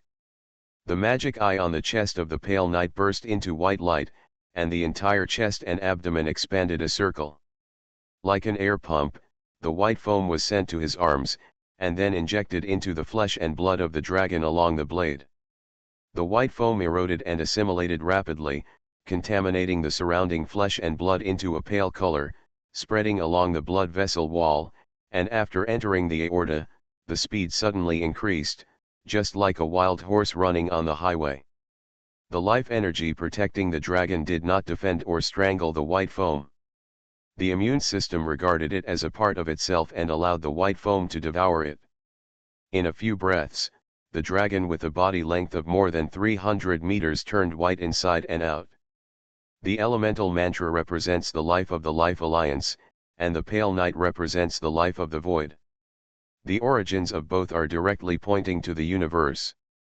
They are 2 branches under the macroscopic life, with different paths leading to the same destination, and there will be no rejection. It can even be said that the life of the pale knight is closer to the origin, and the life of the Life Alliance is a disguised imitation. The 2 lines are getting closer and closer, and finally merge into one. Roar, roar, roar. The giant dragon transformed by Senna was suspended stiffly in the air, spewing large pieces of white foam from its mouth and nose. In the terrified dragon eyes, the iris turned into a wriggling white tentacle, completely sealing the black pupil. Dozens of giant dragon heads around no longer spewed dragon breath, and the energy balls in their mouths disappeared like bubbles. The magic circle disappeared, and the dragon heads disintegrated into the original four elements of energy. The terrifying offensive like a storm came to an abrupt end at this moment. Immediately afterwards, the flesh and blood body of the green dragon began to melt, and large pieces of white foam flowed out along the gaps in the life armor, like a waterfall, pouring down to the ground. In less than a moment, the life armor turned into an empty shell in the shape of a giant dragon, and the flesh and blood of the green dragon fell to the ground. The twisted white foam swirled and shrank into a human form, revealing the appearance of the pale knight. William looked at it with hair all over his body. He knew that Wayne was not the same inside and outside, but he did not expect that Wayne in the surface world would be like this. What he did not expect was that he had no feelings for Wayne in the inner world, but fell in love with Wayne in the surface world at first sight.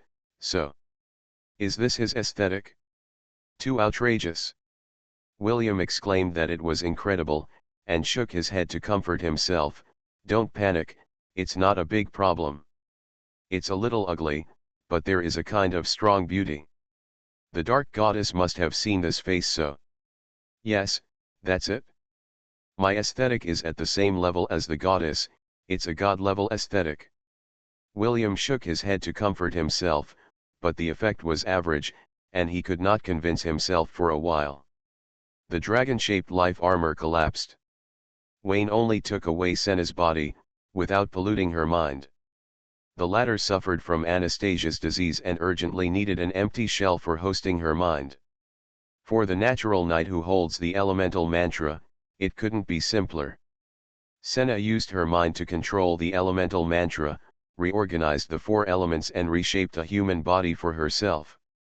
Human flesh and blood can be simulated, but dragon blood is too difficult and beyond her current ability. Senna was in mid-air, wearing white life armor, holding the elemental mantra that restored the original state. Her face was as pale as paper, without a trace of blood. The realm of a magician lies in balance. The new body does not match her mind. When the balance is overturned, her strength is greatly reduced. She has a huge mind magic to shape the tidal ocean, but can no longer cast the dragon language magic that destroys the world. The gods do not pay attention to the inner world. Here, divine arts cannot be cast. The power of ordinary faith magic is mediocre, which is the reason why the overall strength of the magic world has shrunk significantly. Pope Senna, as you can see, I come from the void. The big eyeballs spread out ripples, and the whispers echoed in Senna's ears. She didn't want to listen, fearing that her own thinking would be eroded, but these whispers were pervasive and lingering, and no matter what means she used, they were still clearly audible. Senna felt that she was going crazy, and rushed into the distance with the elemental mantra upside down. If you can't beat it, run away, decisively and simply. A flash of golden light, a small sun reorganized in front of Senna. William's eyes were red, and he raised his arms with a grin. Get out. Natural knight, it's time to pay your debt. William looked fierce, just like Austin facing the Death Knight Wayne. With his strong shout, the golden sphere burst into 1,000-foot light. Plant mushrooms. The golden air wave swept across, and the terrifying shock wave swept in all directions. Senna raised the elemental mantra to split the wind and waves. After a brief stalemate, her body seemed to be crushed by the heavy pressure of the world, and fell to the ground uncontrollably. With a loud bang, the dust waves rushed into the sky. Senna stood in the ruins of the big pit with the elemental mantra, and the burning red magma slowly dripped along the life armor. She looked up at the Sun Knight who blocked the sky and the Pale Knight standing on the edge of the big pit, and her face was extremely ugly. Can't beat, can't escape. Do I really have to accompany him for a month? Senna narrowed her eyes slightly, and the resentful murderous intent filled her scarlet eyes. It's better to have a spectacular death than to commit herself to the enemy and suffer humiliation and torture. Senna is very self-aware. She slaughtered the Church of the Sun, killed most of the Dark Church, and killed Pope Ivan with her own hands. William and Anastasia will never let her go. Even if you surrender, the result is death. You will die either way, and surrendering will only lead to humiliation. It is better to fight to the death now. If you are lucky, you may even be able to take someone with you. The red light in Senna's eyes surged, and she rushed towards Wayne with the elemental mantra upside down, 4 color elements in parallel, and a small-scale map cannon bombarded wildly. Her body was parallel to the wind element, and her speed suddenly increased several times. The white elemental mantra sword blade swept away the cold light and stabbed into the magic eye on the chest of the pale knight. The sword pierced the magic eye easily. Wayne did not resist. He looked at Senna with a complicated expression. His face was hideous like a devil. He raised his hands and turned them into heavy hammers, and suddenly ejected them. The heavy hammer hit the life armor, knocked Senna high up, and flew backwards in the air. The golden light fell from the sky, accurately intercepted Senna, and stabbed the Dawn mantra at a speed that the opponent could not catch. The golden light fell to the ground, and the Dawn mantra penetrated the life armor and fell into the depths of the pit with a roar. William held the Dawn mantra upside down, pinning Senna to the ground. The tip of the spear that pierced through the armor of life emitted a strong golden light, and a small sun exploded in Senna's body with a destructive shock wave. At the same time, Senna's eyes turned red, and her mouth, nose, ears, and eyes scattered golden light. The elemental mantra pierced straight out, aiming at William's chest, wanting to die with him. A hand stretched out from the side. The pale knight held the elemental mantra and stopped Senna's dying blow. Boom! Boom! Boom! Boom! The deafening explosions continued, and the golden curtains connecting the sky and the ground rose up again and again, and the terrifying energy was released wantonly. The pit sank rapidly, the high temperature melted the surrounding soil, and the magma river flowed in from all directions, submerging half of the pit. As a natural knight, Senna controls the elemental mantra, and her vitality is incomparable to other chosen knights. William tried his best to grow a dozen mushrooms, but he couldn't completely erase her thoughts. In a trance, Senna realized that she couldn't drag William to death, so she set her sights on Wayne. If it weren't for this weirdo who suddenly appeared, she wouldn't have ended up dead, and everything she did wouldn't have been in vain. She should have stood in the sky, transcending this negative world as the strongest chosen knight. So hateful. The plot of Senna's prayer world is exactly the opposite of this one, where she will kill Wayne with her own hands. Senna has nowhere to escape, and she doesn't want to die in William's hands. She explodes her remaining thoughts in one go, and when she loosens the handle of the elemental mantra, she will unseal all the restraints. Moonlight Knight, taste the elemental truth. Senna's eyes were fierce, and her mind exploded in an instant. Before the world fell into complete darkness, there was a picture of Wayne holding the elemental truth sword, his body shaking. He dragged a scapegoat before he died, which was worth it. Boom! 2 figures jumped out of the sticky magma lake. William got his revenge, and his own mind was overconsumed. His hands and feet were sore and weak that he let the Dawn proverb fall to the ground. He staggered to his knees, tears gushing out uncontrollably. Thinking of the dead members of the Sun Church, he roared to vent the joy of revenge and cried like a 250-pound child. The pale knight turned back to Wayne. He waved his hand to send the elemental truth to the void, looked at the cooling and solidified magma lake, and sighed. Wayne didn't like the other world.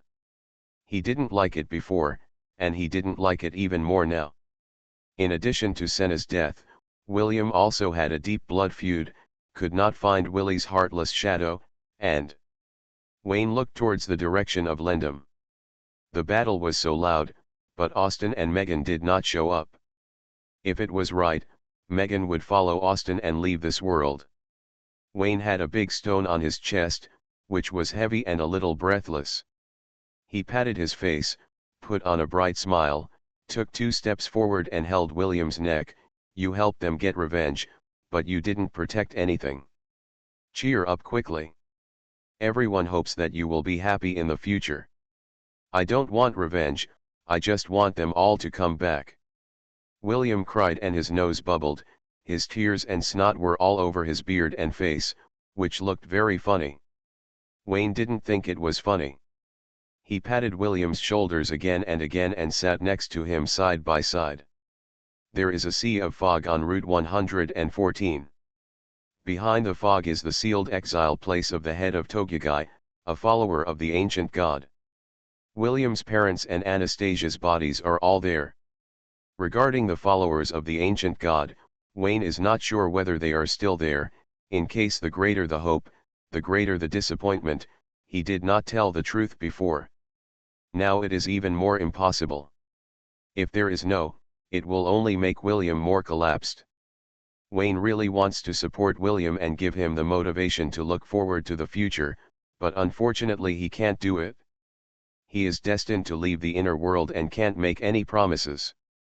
He cursed this terrible world in his heart, looked up at the mirror in the sky, and wanted to smash it with a punch. Deep in his heart, the desire for power has reached the extreme.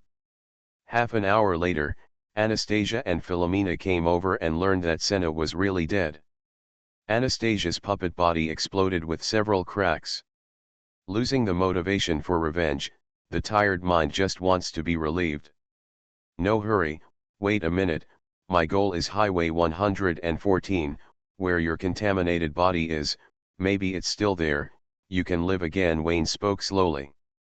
Anastasia shook her head, I'm too tired, I don't want to go forward, it's just right to stop here. Wayne opened his mouth, unable to make a promise, he didn't know what to say at this moment. Your name is Wayne, right? If what you say is true, I am really walking with you in this world. I hope you can treat her well. She is a very lonely person.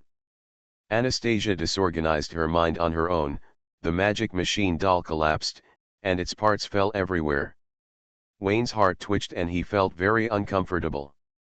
Seeing that both William and Philomena were a little depressed, he happily told two hellish jokes.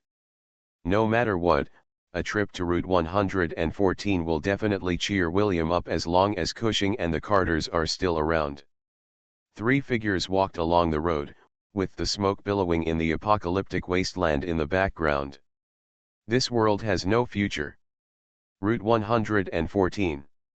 Wayne jumped up and put his arm around William's shoulders, and the two went back and forth, exchanging their favorite hell jokes.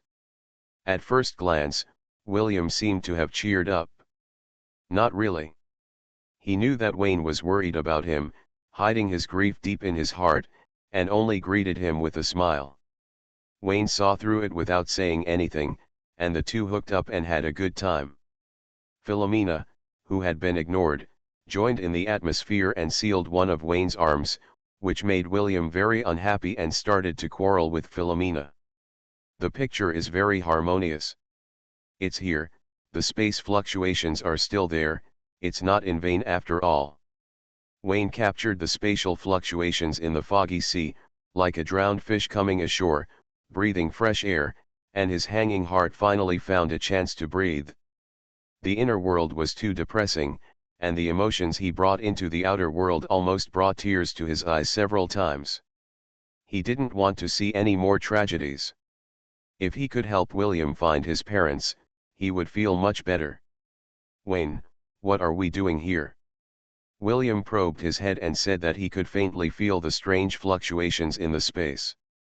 There was a space passage around it, but he could not accurately capture the node and therefore could not enter. When I was treasure hunting in the outside world, I found a big surprise here. I wanted to see if the treasure in the other world was still there. If it was there, wouldn't it be great to be twice as happy, Wayne explained. As expected of you, you are so thrifty and thrifty. William nodded repeatedly, feeling that Wayne was hiding something but did not expose it. Of course, I don't like to waste things. I usually eat every grain of rice in the bowl. Wayne put his hands on his hips, but he felt something was wrong halfway through. This seemed to be a line from a villain. Diamond suit TT gone diamond suit oh. He couldn't remember which villain it was for a while, so he simply put it aside. Maybe he would remember it one day. He borrowed William's morning proverbs, raised his gun and pierced the gap in the fluctuations of space, raised it with a hiss, and pulled the curtain of space to reveal the road behind him. Let's go, the baby is just ahead. Everyone has a share in finding it.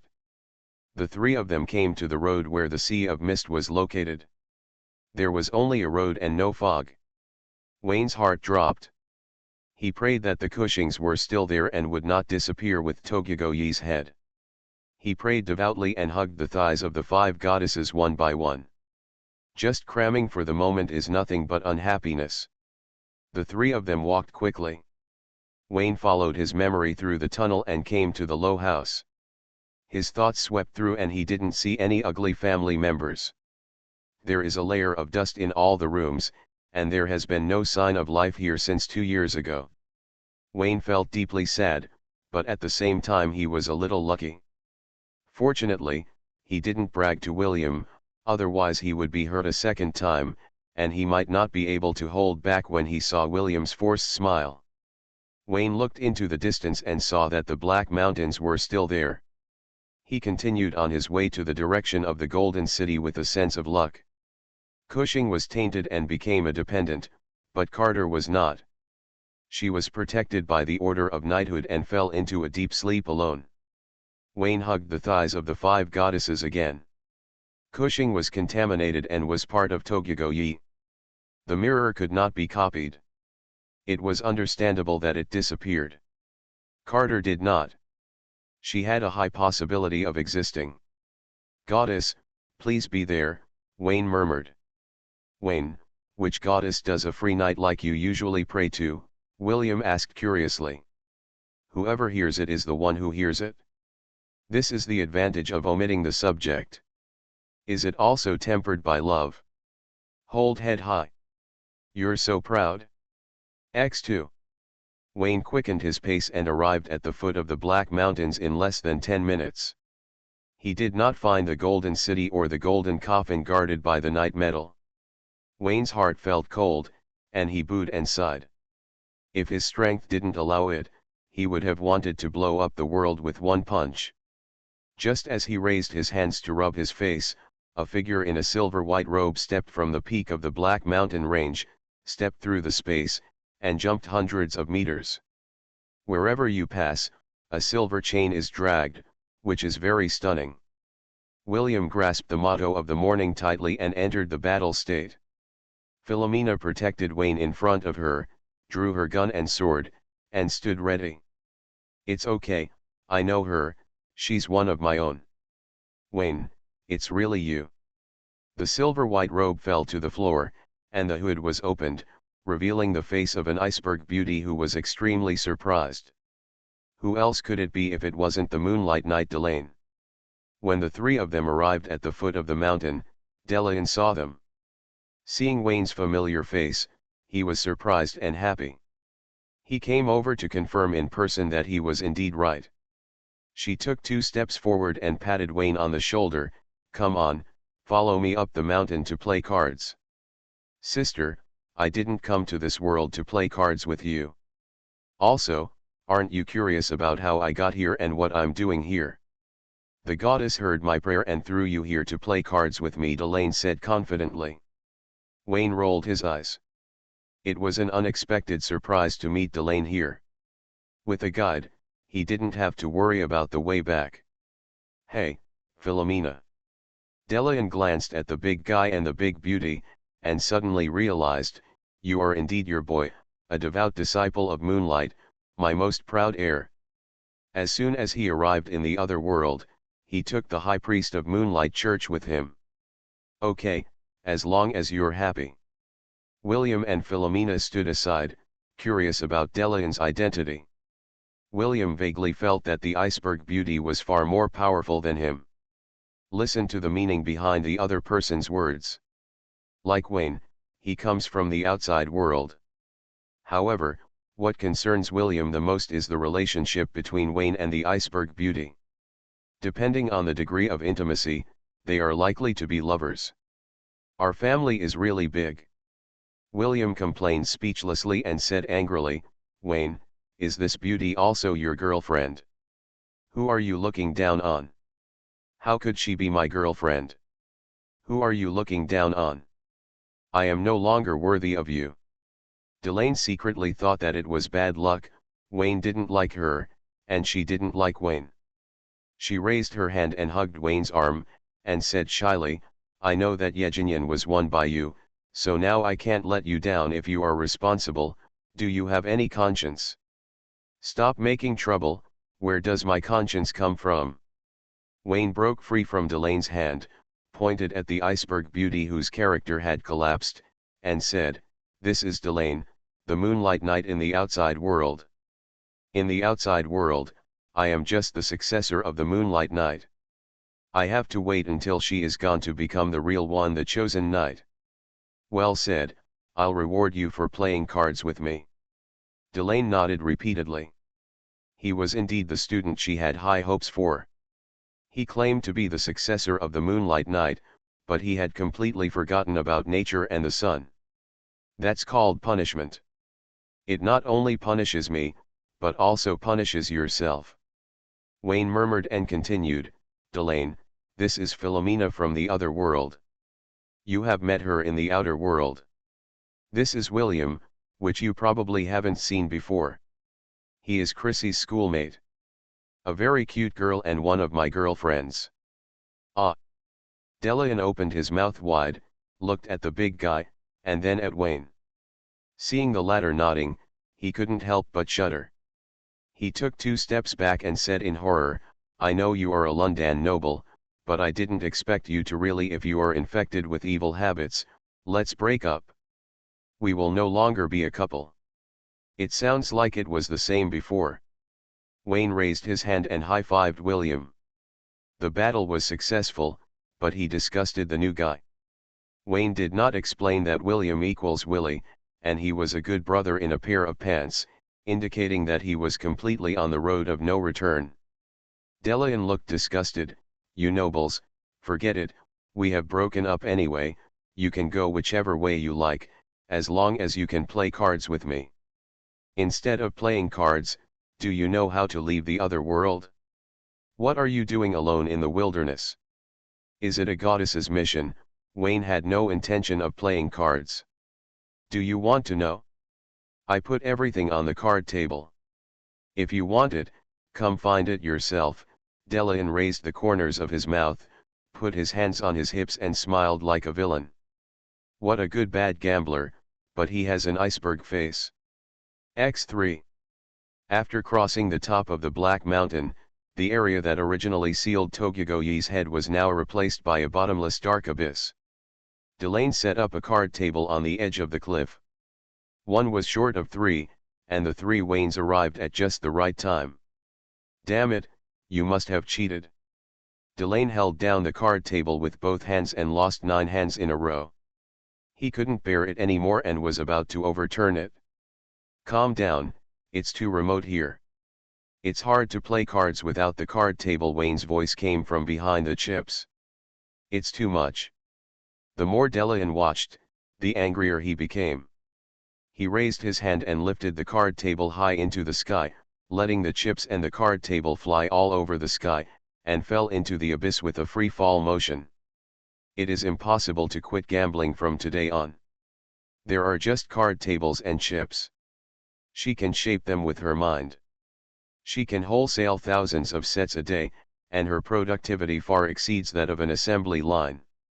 Delane, I won everything at the poker table. It's your turn. Answer my question. I don't want it, you cheated. Sister, I will continue to play cards with you when you get back, and I will make sure you win once. Who are you looking down on? I can win even if you don't let me. Delane gritted her teeth bitterly. No one loses every day when betting on dogs. Every time she meets Wayne, she loses completely. This only shows that she is not a gambler on dogs. Got it, she plays less cards and her study of card skills is not deep enough. As long as she practices diligently, she will be able to regain her position. Although Delian's cards are lousy, he will flip the table if he can't afford to lose, and he will flip the table to mock his poker friends when he wins, but he still has basic integrity. For example, she never cheated at the poker table, and she was willing to admit defeat when Wayne won all her chips. She would answer all of Wayne's questions. "Delane, how can we leave the other world?" Wayne said, straight to the point. "I'll just take you away." "You don't have to worry about this," Delian said readily. It involved the realm of demigods, and even Wayne couldn't understand it. "Can they leave?" Wayne held his breath and spoke, while William and Philomena on the left and right sides of the card table also held their breath.